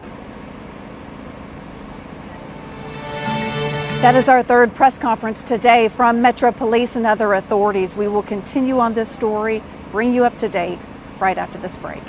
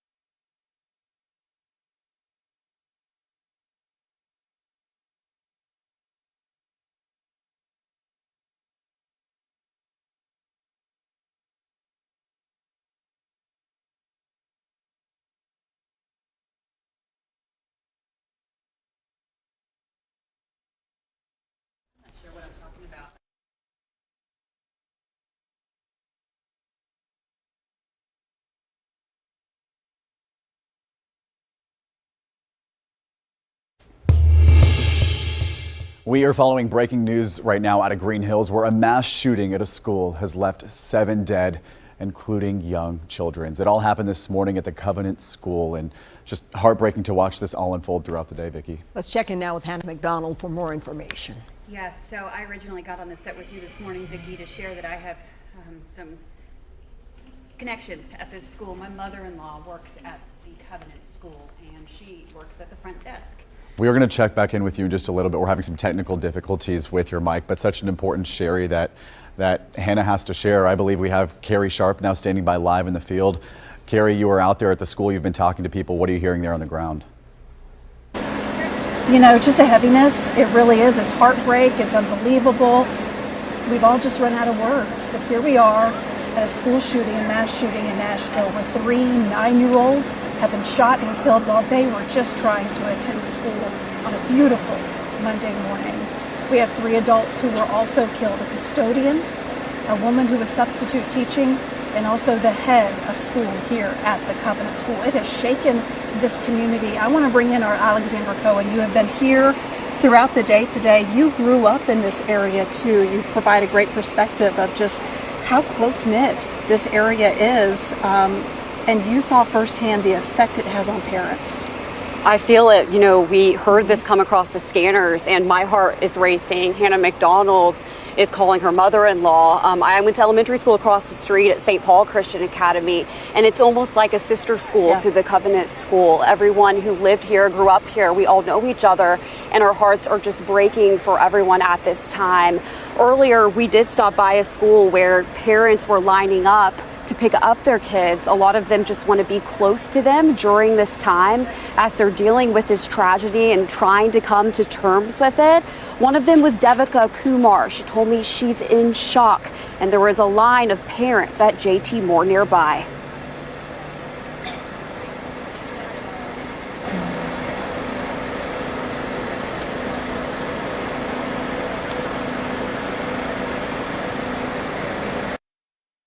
Hold them tight, tell them how much you love them, tell them that we will do the best we can to keep them safe. I also have a friend who lives here in the Burn Hills community who was frantic. The sirens were blaring, and they were watching as young elementary-age children sprinted down Hillsborough Road towards the direction of Green Hills Mall. Everyone wondering what is going on, people in the community calling each other. It just goes to show how impressionable and how hurtful what happened today is to our community. Reporting live, Alexandra Cohen, News Channel 5. And Alexandra, you brought up the fact that there were children running out of that school. Police told us that children ran for the wood line there. This is a kind of a secluded school up on the hill. They ran to the wood line, and some also ran to a fire hall nearby trying to get to safety. We know from Hannah McDonald's reporting there have been drills at the school for staff. As a parent of a child who is in school, we all know that our children do these active shooter drills. So those children were acting on training today, training that we all pray our children will never have to do, but they did today. You heard in a press conference by police just a few minutes ago, they have learned much more about the person responsible for this tragedy today, the shooter. Everybody wanting to know who, why, how could this happen? We can tell you the shooter is 28-year-old Audrey Hale from Nashville here. They believe that Audrey attended this school at some point. They don't know exactly for what grades or when that happened. They did learn this, and this will send chills down your spine like it did mine. They found detailed maps of this school in what would have been her possession. They know that she had done surveillance of this school. She had written a manifesto, and at this point they do believe they have a theory of why she did this. They are not ready to release that information.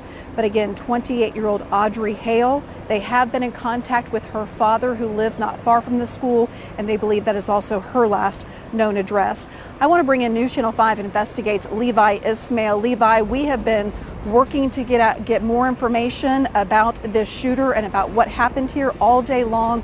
What can you tell us? You know, Carrie, we've spent much of the day tracking down leads to learn more about the shooter. We heard several names throughout the day, but now we know the shooter, just as you mentioned, was 28-year-old Audrey Hale. Hale was a former student of the Covenant School, according to Metro Police. We also know that Hale identifies as a transgender woman. Police say Hale was carrying 2 assault-type rifles and a handgun. We know that not long after police gave the all clear, they had a name and a date of birth for the suspect, but wanted to verify just as we did. Officers have spent the last few hours investigating Hale's last known address, where our Jason Lamb has been. And, you know, it's our understanding that police actually made contact with this person, with Hale's father. And that's where they discovered some of the maps, as you mentioned, some of the maps that were drawn of the school, surveillance work that was done by Hale. And, you know, it just goes to show just all of the premeditated work that was put into what we saw today. You know, we've been searching ourselves for any type of answers as to why something like this could happen. And, you know, police seem to be doing their due diligence to try and, you know, track down some sort of lead or some sort of motive behind all this. Obviously, we know that, you know, Hale made entry into the school from the front, you know, fired into the door, and, you know, from there made their way up to the second floor where police found Hale and eventually killed and ended the situation as soon as they could. This is obviously a very fluid situation, and so here we are trying to put together a situation as far as how this took place, why this took place, and I know that this is going to be something that police are going to look into throughout the day. We heard from Don Aaron there from the Metro Police Department, and he mentioned that they are going to investigate at the home well into tonight and into tomorrow as well. We may also get some video, which we believe to be body camera video from when police encountered Hale on that second floor. Now, this is a lot to digest. Of course, we were looking into a report from the New York Times earlier that detailed how in 172 mass shootings dating back to 1966, only 4 have been committed by women. Now, 2 of those shootings involved a man and a woman. So obviously a lot for Metro Police to process when they learn more about this shooter and why this happened. This is, of course, like I said, a very fluid situation. So stay with us for details as we learn more. With News Channel 5 Investigates, I'm Levi Ismail. Levi, thank you. If you have been with us for the past 6 going on 7 hours now, you know that Hannah McDonald, one of our trusted reporters, has intimate knowledge of the Covenant School and a family connection to the school. And Hannah, I want to bring you in to tell us more because you have been able to provide such invaluable perspective about this school and the people who go here and the students who go here. This is not what I expected to be covering today, Carrie, of course, but you are right. My mother-in-law works at the school. She sits at the circle desk. That is the affectionate name they give the front desk at the Covenant School. She gets there early in the morning. She happened to be taking a break when all of this happened. She stepped out of the building for only a few minutes shortly after 10 o'clock, arrived back in the parking lot around 10:15, behind 2 police vehicles, and noticed that they were grabbing things from their trunks and that something clearly wasn't right. And then she heard gunshots. I was there at the school about a year ago, more like 14 months ago, January of last year, at the beautiful campus, when they voluntarily took an active shooter training with an experienced law enforcement officer. It was a 2-day intensive training that everybody on the staff took part in. They didn't have school during those days so that the teachers, the custodians, the cafeteria workers, the administrators could dedicate time to gaining this knowledge. And during that training, some of the things they discussed have stuck with me just as a member of our complicated society, including what to do that might not be natural, where to turn, what direction to go when you hear gunshots, and of course, an element of what to do when you are in charge of small lives. These teachers were given a map of their own school during the training more than a year ago that I attended with them, and they talked about the vulnerabilities, and they took care of those. They made changes more than a year ago to keep this school as safe as possible. And as we are learning today, it seems they did do as much right as they could be. This person, unfortunately, devised a very sinister plan to access that school. And how can you prepare for that? Vicki. Hannah, that is so incredibly moving and important information that you have provided for us today. I was just looking over at my shoulder. We have some unmarked vehicles, law enforcement with their lights on, that just went in here on the church side. That's the Covenant Presbyterian Church. We know from Hannah's reporting that a hallway connects the church to the school building, and we just had more officers arrive, as you see right here as well. And you heard from Don Aaron and the chief that this will continue to be a crime scene. They are going to continue to process this scene tonight and at least into tomorrow as well. Vicki and Hunter, I want to send it back to you. Of course, our coverage continues. All right, excuse me, Carrie, thank you so much. And again, we want to just kind of give you a rundown. 3 children, 3 adults, and a 28-year-old woman, Audrey Hale, were killed today because Audrey Hale came into the school, a former student, we understand, and attacked some of the children and the teachers. And we're learning, too, just how, Hannah put it best there, how sinister this plan was. That Metro Police conference that just wrapped up about 15 minutes ago, they're letting us know that that shooter, now identified again as Audrey Hale, the 28-year-old, she had mapped this whole thing out. She had a manifesto there at the home she lives in with her parents, just a couple blocks away from this school. They noted, too, that she had scouted out another school in the area and later decided it had too much security and was going to just stick with the Covenant School. And we know the Covenant School as well, they had plenty of security as well. It was a locked door that she ended up shooting through. Exactly. And let us tell you the names of the people who have died.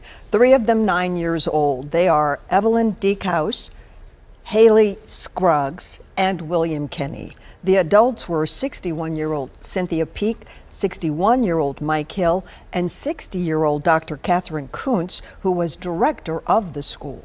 We know Mike, too. He was a custodian. Cynthia Pink was a substitute teacher.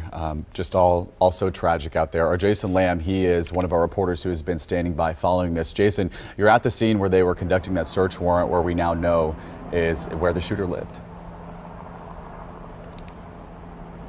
Yeah, that's right. This is Brightwood Avenue. It's in South Nashville, about 11-minute drive from the Covenant School, that shooting scene from earlier today. I'll step out of the way and kind of show you what we've been looking at here for the last hour or so. The Metro Police Crime Scene Unit has showed up here, but a lot of the activity is centered around the left side of this street. There are a lot of FBI and ATF agents standing in the front yard of a home there, the home that we now know was Hale's last known address. All of that now known because of the police press conference a few minutes ago. Police said they had been talking with Hale's father, and they had recovered a map and surveillance of the school and that manifesto we're hearing about, talking about exactly how this day would play out. So that is why you're seeing so much attention on this home right now. What more could investigators find inside this home? What evidence, what clues could there have been?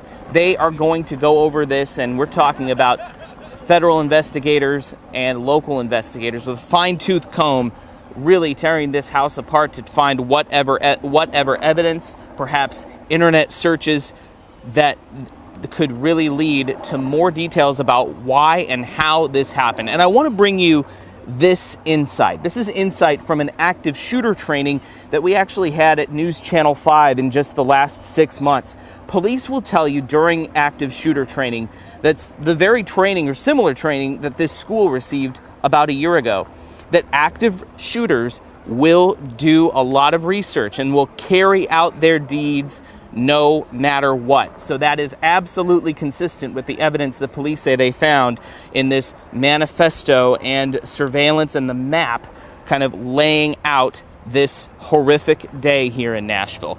And really that there is no profile of an active shooter that they can take, that there really is no one definition of what an active shooter is, other than police will tell you that they often have the mindset of someone who is wanting to take vengeance against someone or something. And we do know that police told us that Hale attended the Covenant School for at least some time out here. So all of that information from the press conference, plus the additional puzzle pieces that we're able to get here on the ground from what we're seeing, the investigation out here, we're getting a little further perhaps into knowing why, but that is something that investigators are looking into, and that is the action that you're seeing right down here on the ground here on Brightwood Drive in South Nashville. We'll keep monitoring the situation here. If we get anything else, you'll be the first to know. Back to you. All right, Jason, thank you so much. Again, Jason Lamb at the shooter's home. She is 28-year-old Audrey Hale. Police went to her home, talked with her father, and once they went inside, they found a number of maps, detailed maps of the school. So obviously, or it appears to be, that she had perhaps planned this attack. And we know she had, dare I say, this special advantage. She was a student. She knew the layout of this school. She knew where she wanted to go into. She likely knew staff members. Sure. These were people who have been there for a very long time working at this school, and it's just so senseless to see the way that she carried it out. We also know, given the search warrant, that she had plans to possibly do this with another school. They didn't name that school. Of course, that investigation is ongoing, but they said that this shooter conducted a threat assessment and decided this other school, this other location just had too much security. And you got to wonder what that looks like, right? When the Covenant Church had ample security as well. Doors were locked and she shot right through them. Right through the door. All right, let's go back out to Carrie Sharp and what's going on where you are right now, Carrie. We are here right outside the church entrance. This is Covenant Presbyterian Church. It is hooked to the school, the Covenant School. I want to remind you, this is a small private Christian school, 209 students, give or take a few, 40 to 50 staff members. And today, 3 of those children were killed and 3 staff members were also killed. We do know those adults served in different capacities at this school. Cynthia Peak was a substitute teacher today, Mike Hill a custodian at this school, and Catherine Kuntz was the head of school. We've also learned, Jennifer Krause reporting, that before Ms. Kuntz was here, she was over at CPA, so a long-standing tradition of being an educator in this community. After I heard about this shooting this morning, I immediately wanted to know more about the Covenant School. I went on the school's website and I was just taken aback by this mission statement or motto front and center on their website. This is what they try to do here every day: shepherding hearts, empowering minds, celebrating childhood. They taught preschool through 6th grade here, and specifically on their website they said, we just want to enjoy the innocence of childhood. And that is really hard to conceive with what went on here today. That was shattered by a shooter who came in through a quiet part of the building, who had really staked this school out, who knew this school, police believe, because this person attended here at some point, shot out a locked door, made their way up to the 2nd floor where those older grades are housed.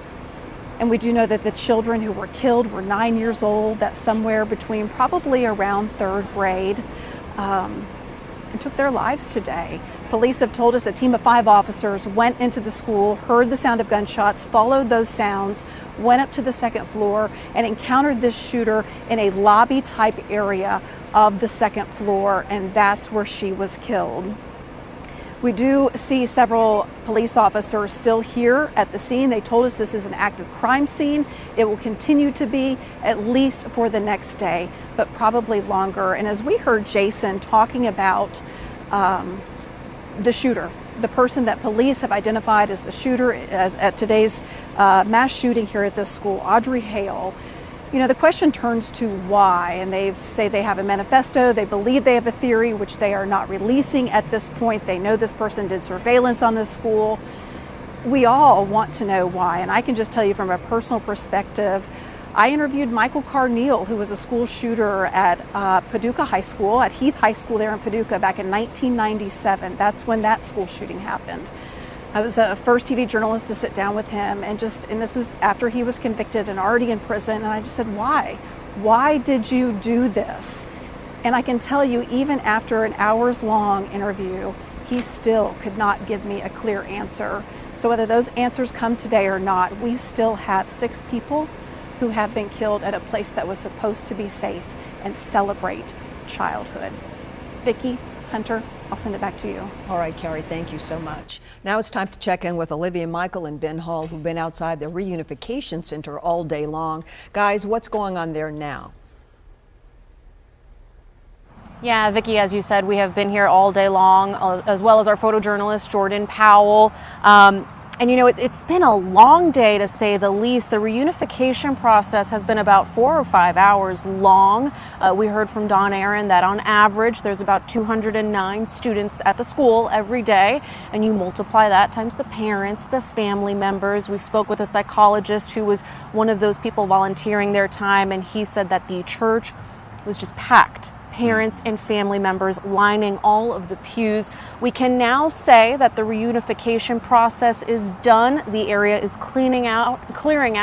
The children are reunited with their families, and as a matter of fact, the cones have been picked off of Hillsborough Pike, and the area is now being open to more through traffic as we are now in rush hour traffic. But I just want to talk with you, Ben, about that process. It was a slow process. It was deliberate. And I believe they were only doing 3 children at a time, or That's 3 right. groups. It was a very deliberative process. I mean, we are at ground zero for what was just some of the most difficult stuff that could possibly go on. You had parents showing up here. They parked at this church. And then we saw buses come in that had children, and they were brought into the church. The parents went into the sanctuary, the children went downstairs, and identification was checked. They checked IDs, police did. We saw a lot of police here, of course. We saw a lot of counselors here. We saw people from neighboring churches here. We saw people from other private schools coming here who said they had played sporting events at that school and against those kids, and they wanted to support them in any way they could. So this has been ground zero for a lot of that, a lot of support. We have seen families then, when they were reunited with their kids, they would come out, get in their car, and go away. We were being very respectful. We stayed very far away from that process. There were clearly tears. There were tough conversations, even for those, obviously, who survived. What they've witnessed is just incomprehensible. And so this has been a very difficult day. It did take a while. That's good. As you said, 3 families were called up at a time, and police would make sure that the person was who they said they were, the child was there. One family member would go to the car, and the other family member would pick up the child and take them out. I would say it was a very orderly, organized process. We're standing sort of adjacent to the parking lot of the church, and not only was the parking lot full of cars, but all the surrounding streets were full of cars. And we had residents of the neighborhood come up and say, hey, please let families know they are more than welcome to park on our property.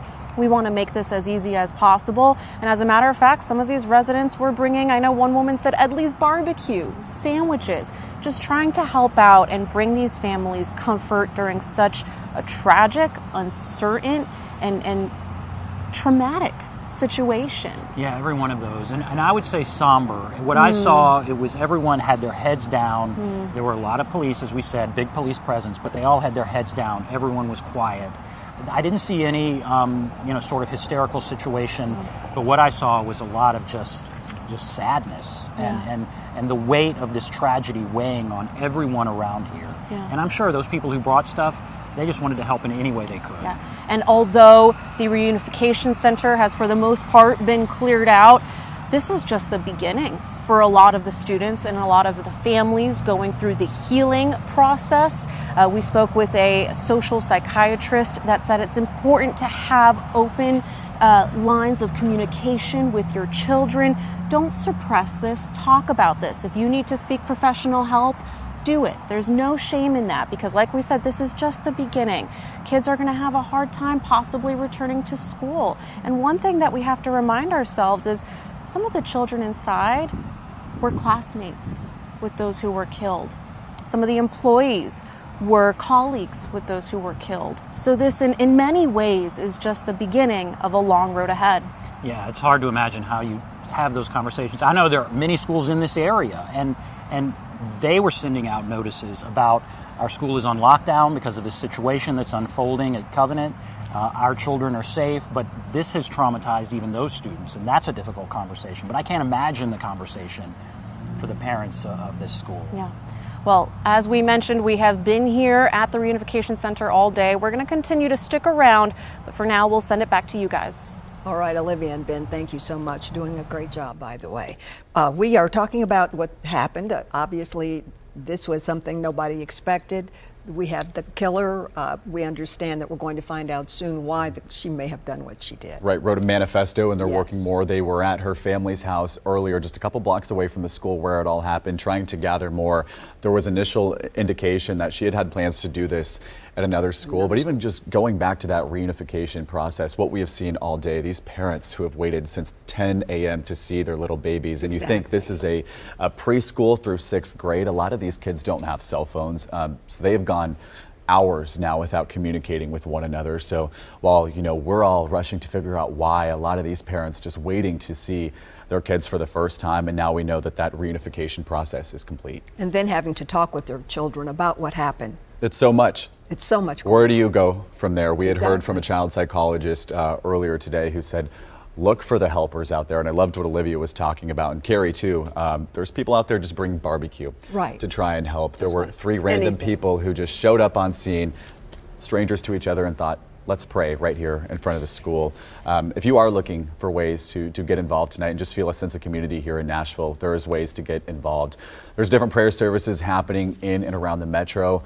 Belmont University will be holding a prayer vigil starting at 4 o'clock this afternoon, so that's probably about wrapping up. We also have Lipscomb University. That one gets underway at 7 o'clock, happening here in about 30 minutes. There will be one at the Cathedral of Incarnation at Brentwood UMC. 6:30, you've got Belmont, and then wrapping up our night, 10:15 at Tennessee Tech. Everybody right now We've heard from Hannah's family member who was inside, and different local leaders, and even President Biden calling for just prayers at this time. And sometimes that's unfortunately just all you can do. That's all you can do. That's all you can do. And as you've mentioned, a lot of lawmakers, local lawmakers, let's see what some of their, what they've said to some of the people. And this is from the mayor, John Cooper, who we just saw a little bit earlier. It says, in a tragic morning, Nashville joined the dreaded long list of communities to experience a school shooting. My heart goes out to the families of the victims. Our entire city stands with you as facts continue to emerge. I thank our first responders and medical professionals. Now, this is Lieutenant Governor Randy McNally, heartbroken by the tragic shooting in Nashville, praying for the families of those who have died, as well as all parents, students, and staff. Thankful for the work of law enforcement who stopped the perpetrator and tended to the wounded. All in Nashville are in my thoughts today. That's Lieutenant Governor Randy McNally. This is Representative Cameron Sexton. No harm should ever come to any child. At some point today, please take a moment to pray for the families impacted by the tragedy. As we continue learning more details, we appreciate law enforcement and first responders for their quick response, neutralizing the event. With many families and colleagues impacted by the tragedy today, we will only meet briefly tonight and move all legislation to a later date. I believe, is it a statement we have now from Penny, the director of schools? This is from the Tennessee Department of Education. They're now responding to the shooting here this afternoon. They say in part, this is a painful day in Nashville and our hearts are broken for the affected staff, students, and family members. The department is making services available to support the school community in this time of need and in the wake of this horrific tragedy. And Vicki, you know, in all of these different statements that we have heard, they are all commending the law enforcement response. Of course. And I don't even know if quick begins to describe what they did out there. We know that active shooter call came in this morning at 10:13. That shooter was shot and killed at 10:27. So a 14-minute time frame from when that first call came in to the time they were able to neutralize the threat. It is incredible. They wasted no time. Wasted no time. We've also heard from the President and First Lady with statements about what happened. Here's what the President had to say. We have to do more to stop gun violence. It's ripping our communities apart, ripping the soul of this nation, ripping at the very soul of the nation. We have to do more to protect our schools so they aren't turned into prisons. You know, the shooter in this situation reportedly had 2 assault weapons and a pistol, 2 AK-47. So I call on Congress again to pass my assault weapons ban. It's about time that we begin to make some more progress.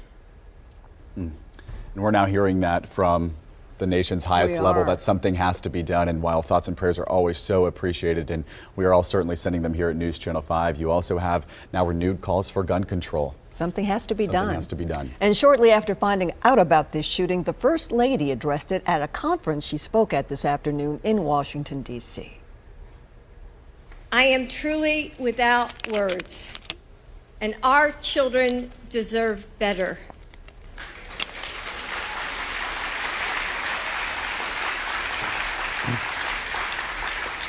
And we stand, all of us, we stand with Nashville in prayer.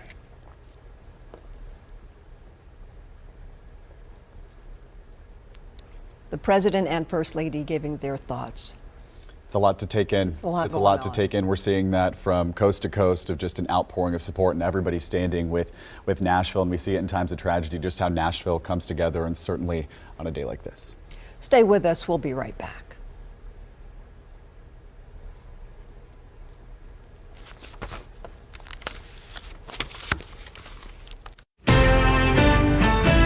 Now, with breaking news, this is News Channel 5 at 5. Officers entered the first story of the school, began clearing it. They heard shots coming from the second level. They immediately went to the gunfire. They saw a shooter, a female, who was firing. The officers engaged her. She was fatally shot.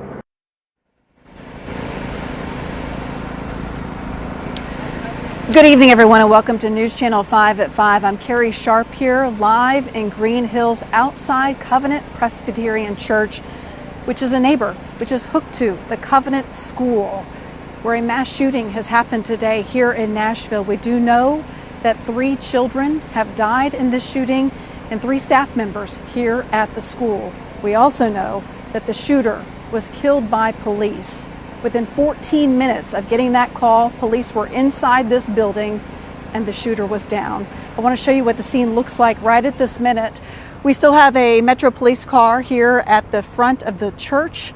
No one is going in except for law enforcement, and very few people have come out. We've been told by police this is a crime scene and it will remain that way through the night. They will continue to process the scene here and then also into tomorrow at the very least. This has been a long day. Police got the call at 10:13 this morning. And again, that shooter down within 14 minutes. The 3 children who were killed, all just 9 years old. Their names, Evelyn Dickus, Haley Scruggs, and William Kinney. The adults here inside this school, staff member Cynthia Peak, 61 years old. She was a substitute teacher today. We're told that she often volunteered here in many capacities. Mike Hill, also 61, a beloved custodian here. And Catherine Kuntz, 60 years old and the head of school at the Covenant School here. She was killed. You have heard police talk about the shooter. They quickly identified that shooter as 28-year-old Audrey Hale, a person here who lives in Nashville and lives only about 10 minutes away from this school. Jason Lamb is there at that home where police have also descended upon. Jason, we have Metro, TBI, FBI, ATF, just about every law enforcement agency you can imagine now investigating why someone would do this.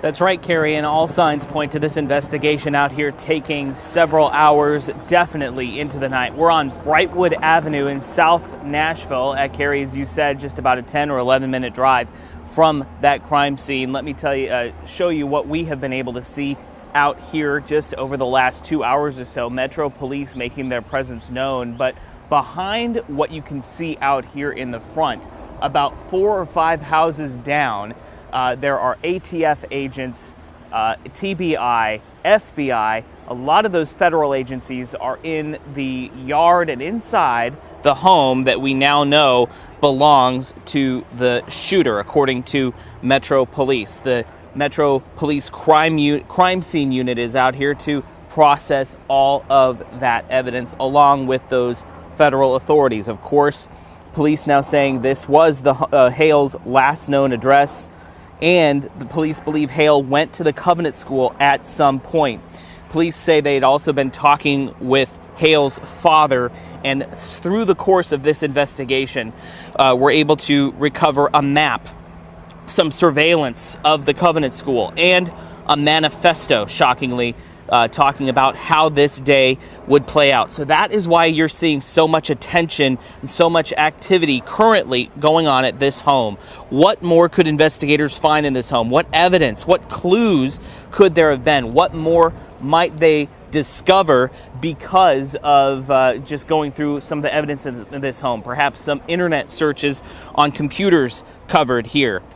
And I want to bring you this insight. This is insight from an active shooter training that we had actually at NewsChannel 5 just in the last 6 months or so. Police will tell you during active shooter training, the very training or very similar training this school received about a year ago, that active shooters do their research and will carry out their deed no matter what. So that lines up perfectly with this evidence that we are told was recovered, this manifesto and a motive and these maps that Hale apparently prepared in advance of this shooting.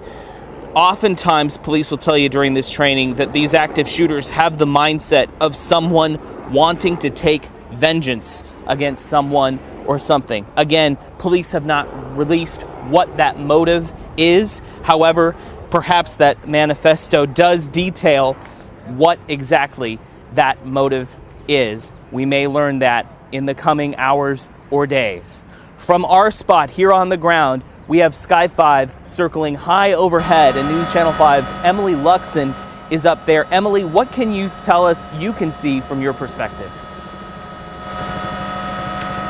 Well, Jason, I can say that the scene is quite large. I would say they have about a block or a block and a half marked off along the street there. And I'm going to show you the view that we're seeing from our camera right now. And multiple law enforcement officers, as you mentioned, out there walking around. Lots of cars as well parked up and down that street. The ATF, FBI, Metro Police all surveying that area. However, it really isn't that active of a scene when you compare it to, we were flying over the Covenant School earlier today, seen so many people out walking around on that property. This, very different. They are very focused on, again, one particular house. We're not seeing a lot of activity. They're going in and out of that home, really focusing on just that one space, which would make sense based on what Metro Police have told us as they continue to look for more clues inside what would have driven Hale to do what she did, as they look for the maps and other evidence that may be inside that home. But they are not walking up and down the street, so they're really focused on that one particular area. But again, still blocked off. It appears that they will be there for quite a while as they continue to investigate, and we will keep Sky 5 above it to keep you updated from what we're able to see up here. Back to you.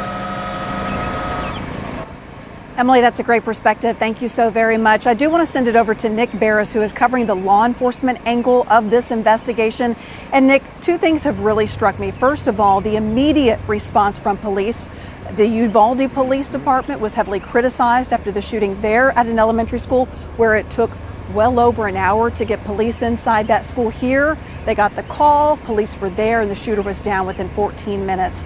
The other thing that has struck me is how transparent police are being about the shooter. We are learning a lot of information that I didn't expect we would get here, and police even saying that they expect to release video, some sort of video, whether that's police body camera, either tonight or tomorrow morning.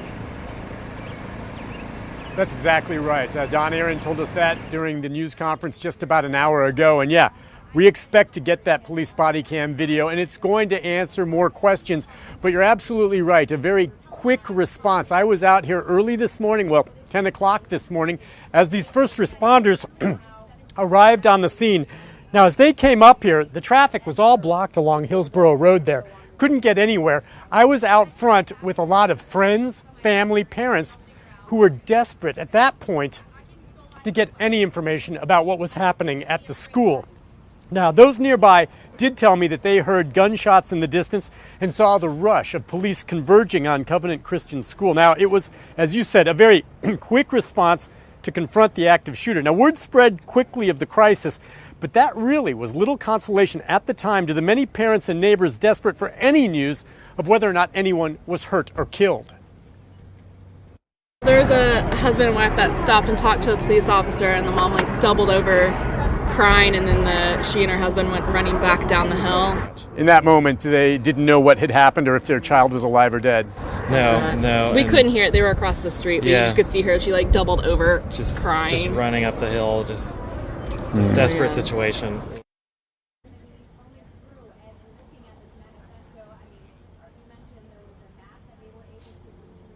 Just a very desperate situation, as you heard them say there. And of course, they didn't know much at the time. We know much more now. And as I said, there was a news conference just about an hour ago, and our own Kelsey Gibbs was listening in as Don Aaron and the other first responders and authorities updated us on the very latest. And Kelsey, we did learn considerably more. Absolutely, Nick. So that press conference just wrapped up about an hour ago, and we heard from Chief John Drake, who said that they've made contact with the shooter's father.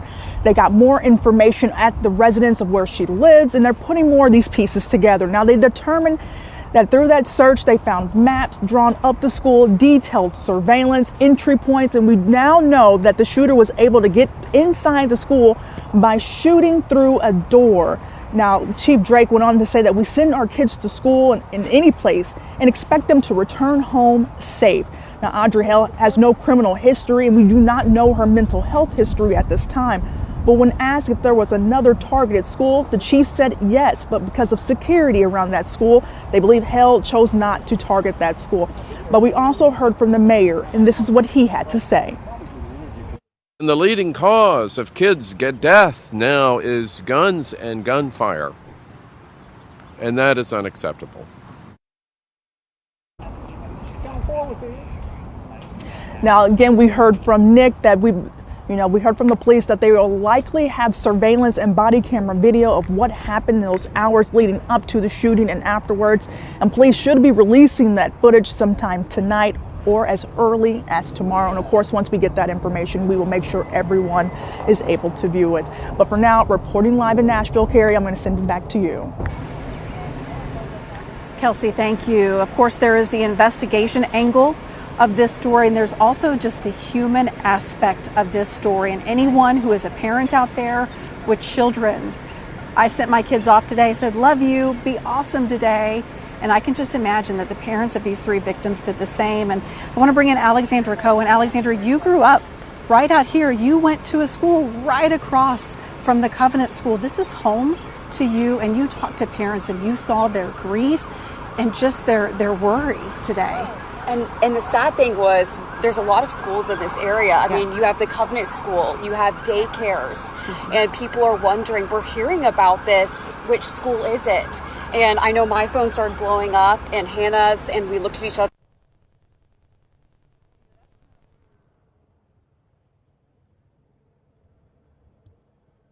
Here, and I know same for you as a mom, it's so hard dropping them off. And I know some of my friends even went to pick up their kids today at school. One thing I noticed on Harding Place driving here to the scene was there was a line already of parents waiting outside the school to pick up their kids early.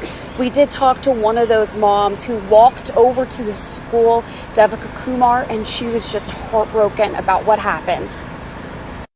I'm just in such shock, but yeah, I mean, it's heavy. I mean, you think you can protect the kids, but in reality is we have such little control when they're at school, and we trust our law enforcement, we trust our schools to look after them. And Carrie, people were texting me. They were hearing the sirens. They were seeing screaming children running down Hillsborough Road. Many people isolating in their offices nearby, their apartments, their homes. There's also several nursing homes in this area. And Devika actually told me, she had a loved one here nearby. They fortunately reopened these roads, as you can see here behind me, so you can go check on them. But it's just a tough day for us all. It's just a time of panic for really an entire community until they knew that their loved one was safe. Alexandra, thank you for that perspective. We have heard from multiple officials and leaders of this area today, and I want to read you something that the governor tweeted out today, Governor Bill Lee. He said, I am closely monitoring the tragic situation at Covenant, and the Tennessee Department of Safety and Tennessee Highway Patrol are assisting local law enforcement and first responders at the scene. As we continue to respond, please join us in praying for the school, congregation, and Nashville community. And I think it's worth reminding everyone that the Covenant School and Covenant Presbyterian Church, they are one. It is really a small community, a tight-knit family type of community, and a relationship between that church and school. Just about 209 students there and about 40 to 50 staff members at the school. And tragedy has struck today. We have also been digging into the details of the shooter in this case, 28-year-old Audrey Hale. News Channel 5 investigates. Levi Ismail has been pouring through social media and other things to find out what we can about this person. Levi?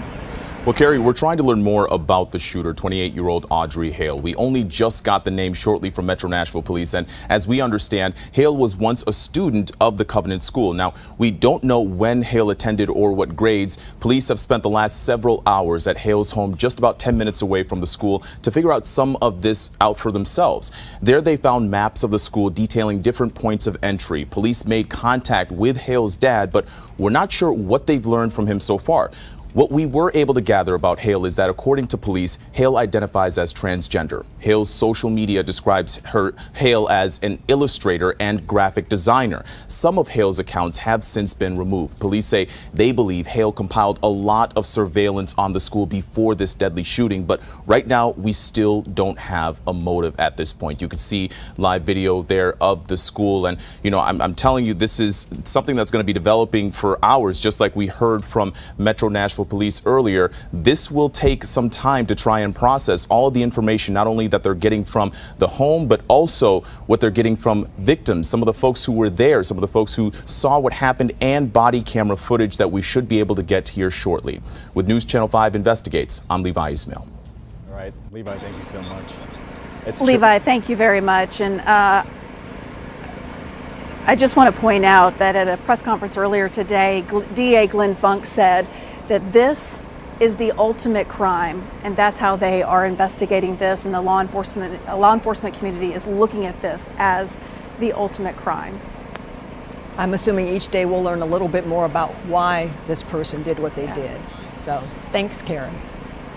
It's tough to see, and it's chilling to hear just Levi talk about all the details that we have now learned about this shooter, a manifesto that they found, maps inside, carefully thought out surveillance, and we know too that that 28-year-old shooter was living with their family, and something I think probably a lot of people are wanting to know is, where were the warning signs? Where did somebody go wrong? Where was this missed when it was carefully thought out the way it was? Something that we are continuing to work on. We are going to take a quick break. We'll be right back.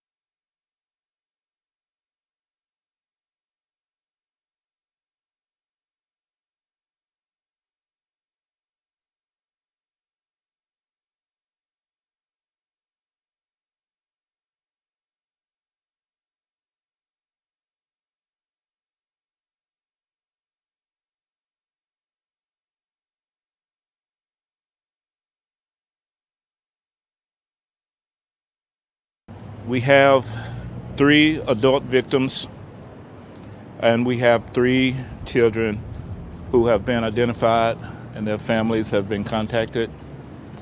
Right now, I will refrain from saying the ages, other than to say I was literally moved to tears to see this and the kids as they were being ushered out of the building. Chief John Drake today saying his heart and prayers go out to the families of the 6 people who lost their lives today. Clearly an emotional police chief, and a powerful picture as an employee looks on. This is Mario Dennis, who works in the school's kitchen as part of the staff. And you know, he knew those 3 little babies. You know, he knew his colleagues, and just heartbreaking there for everybody who watched it. And you know, you have your heartbreaking story as well. Your mother-in-law. Direct connection. A direct connection. Your mother-in-law had just stepped out for a break at the school. She works at the school, and she has a unique insight as well. Yes, Diana Apple, who I know has been communicating with as many people as she can today. I think that everybody staying in touch is healthy, and that's what they're doing with the Covenant School community right now. She works at the front desk, and she took a break. My goodness, she stepped out of the building. We know that the shooter actually came in through a back door, a side door, a door away from most of the traffic, and that's it right there. Sky 5 captured it earlier. We now know that that is the entrance. The person went in and used one of those weapons to break through. We've also created this image in our graphics department. It shows you the campus, and that circle, that red circle, is that door by a gym, by a locker room, and a room that's not usually used by the school, but used by the church community. So it was a pretty quiet end of the school, and perhaps that's, you know, a reason that that person chose to go through. And something else I've been talking about extensively today is just the effort that the school went to make sure it was a safe place. They had extensive active shooter training in their back pockets. And I did speak to their trainer today, who said that he's comforted to know that possibly there was something done by teachers, by administrators to keep the casualty count down. It wasn't zero, And but keep it down. And that's what's so hard to stomach, I think, is just that this was a school that did everything right. Right, In they other did, school shootings, sure. you hear these stories that it was an unlocked door. This school did everything right, and yet you still had a shooter who shot through the door and ultimately gained access. Thanks, Hannah. Now let's go back out to Carrie. Oh, thank you, Vicki. It's so hard to hear. I'm so glad Hannah's mother-in-law is okay. I so wish that was the case for everyone who was inside the Covenant School today. They lost the head of school, a custodian, a substitute teacher, and 3 9-year-olds who were here on a Monday morning to learn. And that is not what happened. We did learn from Claire Kopsky today, one of our reporters. She talked to a gentleman who's in a Bible study here at the church, Covenant Presbyterian, and he says they just raised enough money at the church to pay for an SRO at the school, a school resource officer, something that we have learned the school did not have. They had a security person, a person who was over security at the school. That was one of the hats they wore at this small private Christian school. They had gone through the active shooter training. They had talked about security policies, which obviously they acted on today. But again, Claire Kopsky telling us today that the church had just raised enough money in order to employ a school resource officer, but that had not happened yet here at this school when this mass shooting took place. After the shooting took place and the shooter was killed, the main goal was to get the children who were safe to a different location to be reunited with their parents. The entire process took hours. Our Olivia Michael and also News Channel 5 Investigates Ben Hall have been standing by where all of that took place. It has been a very emotional scene, as anyone would expect today.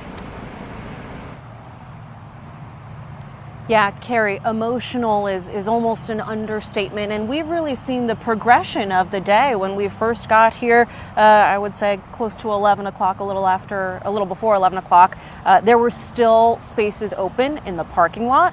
Then all the spaces filled up. Very quickly, then the surrounding neighborhoods filled up with cars, and now the parking lot is empty. So the scene is pretty much over right here. There's one police car back here, but the road out in front is now open and traffic is flowing. But what we've seen, I've walked around the building, and you just see people dealing with an unspeakable tragedy and doing the very best that they can. But we saw some pretty tough stuff. We saw children leaving with parents, some of them in tears, some of them just really in shock. You could just tell they weren't sure what was going on. We saw police officers all around this building, and what I would say just very somber. They were just, they had their heads down. They wanted to help these families that they just felt so horrible for, and we saw them doing the best they could. We saw pastors, we saw neighbors. I'll tell one story. We saw the police bring one family out. It looked like a mom. She was a woman. She was followed by 2 older people. They told everyone to get away, stay away.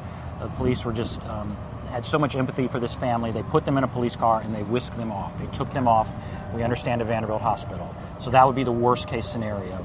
There are many other situations where families came in and they were reunited with their children and they walked home. But it's been a very difficult day, and this has been ground zero in many ways for that. And to your point, it's been a very busy day here, including the family, the personnel, those who worked at the school, the families of those affected who were here. there were also neighbors. There were friends. There were loved ones. We spoke with neighbors in the area who said they just wanted to help in any way possible, whether it was bringing sandwiches, water, barbecue. And while we were with them, we spoke with them about this tragedy and got their reactions. Take a listen to what one of them told us. Devastation. I was a physician at the Monroe Carroll Vanderbilt Hospital, Children's Hospital, for 22 years. And in all my years there, I've never dealt with something like this. I know Covenant School. I know people that attend Covenant School. I don't know any children. It's the least likely place, I think, in the city to have a mass shooting. Lord have mercy on these families. The least likely place to have a mass shooting, and yet here we are. Here we are. Yeah, it's been a tough day, but what you saw from neighbors and even from people driving by is just this overwhelming sense of wanting to help and empathy, just wanting to do something in the face of this just unspeakable situation. And you saw police step up. You saw a lot of people step up here today, but just a terrible situation. There were mental health counselors on hand. The Red Cross was here, and you can continue to help the Red Cross in their efforts. And if you would like to do that, we have more information. There will actually be a blood drive coming up on Wednesday, and that was something that we were told is so incredibly important during these types of situations, making sure that you have that blood readily available. So if you are interested in helping, there are still ways that you can do that. For now, we're going to go ahead and turn it back over to you all. Olivia, thank you so very much. I'm here outside Covenant Presbyterian Church, and in that interview you just heard with the neighbor and former doctor at Vanderbilt Children's, she said, Lord have mercy. And that is something that I have heard from friends who have texted me today and called me, from people we have interviewed. It has just been over and over again. Lord have mercy on this situation. I want to show you outside here the church, which of course is hooked to the school. They're adjacent. And you see police still here. And what struck me when we got here today was they have their Easter sign up advertising their Easter services, which will happen in less than 2 weeks. And Easter is a time about victory and life, and it just doesn't feel like that today. It feels heavy and it feels dark today here outside this church. But I will tell you, when we drove up here, my photographer and I were both just struck. We hit the brakes because there were 3 women with their arms around each other in this parking lot praying. And they prayed for a while. And we kept our distance. We let them do what they wanted to do. And afterwards, we gingerly approached them and said, tell us why you're here. Who are you? What's your connection? And I just want you to hear what they had to say. Well, I was at Vanderbilt Hospital leaving because my daughter just had a baby, and I'm always intrigued by this, and I'm like, it's so close to home, and I came down, and then we met, and she's like, let me add you on TikTok. We added, and I was like, you're a Christian. I was like, why don't we just get out and pray, because I'm just moved by this, and I'm updating people in my church group, and so it was just amazing, and then we just started praying. Yeah. And you've been praying for this area anyway. Yeah, tell me about that. Already been covering this area, and I just, as soon as I heard, I was like, I have to get that. I have to get out there to pray because, like the officer said from the TBI, people like to judge us for praying, but no, this is exactly what we need in this time. It is prayer, that we need. That's what's going to change. That's what's going to shift. And we are certainly out here praying for every family that has been connected to this tragedy, for the families of every student that is represented in this school, all the staff, the administrators, and all of our first responders and police department. We are covering everyone in prayer because that's our first responsibility, is to pray. Yes. And go back a little bit. Tell me, you said you were assigned by your church to be praying for this zip code. This was before the shooting. This was before it happened. So a couple months ago, the Lord put on my pastor's heart to be able to assign different prayer prayer warriors in our church, different zip codes to pray for, and this was a part of my zip code. So I've already, been covering this area in prayer, and I just happened to be out because normally this is my day off, so I'm normally asleep during this time, but I just happened to be up early and in this area this morning. And so when I heard, I was like, yeah, I have to get there. I have to get there because I'm assigned to this area. So yeah, we're praying, and we don't stop praying.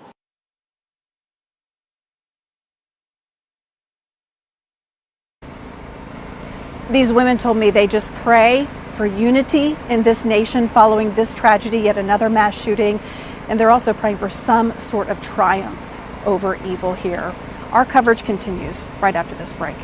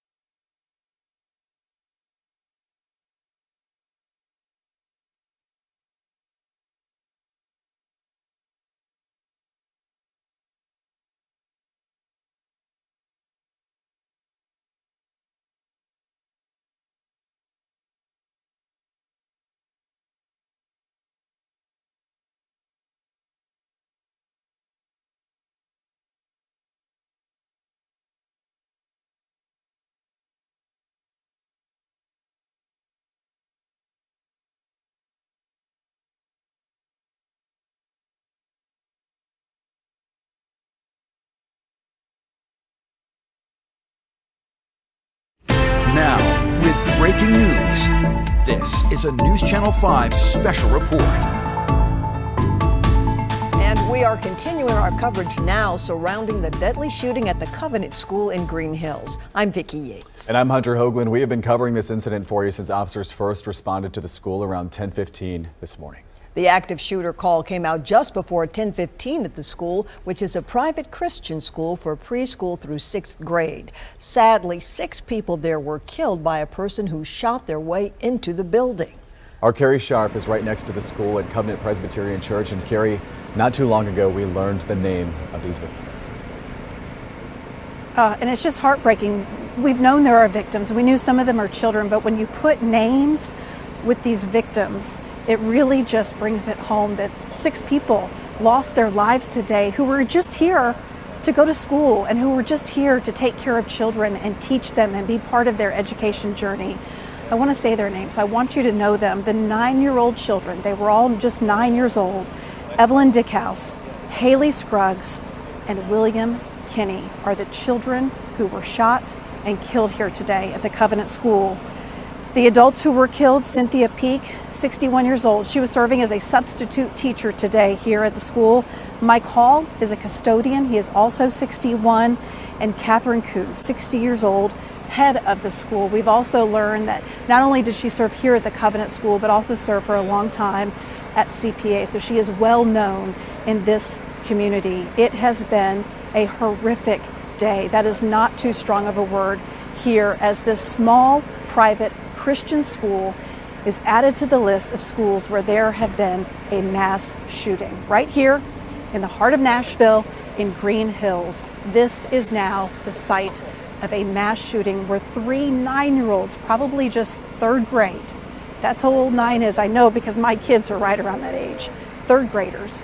We do know that the shooting scene covered 2 floors. We do know that the shooter shot into the school, into a locked door in order to gain entrance into the school. There were shots fired on the 1st floor. That person made their way to the 2nd floor, and that's where these students were killed. We do know that that's where, we do know that's where the shooter was killed. Let me correct myself. I want to give you accurate information. We do know that this was a quiet part of the building, and police followed those gunshots to the 2nd floor and engaged that shooter in a quiet part of the building. We're told it was some type of lobby area of the 2nd floor, and that's where this 28-year-old woman, armed with 2 assault-style rifles and a handgun, was taken down by a team of 5 officers.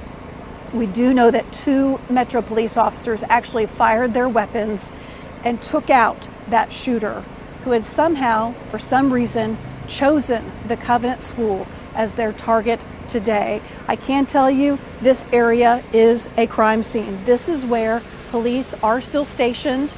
We have seen more police go in than come out today, many in unmarked cars at this time. We do know that Metro Police, the TBI, the FBI, the ATF, and more are all investigating this mass shooting at this school. We have been told that they will process this scene well into the night and overnight and also into tomorrow morning. Just in the last 10 minutes, we've seen the Salvation Army Disaster Services truck arrive. These officers have been inside this school. Emily Luxon, who is reporting from high above in Sky 5, said the scene looks pretty quiet. The officers are inside methodically tracking what this shooter did inside this school, taking pictures, creating a log, starting their investigation, actually going on 7 hours now to try to figure out exactly the steps the shooter took and what happened step by step in this investigation. Chief Drake said earlier today, he has always hoped nothing like this would ever happen here, but if it did, his hope and the officers' training is to immediately engage, to get inside that school, and that's what happened today. 14 minutes from the time that police got the call that there was a problem here at the school to the time the shooter was brought down. 14 minutes passed. That is it. And we have seen criticism, especially after the Uvalde shooting in Texas, of how long law enforcement waited to go inside that school. They did not here today. They immediately went in. A team of 5 officers went up those stairs and they killed the shooter. We do know from police that shooter is 28-year-old Audrey Hale from here in Nashville, living just about 10 minutes from this school. We do know that her father also lived at that house that is now in question. Of course, we're going to find out much more about possibly why this shooter did this, but we do know she had a manifesto, she had surveyed this school, she had maps of this school, and police tell us she likely went to this school at some point in her childhood. Vicki, Hunter, I'm going to send it to you. Thank you. Now, this shocking day is unlike any other in Nashville history. It's not just sad, it's changed lives out there today, and the developments are still unfolding here as we speak. And before this day, guys, there was only one other deadly school shooting here in Nashville. Now, that one took place in 1994 at J.T. Moore Middle School. 13-year-old Terrence Murray was shot by a classmate in April of that year. Students had been watching a video during class when 13-year-old Jeremy Bryant took a gun he brought to school to play with it when it went off. Terrence Murray was rushed to the hospital where he passed away. 1994, and we're now dealing with it all these years later again. Our colleague Jason Lamb is standing by live now on Brightwood Avenue, where we know that is where the shooter lived. Jason, they've made contacts with the shooter's parents. Catch us up to speed. Well, that's right, Hunter, and that question about why this happened today, the answers to it might be found right back here. We've made our way to the other side of Brightwood Avenue to get a different perspective of what police are looking at here in South Nashville. Again, this is just about 10 or 11 minutes from the shooting scene itself. Metro's crime scene unit has been here for several hours, along with an alphabet soup of federal agencies, ATF, FBI. We know the TBI is here. We know this is the home, was Hale's last known address, and police believe Hale went to this Covenant school at some point. And it's those details that we heard earlier today that are really chilling, that police recovered a map and surveillance of the school, and that manifesto we've been hearing about, talking about how this day would play out. So that is why there's so much attention on this home. What more could investigators find in this home? What evidence, what clues could there have been? I want to bring this insight to you as well. Insight from an active shooter training we actually had at News Channel 5 in just the last 6 months. Police will tell you during that active shooter training, in fact, very similar training to the kind that this school received about a year ago, that active shooters will do their research and carry out their plans no matter what. So that is absolutely consistent with the evidence that police say that they have received, with the maps, the planning, the surveillance, and that manifesto that we're hearing about. And we also are told that active shooters will often have the mindset of someone wanting to take vengeance against someone or something. And of course, there's a lot of details in that manifesto that police say may point to a motive why this person did this horrible act today, but they have not released those details to us. We're going to stay here on the scene here on Brightwood Avenue. And if we see any more details, any more development here with the crime scene, the processing of that crime scene, that will take hours, we will be the first to let you know. I want to send things over now to Nick Barris. Nick has been talking to all of his sources all throughout the morning. Nick, what are you learning? Carrie? No, Carrie will actually send it back to you. Okay, thank you, Jason. We appreciate your reporting. So many people trying to find out why, what could have led to this today. It just does not make any sort of sense, and quite frankly, it shouldn't make sense to any of us. President Biden did address this situation earlier today, saying we have to find a way to protect our children at school without turning our schools into prisons. And he also called on Congress to unify and pass his assault weapons ban. I do want to bring in Alexandra Cohen. Alexandra, you grew up in this area. You immediately headed here today when you heard about what was going on. You're intimately familiar here. You went to school nearby. This hits close to home, and you saw parents try to just get into some of these other schools to make sure their kids are okay. Yes, and it's really just a somber mood here tonight. I've seen people walking by with their kids and their dogs. No one's talking. You could hear a pin drop just because of the impact the shooting has had on this tight-knit community here in Green Hills. I've texted several friends with young kiddos, and they went to school to pick them up. It was just too hard to bear to not go and hug them and make sure that they were okay. It'll certainly be a tough week ahead for many parents as they're sending their kids to school thinking, we didn't think this could ever happen in Nashville, and now it did. We did talk to one mom earlier on the way here who ran over to the school. She walked over to the school just to make sure that her child was okay at J.T. Moore.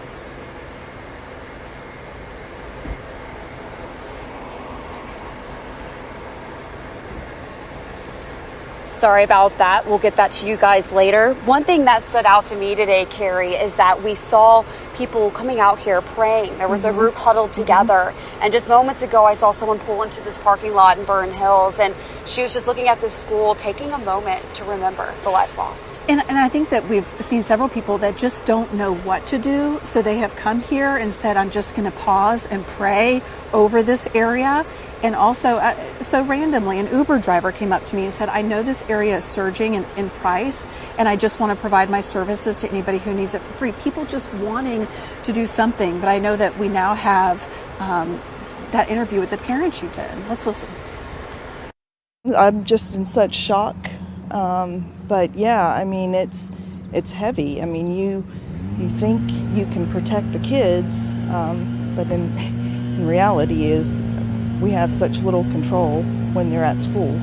And we trust our law enforcement, we trust our schools to look after them. It's a heavy burden both law enforcement and teachers bear every single day inside school buildings just like this one. Nick Barris is standing by covering that law enforcement angle for us. Been so very busy today. Nick, I understand you have Chief Drake with you. That's right. It has been a long day, but not for me. For police officers that were involved in this, and Police Chief John Drake joins us now. Thank you again. We all listened in during the news conference earlier where you covered much of it, but we were hoping to get a little bit more from you. At this point, first question is, you're thinking that the police body cam video may be released later tonight, tomorrow? What's your game plan on that? So that's our hope. We do have body-worn camera video, and hopefully we can have it out tonight, but surely by morning we'll have it out to the public. So we have to, it's a lot more investigation to be done. And so once we get to a certain point, we feel good about releasing it, we will.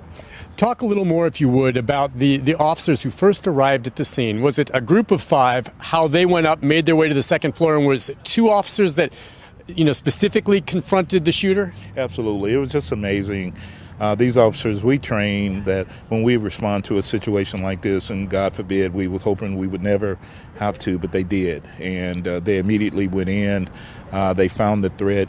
You're here on the body worn camera video where the suspect is actually firing the weapon when they address him and actually mitigate the threat. And this is a case, though, they arrive at the scene, they hear the gunshots. There is no delay waiting for backup. These officers went in immediately. They heard the shots. They knew there was no time to waste. Immediately. And, you know, we had 6 victims, and that's tragic. But this could have been a lot worse if it wasn't for the actions, not only of the officers, but we feel there was actions within the school to prevent kids from being out in the hallway, and this could have been a lot worse. So the officers and the school, very, very well done. As you said, we're going to see the police body cam video, but there was some interaction. When they came up, they confronted the shooter, telling the individual to drop the weapon.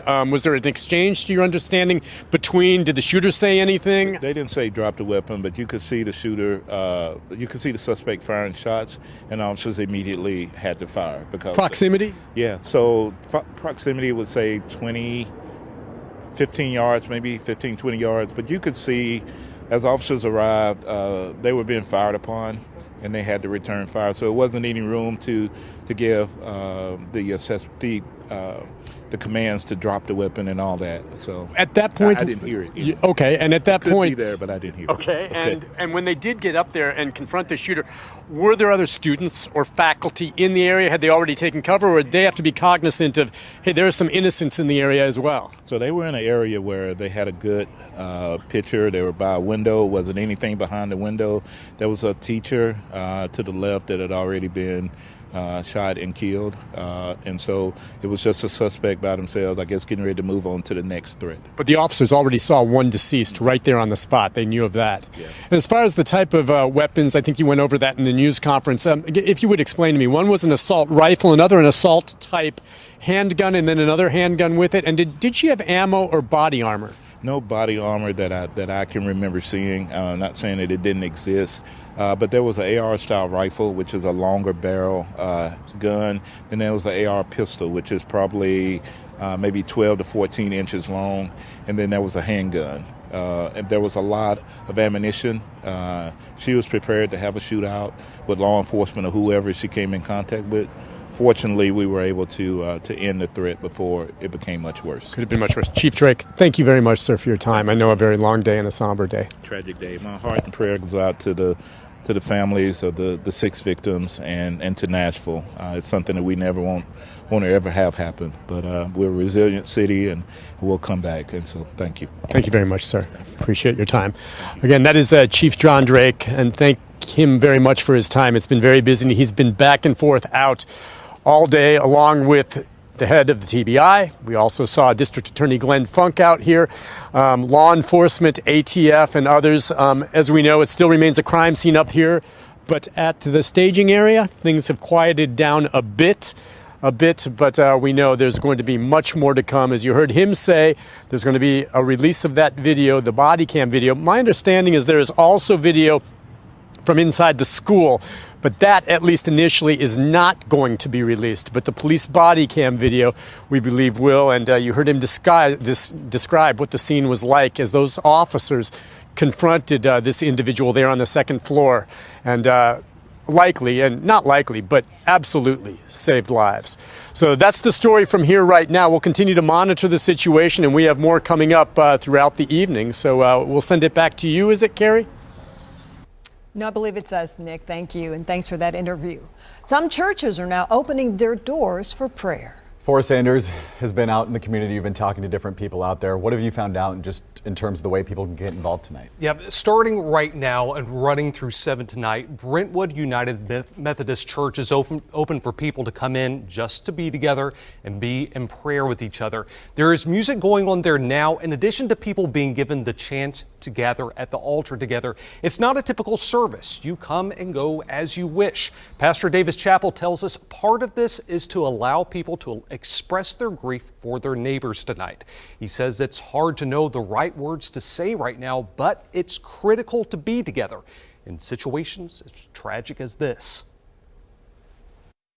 I think the thing that's most needed right now is that we have we have each other. I think a lot of times it's not so much what we say, it's just being present with each other. Nobody has the answers to this. When the whole city goes through a situation like this, we've got to lean on each other more than we ever have before.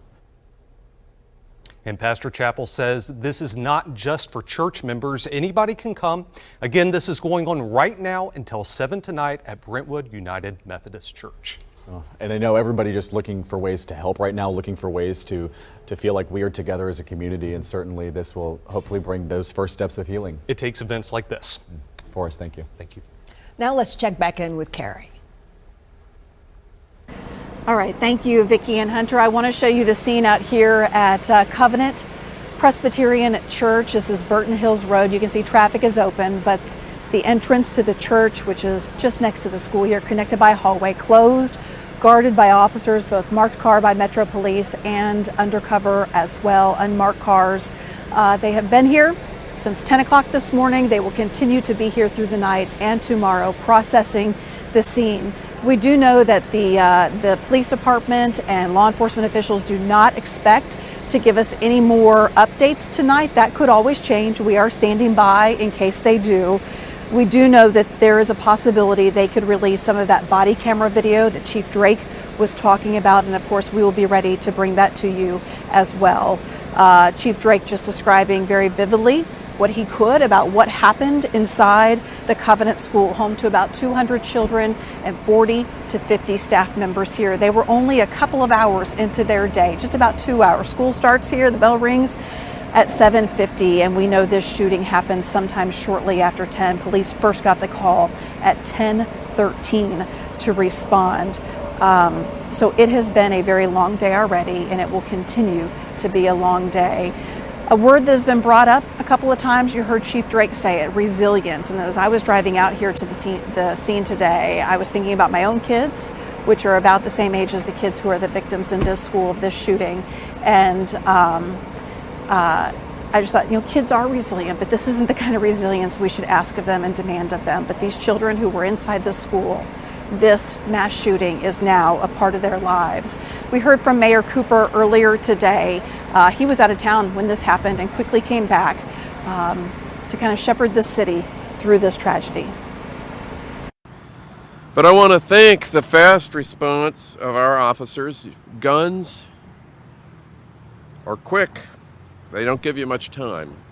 So even in a remarkably fast response, there was not enough time. And those guns stole precious lives from us today in Nashville. And in this dark hour, let us support each other. Let us go and hug our children a little bit closer tonight.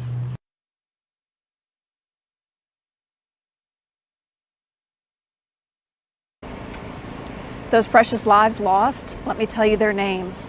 Evelyn Dickhouse, Haley Scruggs, William Kinney. Just 9 years old. 9 years old. The adults here, Cynthia Peak, she was serving as a substitute teacher today. Mike Hill was a custodian here, and Catherine Kuntz was the head of school here at the Covenant School. They also lost their lives today in this shooting. They are the victims here. They are the ones that we do need to hold in prayer and their families in prayer. I can tell you as a parent, you sent your child off to school. And even though these mass shootings are in the news all the time, you just don't expect to happen here.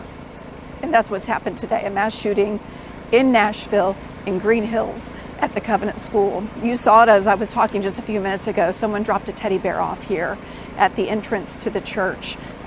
It's not visible right now, but that's what people are coming here to do. They're just coming here to be here in this place that just feels very heavy right now. And even on this beautiful day, it feels dark. And they're coming here to pray and to lift people up and just to stand in silence. Let their thoughts guide them where they may. We heard from people earlier today, 3 strangers who'd huddled together in prayer together. And I asked them, what are you praying for? And they said that there will be some sort of triumph over evil here, and that this school shooting would be what unifies our nation. That remains to be seen. If this will be the shooting that does this. 3 children, 3 more children added to the list of names of kids just showed up at school today, ready to learn, ready to tell their teachers about the incredible, beautiful weekend that they had to have fun, probably looking forward to recess on this gorgeous day, and they don't get to go home tonight. Olivia Michael has been standing by all day long at the Reunification Center. This is where the children took a bus to get to and were reunited with their parents. Olivia, it has been a tough day, it has been a long day, and I understand it took a long time for all of these families to be reunited. That had to just be agonizing. Yeah, I mean, you could only imagine, Carrie, what's going through these parents' minds as they're waiting to finally get eyes on their little ones, to hold them, to hug them, to kiss them. And as you pointed out, 3 of those children did not get to go home today. That means 3 families did not get to bring their children home today. We are at the Reunification Center here. This is Woodmont Baptist Church, where things have, for the most part, cleared out for the day, but it was a very busy scene earlier. The parking lot filled up. Cars lined the street with family members and parents coming to reunite with their little ones. The process began around 11 or 12. I'm joined with Ben Hall here, and I think it was done about 3:30. It took several hours, yeah. And where we are, we're at the back of the church. The buses came right back here. There were 5 buses. They weren't all full, but there were 5 buses. They had students, and they also had staff and teachers. They came driving around here. They took the students downstairs. Then parents, they arrived. They were identified to make sure that their kids actually went to the school. There was a lot of police presence here, so they had to show their ID as they went in, and then they went into the sanctuary. Yeah. And from there, 3 parents at a time, 3 families at a time were called up and had to again indicate identification, and then one of those parents was reunited with their child. The other parent went to the car, if there were 2, and waited outside, and one parent walked the child out. Yeah. Well, we're going to wrap this up real quick and send it back to you all. All right, Ben, Olivia, thank you so much. And we've heard stories there just from that reunification spot, just how heartbreaking these somber little faces are. Kids who were crying on that bus getting there, and some who, again, we've been saying this is preschool through 6th graders. A lot of these kids did not have phones to communicate. So many who were just waiting to see their parents for hours. Hannah, you and I have been here for like 7 hours now, but you have a close personal connection that a lot of people didn't know about.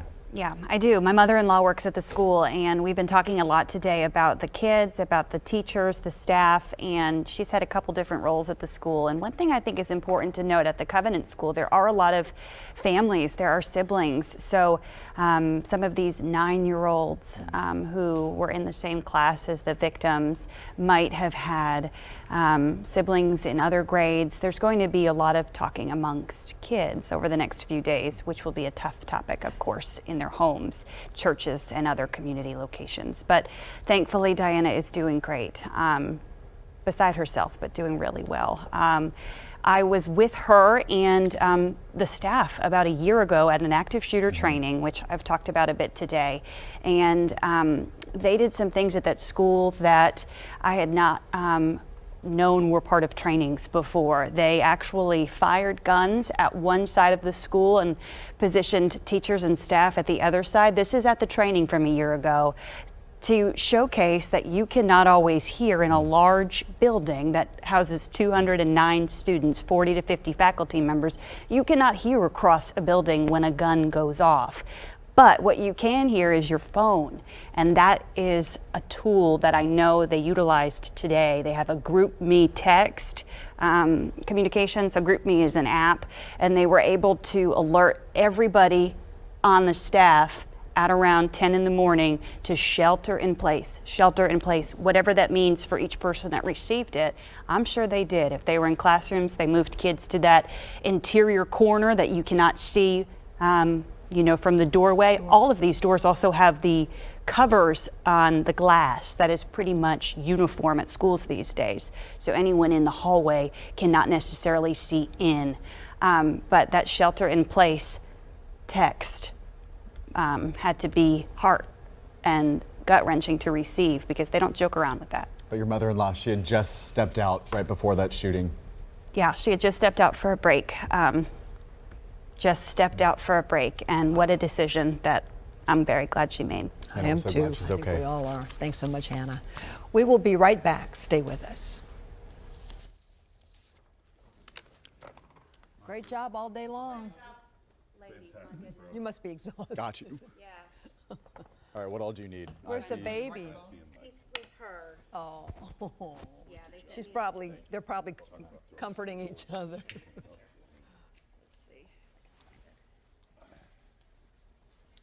Oh, look, how sweet is that? I know she's glad to have him there. I know he's getting extra love tonight. Yeah, I'm happy. Aw. Mic check, Rory. Can you go Mic home check. now? Oh, okay. Okay. Hi, Vicki. How are you? Well, It's here. Unexplainable violence seen across our country has come to Nashville. It's the least likely place, I think, in the city to have a mass shooting. It came up the hill and through the door of the Covenant School, finding children beginning their school day and those who care for them. I was literally moved to tears to see this and the kids as they were being ushered out of the building. No one yet knows why this day and this place were chosen to inflict so much pain, but there is no longer a doubt. It's here.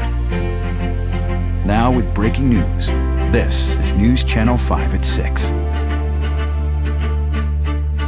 Sky 5 flying over the Covenant School in Nashville tonight, where sadly the eyes of the nation are focused this evening. It's the site of our country's latest school shooting. 3 children and 3 adults shot and killed.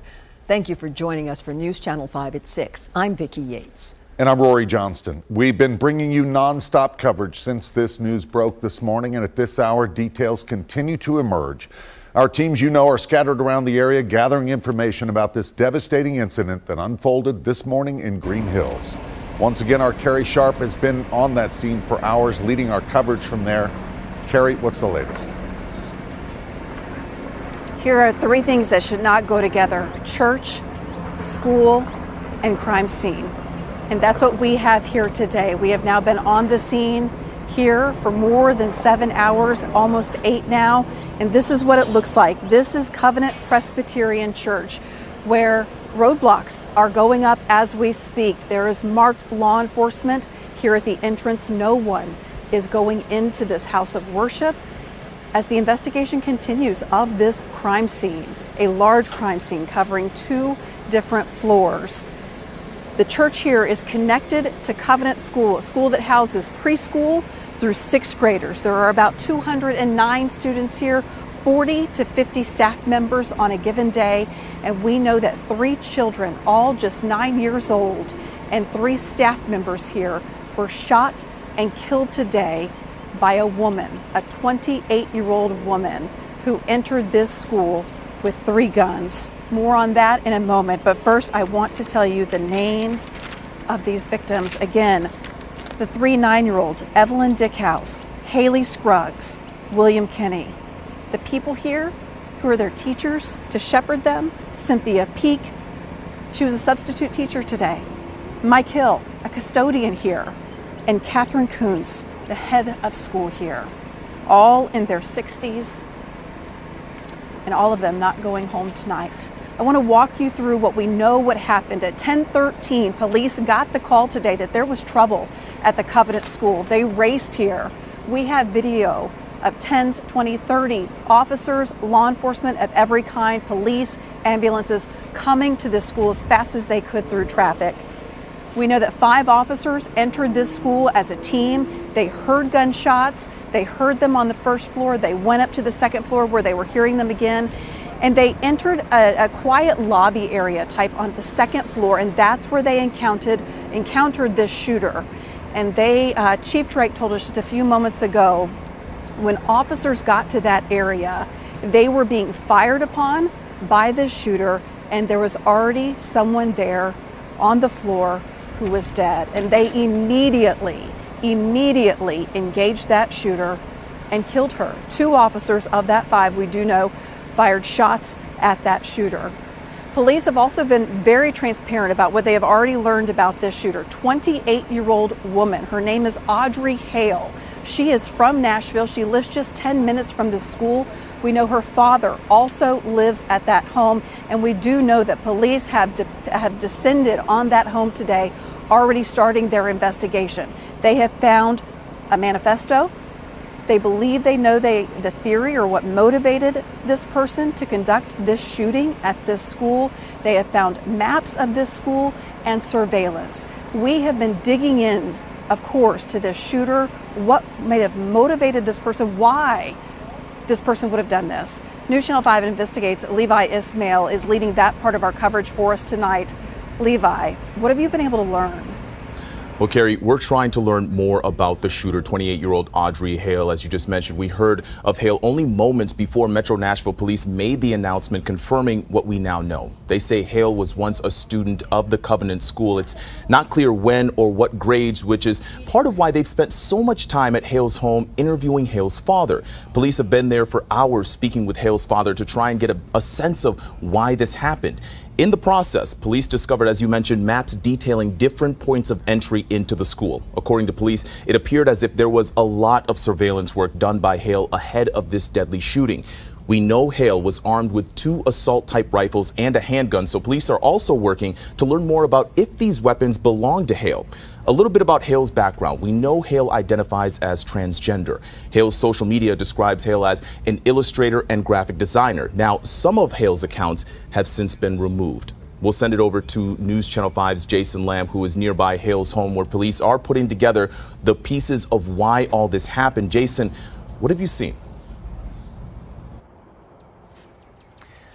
Well, Levi, we've seen an increase in activity here in just the last half hour or so. We're on Brightwood Avenue, and the answer to why this horrible event happened today might lie inside that very home right back there. And I want to point your attention to, I know that the sun isn't exactly working in our favor here, but what we can see are several agents, a lot of those federal agents from the FBI and ATF. They've been loading bags, as we're looking at right now. I don't know if you can make that out as well, but they are looking at some bags of evidence, and they're loading those bags into a truck, and that looks like the bed of a truck is covered, and that's where they're loading all these bags of evidence in. But you can imagine those federal agencies are going over this house with a fine-tooth comb, trying to find any answer, any reason why this may have happened. Again, we heard that this suspect had a map and had done surveillance of the school, including a manifesto about how this day would play out. But there may be more questions answered inside this home, like any internet searches on a computer or anything like that. What more could investigators find in here? What evidence and what clues could there have been?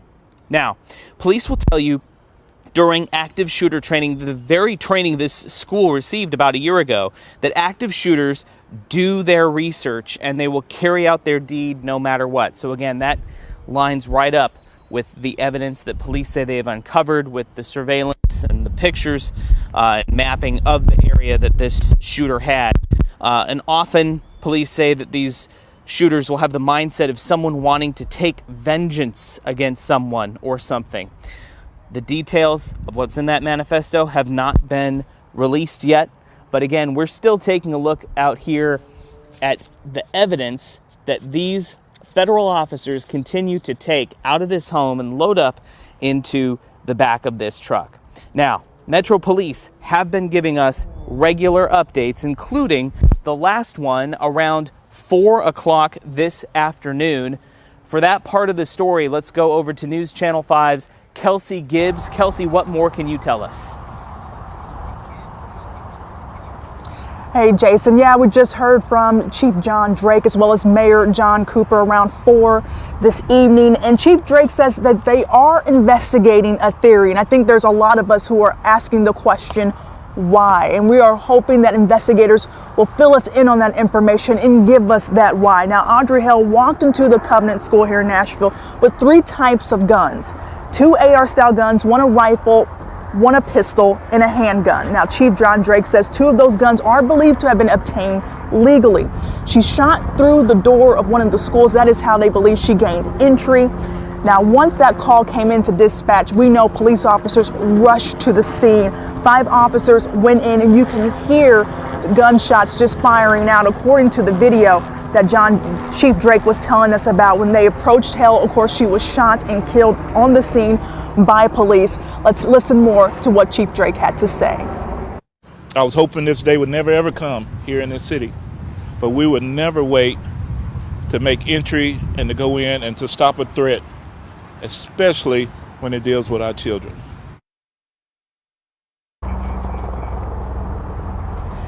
Now, again, questioning Chief Drake, we learned that Covenant School was the only targeted school in this shooting, but when I asked him, were there any other targeted locations, he did say through their search, there was another location that looks to be targeted, but through assessment, they determined that there was too much security around that location here in Nashville, so they believe the shooter, of course, did not approach that area. But we do know that there should be surveillance video, body camera video that will be shown to the public. And once the media receives that, we will, get that out there on air and online. But for now, we are live. And Carrie, I'm going to toss it back to you. Kelsey, thank you for that information. As Kelsey talked about, so many of us want to know why. Why did this happen? A lot of folks also want to know, what can I do? You feel pretty helpless. I feel pretty helpless just standing out here, and I can tell you I'm not alone. When we pulled up today, right across the street from Covenant Presbyterian Church, we encountered the scene of 3 women huddled together praying.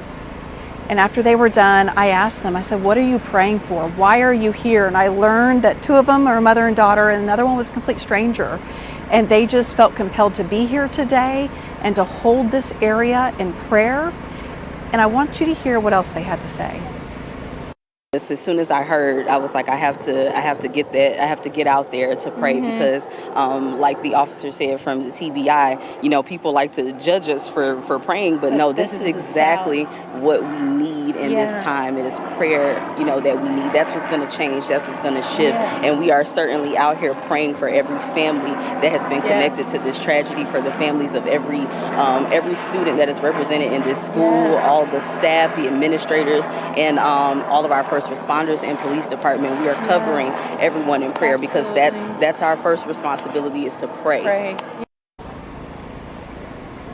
This shooting has had such a ripple effect. Even we know that you watching at home are impacted by this. We all are. This is a hard day. It's a hard day. It's horrific out here. The investigation continues. Police are working diligently as hard as they can. Multiple agencies. We've had several press conferences. And Nick Barris is standing by. Nick, we've actually gotten a lot of information from police in a relatively short amount of time today. That's exactly right. But you have to remember, when we first arrived this morning, Carrie, nothing was really known. The scene out here was chaotic. First responders heading up to the school. In a word, people were panicked, all right, wondering if loved ones, children, had been shot and killed. At 10:13 this morning, the police department received a call of an active shooter. We just heard sirens and the helicopter.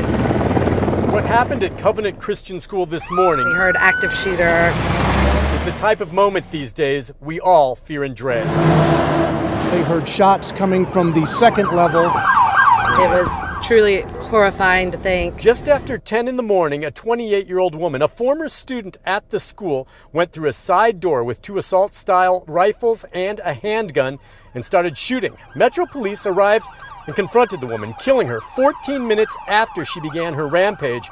But in that time, she fatally wounded 3 adults and 3 children. Almost overwhelming to think about. It was a chaotic scene with the rush of first responders, families panicking, neighbors seeing parents of children at the school collapsing. Well, there was a husband and wife that stopped and talked to a police officer, and the mom doubled over crying, and then she and her husband went running back down the hill. You just could see her, she doubled over crying. Just running up the hill, just desperate situation. In the aftermath, more than 200 students and staff were quickly evacuated by school buses to safety, but 6 innocent victims lost their lives in the senseless shooting.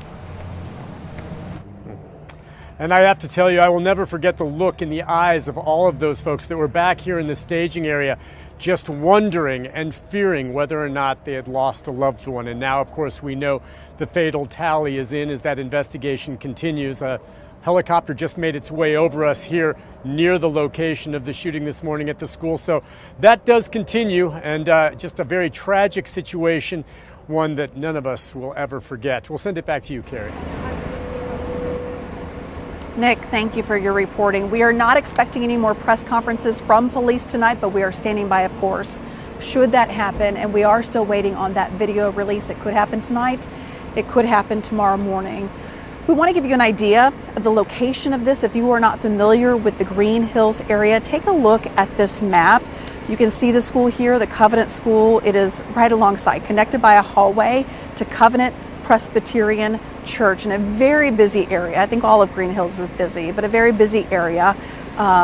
Hillsborough Road and Harding, it was just a mess today. People could not get anywhere as law enforcement just swarmed this area. And you can expect that there will be roadblocks going forward in different traffic situations as police need to close off roads or shut down things. So just be aware if you are in this area, that could happen. Emily Luxon is high above in Sky 5 for us tonight, giving us really a unique perspective looking at the school. And Emily, you've been able to actually see from up there some damage that the shooter did.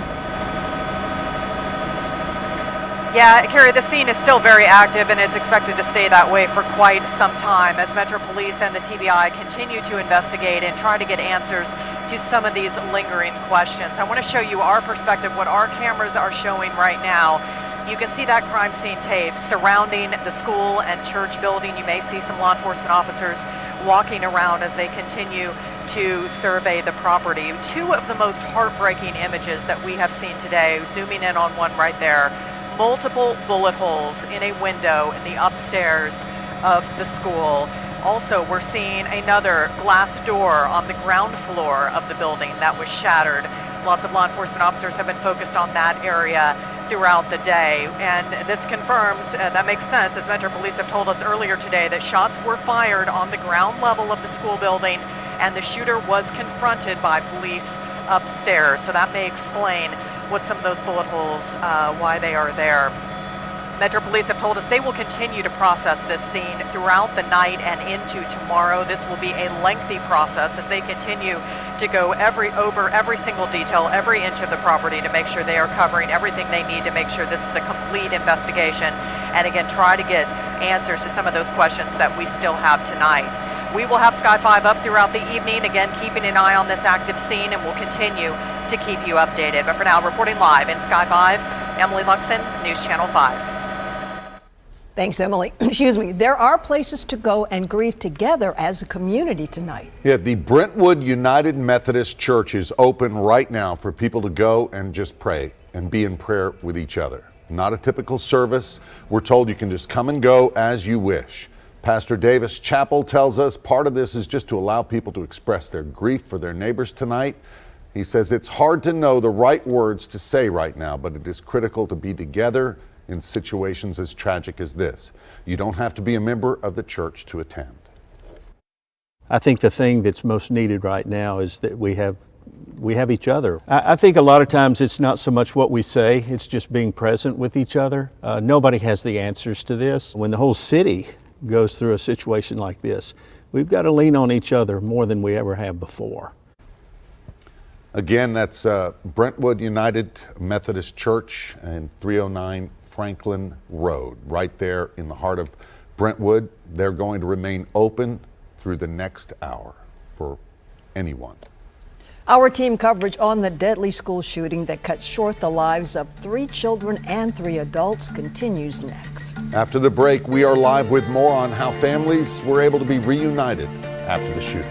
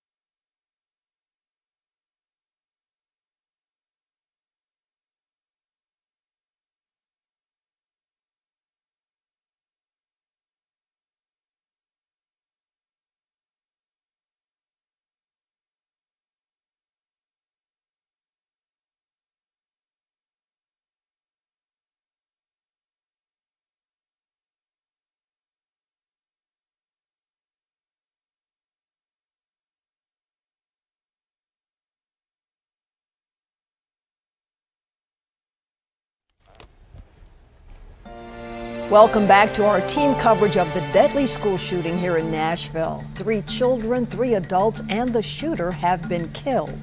The initial shock now turning to sadness, grief, no doubt some anger, but we know our entire community has heavy hearts for those families impacted. Our Olivia Michael has been at the reunification point set up at Woodmont Baptist all day. Olivia? Rory, this has been a key location for families. This is where they got to reunite with their children after what has been undoubtedly a long day for them. The process took about 4 or 5 hours. At one point, the parking lot was overflowing with cars, and the surrounding streets around Woodmont Baptist Church were lined with vehicles. I'm joined now by Ben Hall. And Ben, you made some really interesting observations and some tough moments today. This has been ground zero for tough moments. It has just been a devastatingly difficult day. I've been walking around this church. We saw earlier the buses arrive with the children. This is where they brought them.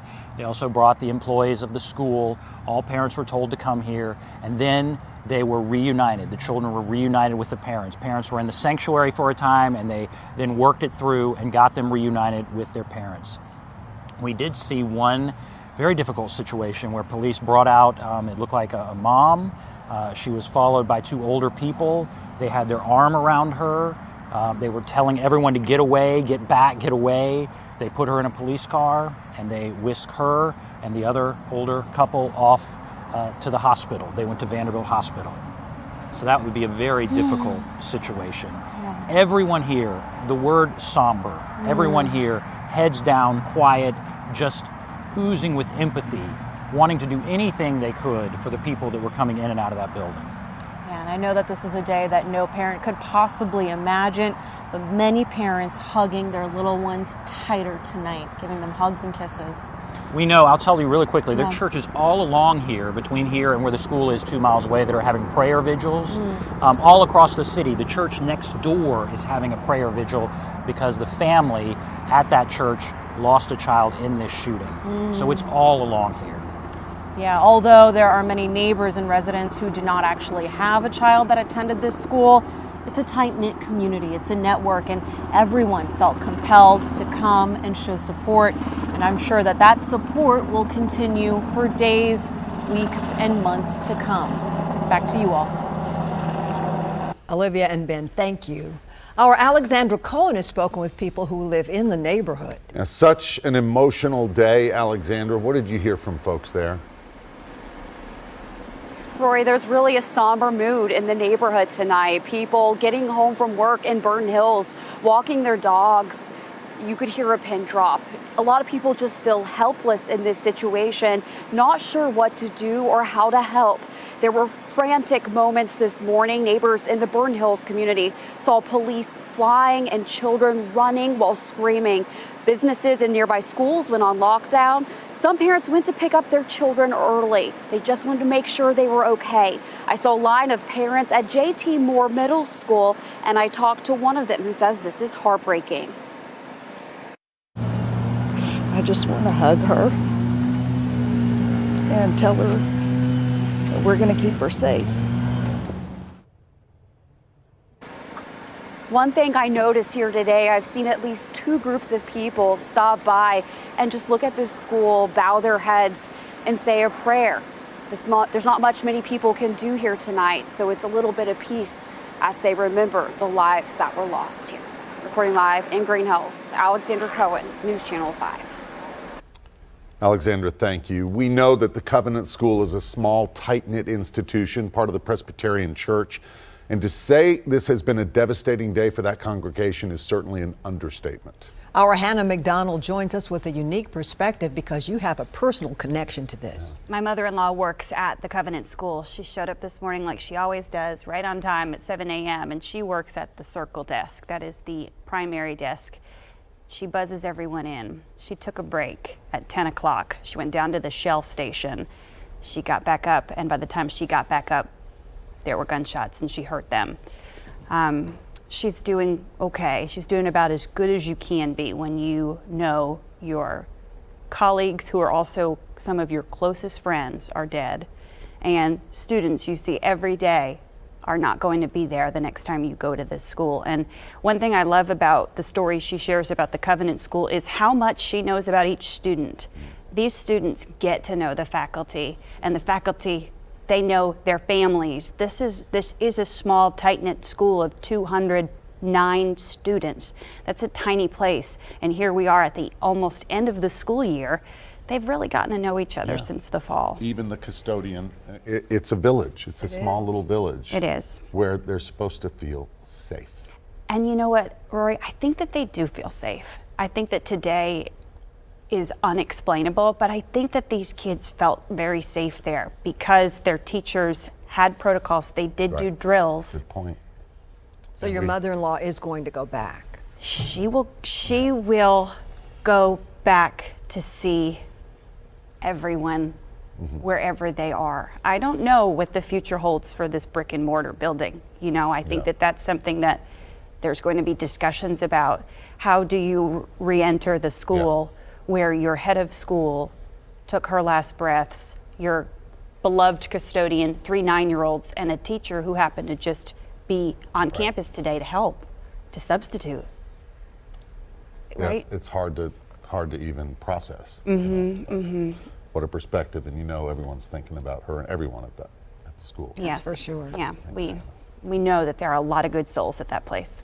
And Thank you, Hannah. Thanks, Hannah. And I can tell you, Vicki, coming in from Savannah today, where I was visiting my son over the weekend, and the news broke, and I was already kind of on my way out, packing up, rushed to the airport, and it was a nonstop flight here to Nashville, and the news was starting to break, and I was realizing what was happening, and I told a woman next to me, she was from Giles County, and immediately she went on, and she said as soon as she got on the plane, she was going to just pray for Nashville and these kids the whole way. So that type of community. Diana said, please pray. A school employee, Diana told me, please pray. That's okay. If you don't think that that's not enough. That's great. Thanks, Hannah. Appreciate it. We'll be right back.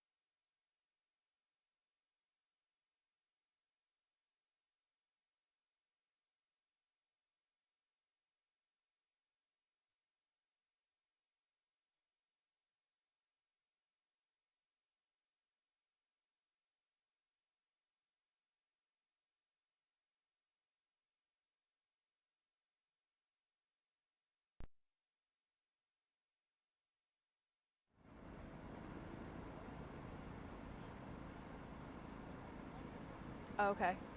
Okay, thank you. Thank you. IDs and all that. Okay, gotcha.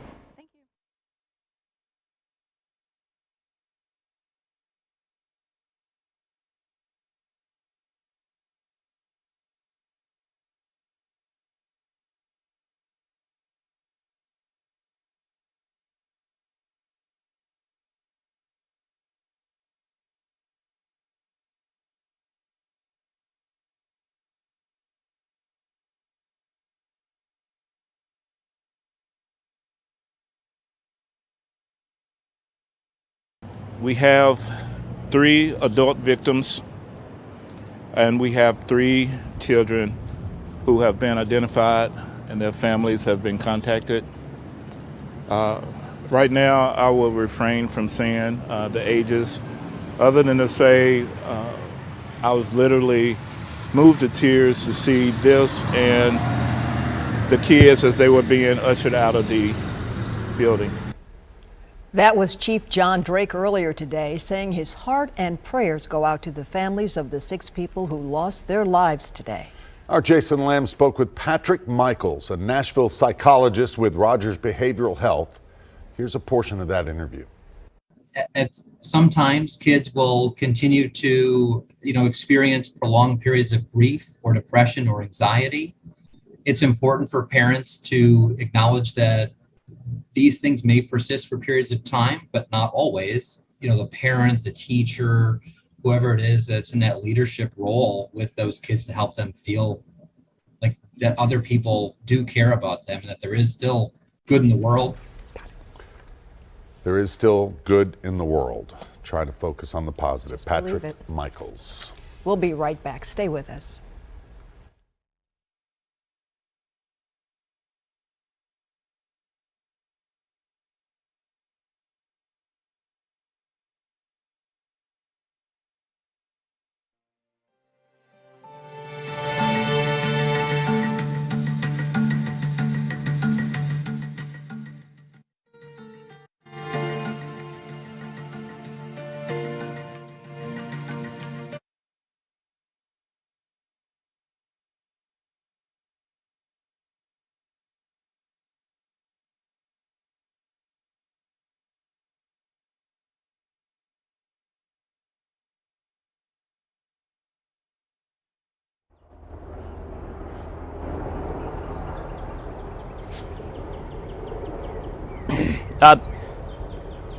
It does.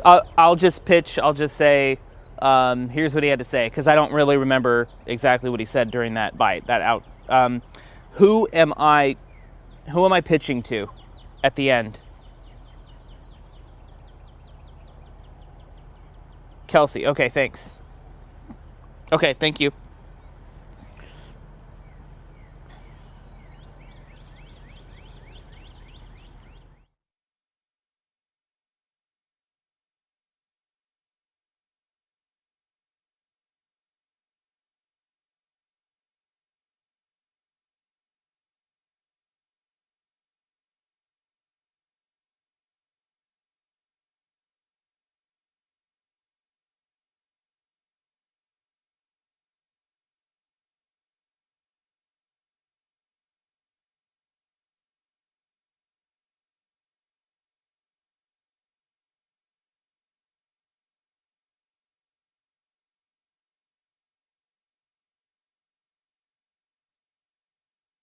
We have to do more to stop gun violence. It's ripping our communities apart, ripping the soul of this nation, ripping at the very soul of the nation. We have to do more to protect our schools so they aren't turned into prisons. The shooter in this situation reportedly had 2 assault weapons and a pistol, 2 AK-47. So I call on Congress again to pass my assault weapons ban. It's about time that we begin to make some more progress. President Biden speaking earlier in Washington about the tragedy today, another deadly school shooting. This time it has happened right here in our community. Welcome back to News Channel 5's continuing coverage. I'm Rory Johnston. And I'm Vicki Yates. 6 people killed, 3 children and 3 adults. The shooter also dead. The tragedy unfolded within minutes this morning at the Covenant School in Green Hills. Our Carrie Sharp is there this evening. Carrie. Vicki and Rory, good evening. The president talking about not turning our schools into prisons, but I can tell you the church and the school behind me tonight are now a crime scene, and they are on lockdown as officers are actively working inside to piece together the tragedy that happened there today. A mass shooting here at the Covenant School, where children as young as preschool through 6th grade attend. About 200 in all, 40 to 50 staff members make this school happen day in and day out. The victims today, 3 of them, just 9 years old. That's about 3rd grade or so, if that helps you put this in perspective. Their names, Evelyn Dickhouse, Haley Scruggs, and William Kinney. 3 staff members were also killed today. Cynthia Peak was here. She was a substitute teacher today. Mike Hill, a longtime custodian here, and Catherine Kuntz, 60 years old. She was the head of school here at the Covenant School, and she was also killed today. Police have been on this scene now for hours, again trying to piece together what happened starting shortly after 10 o'clock this morning. We can tell you that the shooter shot through a locked door in a quiet part of the building, as it's been described. There were shots fired on the 1st floor of this building, and then somehow that shooter made her way to the 2nd floor where more shots were fired. 5 police officers as a team made their way into this school immediately, and 2 of them fired shots at this woman and killed her. That happened by 10:27. We are talking about a 14-minute time span from the time they got that call for help to the time the shooter was killed. But also in that time span, 6 people here were killed. The chief telling us earlier today, when officers encountered that shooter, she was firing shots, and they immediately shot her and killed her. They took her out, and while they were doing that, there was already one person who was deceased on the floor. They knew she had already done that kind of damage. Police have identified the shooter as 28-year-old Audrey Hale. She lived just 10 minutes from this school. Her father also lived with her in that home. Police have descended on that home today. We are trying to learn as much as we can about this person. We know that police say she had a manifesto. She had detailed maps of this school. She had done surveillance of this school. And at one point, she was a student at this school. News Channel 5 investigates Levi Ismail has also been digging into her background today. Levi, what have you been able to learn?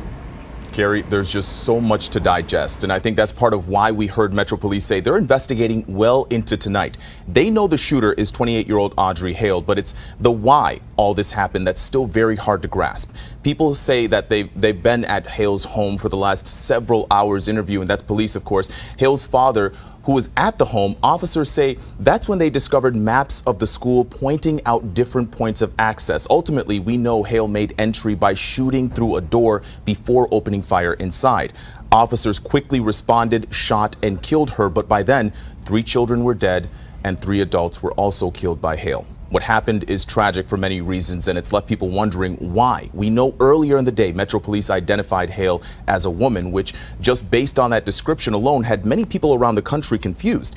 A New York Times article published today detailed how in 172 mass shootings dating back to 1966, just 4 were committed by women. 2 of those shootings involved a man and a woman couple. We've since learned that Hale identified as transgender, but still a lot for police to process for investigators eager to offer answers.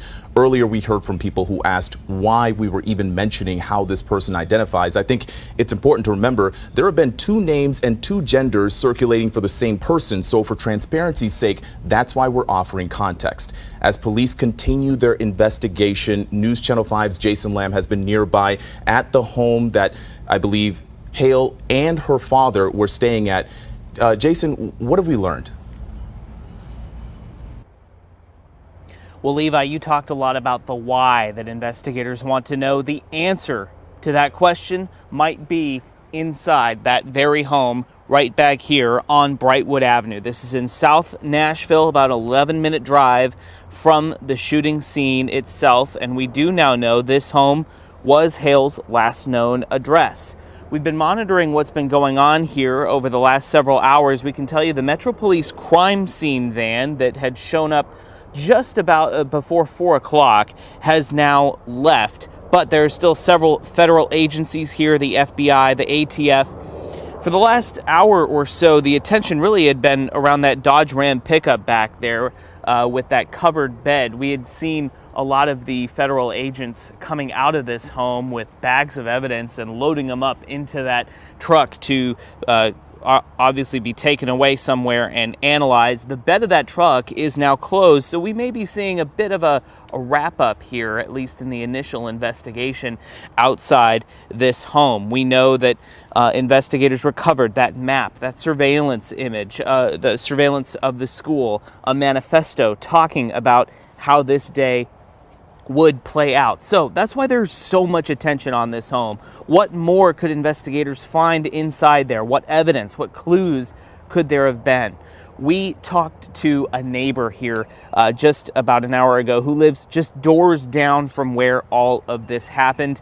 This is right in the scene, right in the middle of all these police descending on this home here. He talked to us and offered his reaction to all of this activity happening right here in the neighborhood. And our community being so close in location compared to like other, you see it on the news all the time, and now it happening like just blocks away from my house. It's just, it's gone too far. I tell you, we have been hearing a lot of those same kind of sentiments day after day. We've just been hearing that thought again and again over these last several hours. Now, Metro Police have been giving us regular updates about everything that has happened today. For that part of the story, let's go to News Channel 5's Kelsey Gibbs. Kelsey, what more can you tell us? Hey, Jason. Yeah, you know, Chief John Drake telling us that they are working a theory, have nothing confirmed, nothing made to the public, but a lot of us are asking why. Why would an adult walk into an elementary school and target and shoot and kill children? And investigators are working on getting us that why. But this is what we know so far, that Audrey Hale walked into the Covenant School this morning with 3 types of guns. 2 AR-style guns, 1 rifle, and 1 pistol and a handgun. Chief Drake says 2 of those guns are believed to be obtained legally. She shot through the door to gain entry of the school, and once that call came in to police, they rushed the scene. 5 officers went in, and you can hear the sound of gunfire, Drake says, in that video, which shows the officers approaching Hale where she was shot and killed on the scene. Now, Chief Drake says he never expected this day would happen here in Nashville. Here's more of what he had to tell us today. All the families have been contacted. The victims' families have been contacted as well. My thoughts and prayers go out to the family. When we send our kids to school or to any place of safety, we expect them to live, learn, have fun, and come back from that day's experience.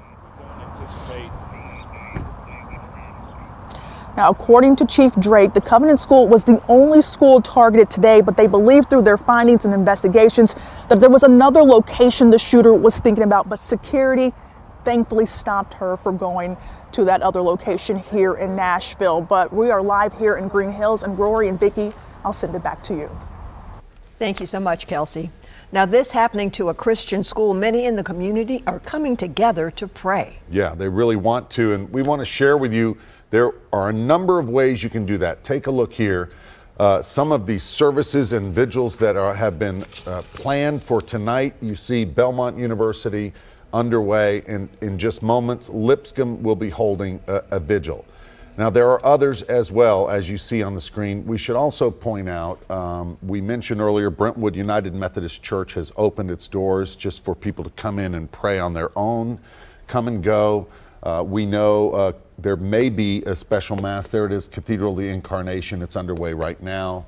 Also, Christian artist Lauren Daigle has is hosting a community-wide prayer vigil at Marathon Music Works tonight. The doors are already open, no ticket required. That vigil will begin at 7:30. And perhaps contact your congregation in your area to see if there is something happening tonight.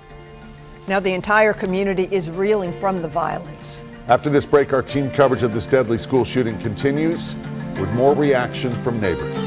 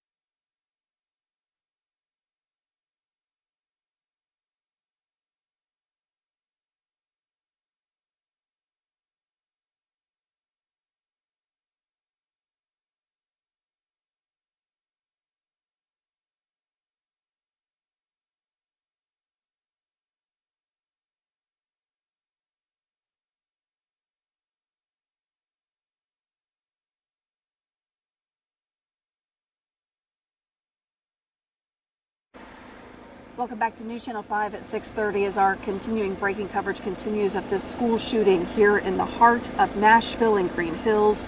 Alexandra, we are seeing people come pretty regularly now and starting to drop off flowers right outside the entrance to the church, which is connected to the school. And a lot of people, as you have seen today, not knowing what to do, but just wanting to be present and to pray and to stop by and drop flowers and teddy bears. But earlier today, there was a sense of chaos and panic.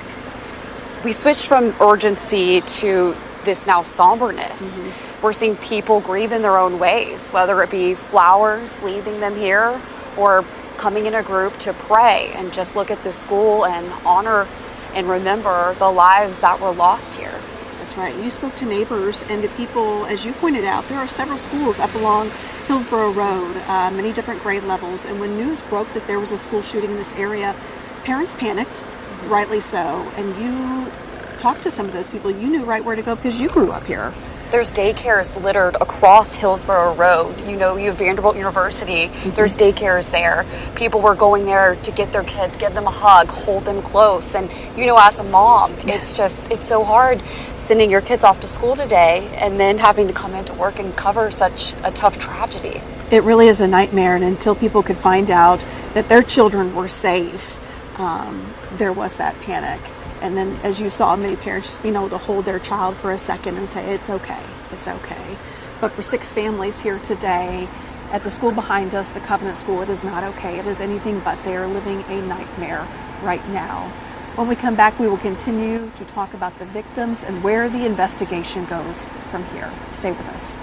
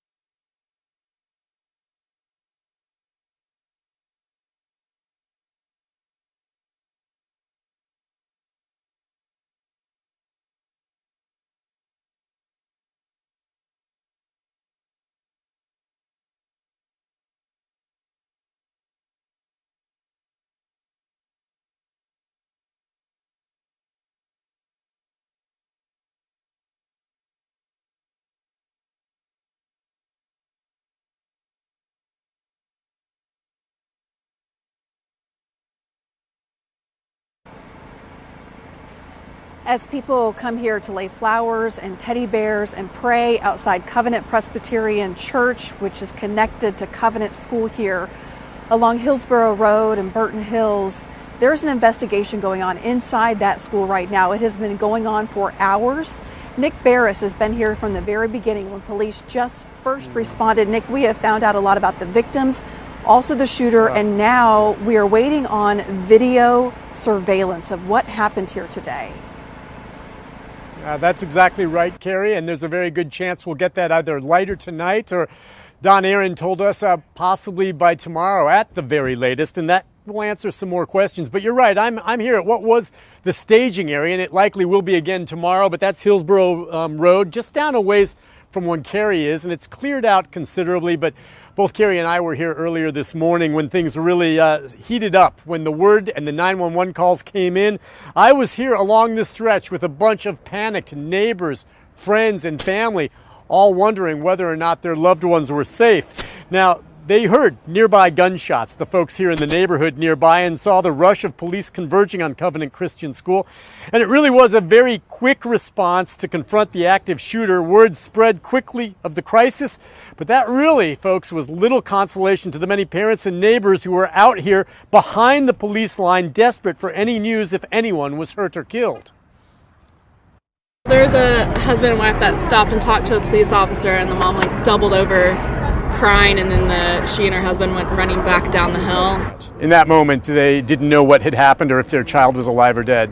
No. We couldn't hear it. They were across the street. But you just could see her. She doubled over, just crying. Just running up the hill, just desperate situation.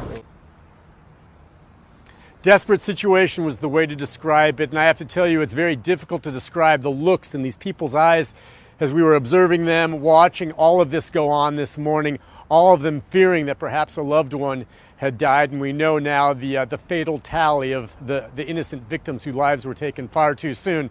We will have more, of course. We're going to take a break and be back after this.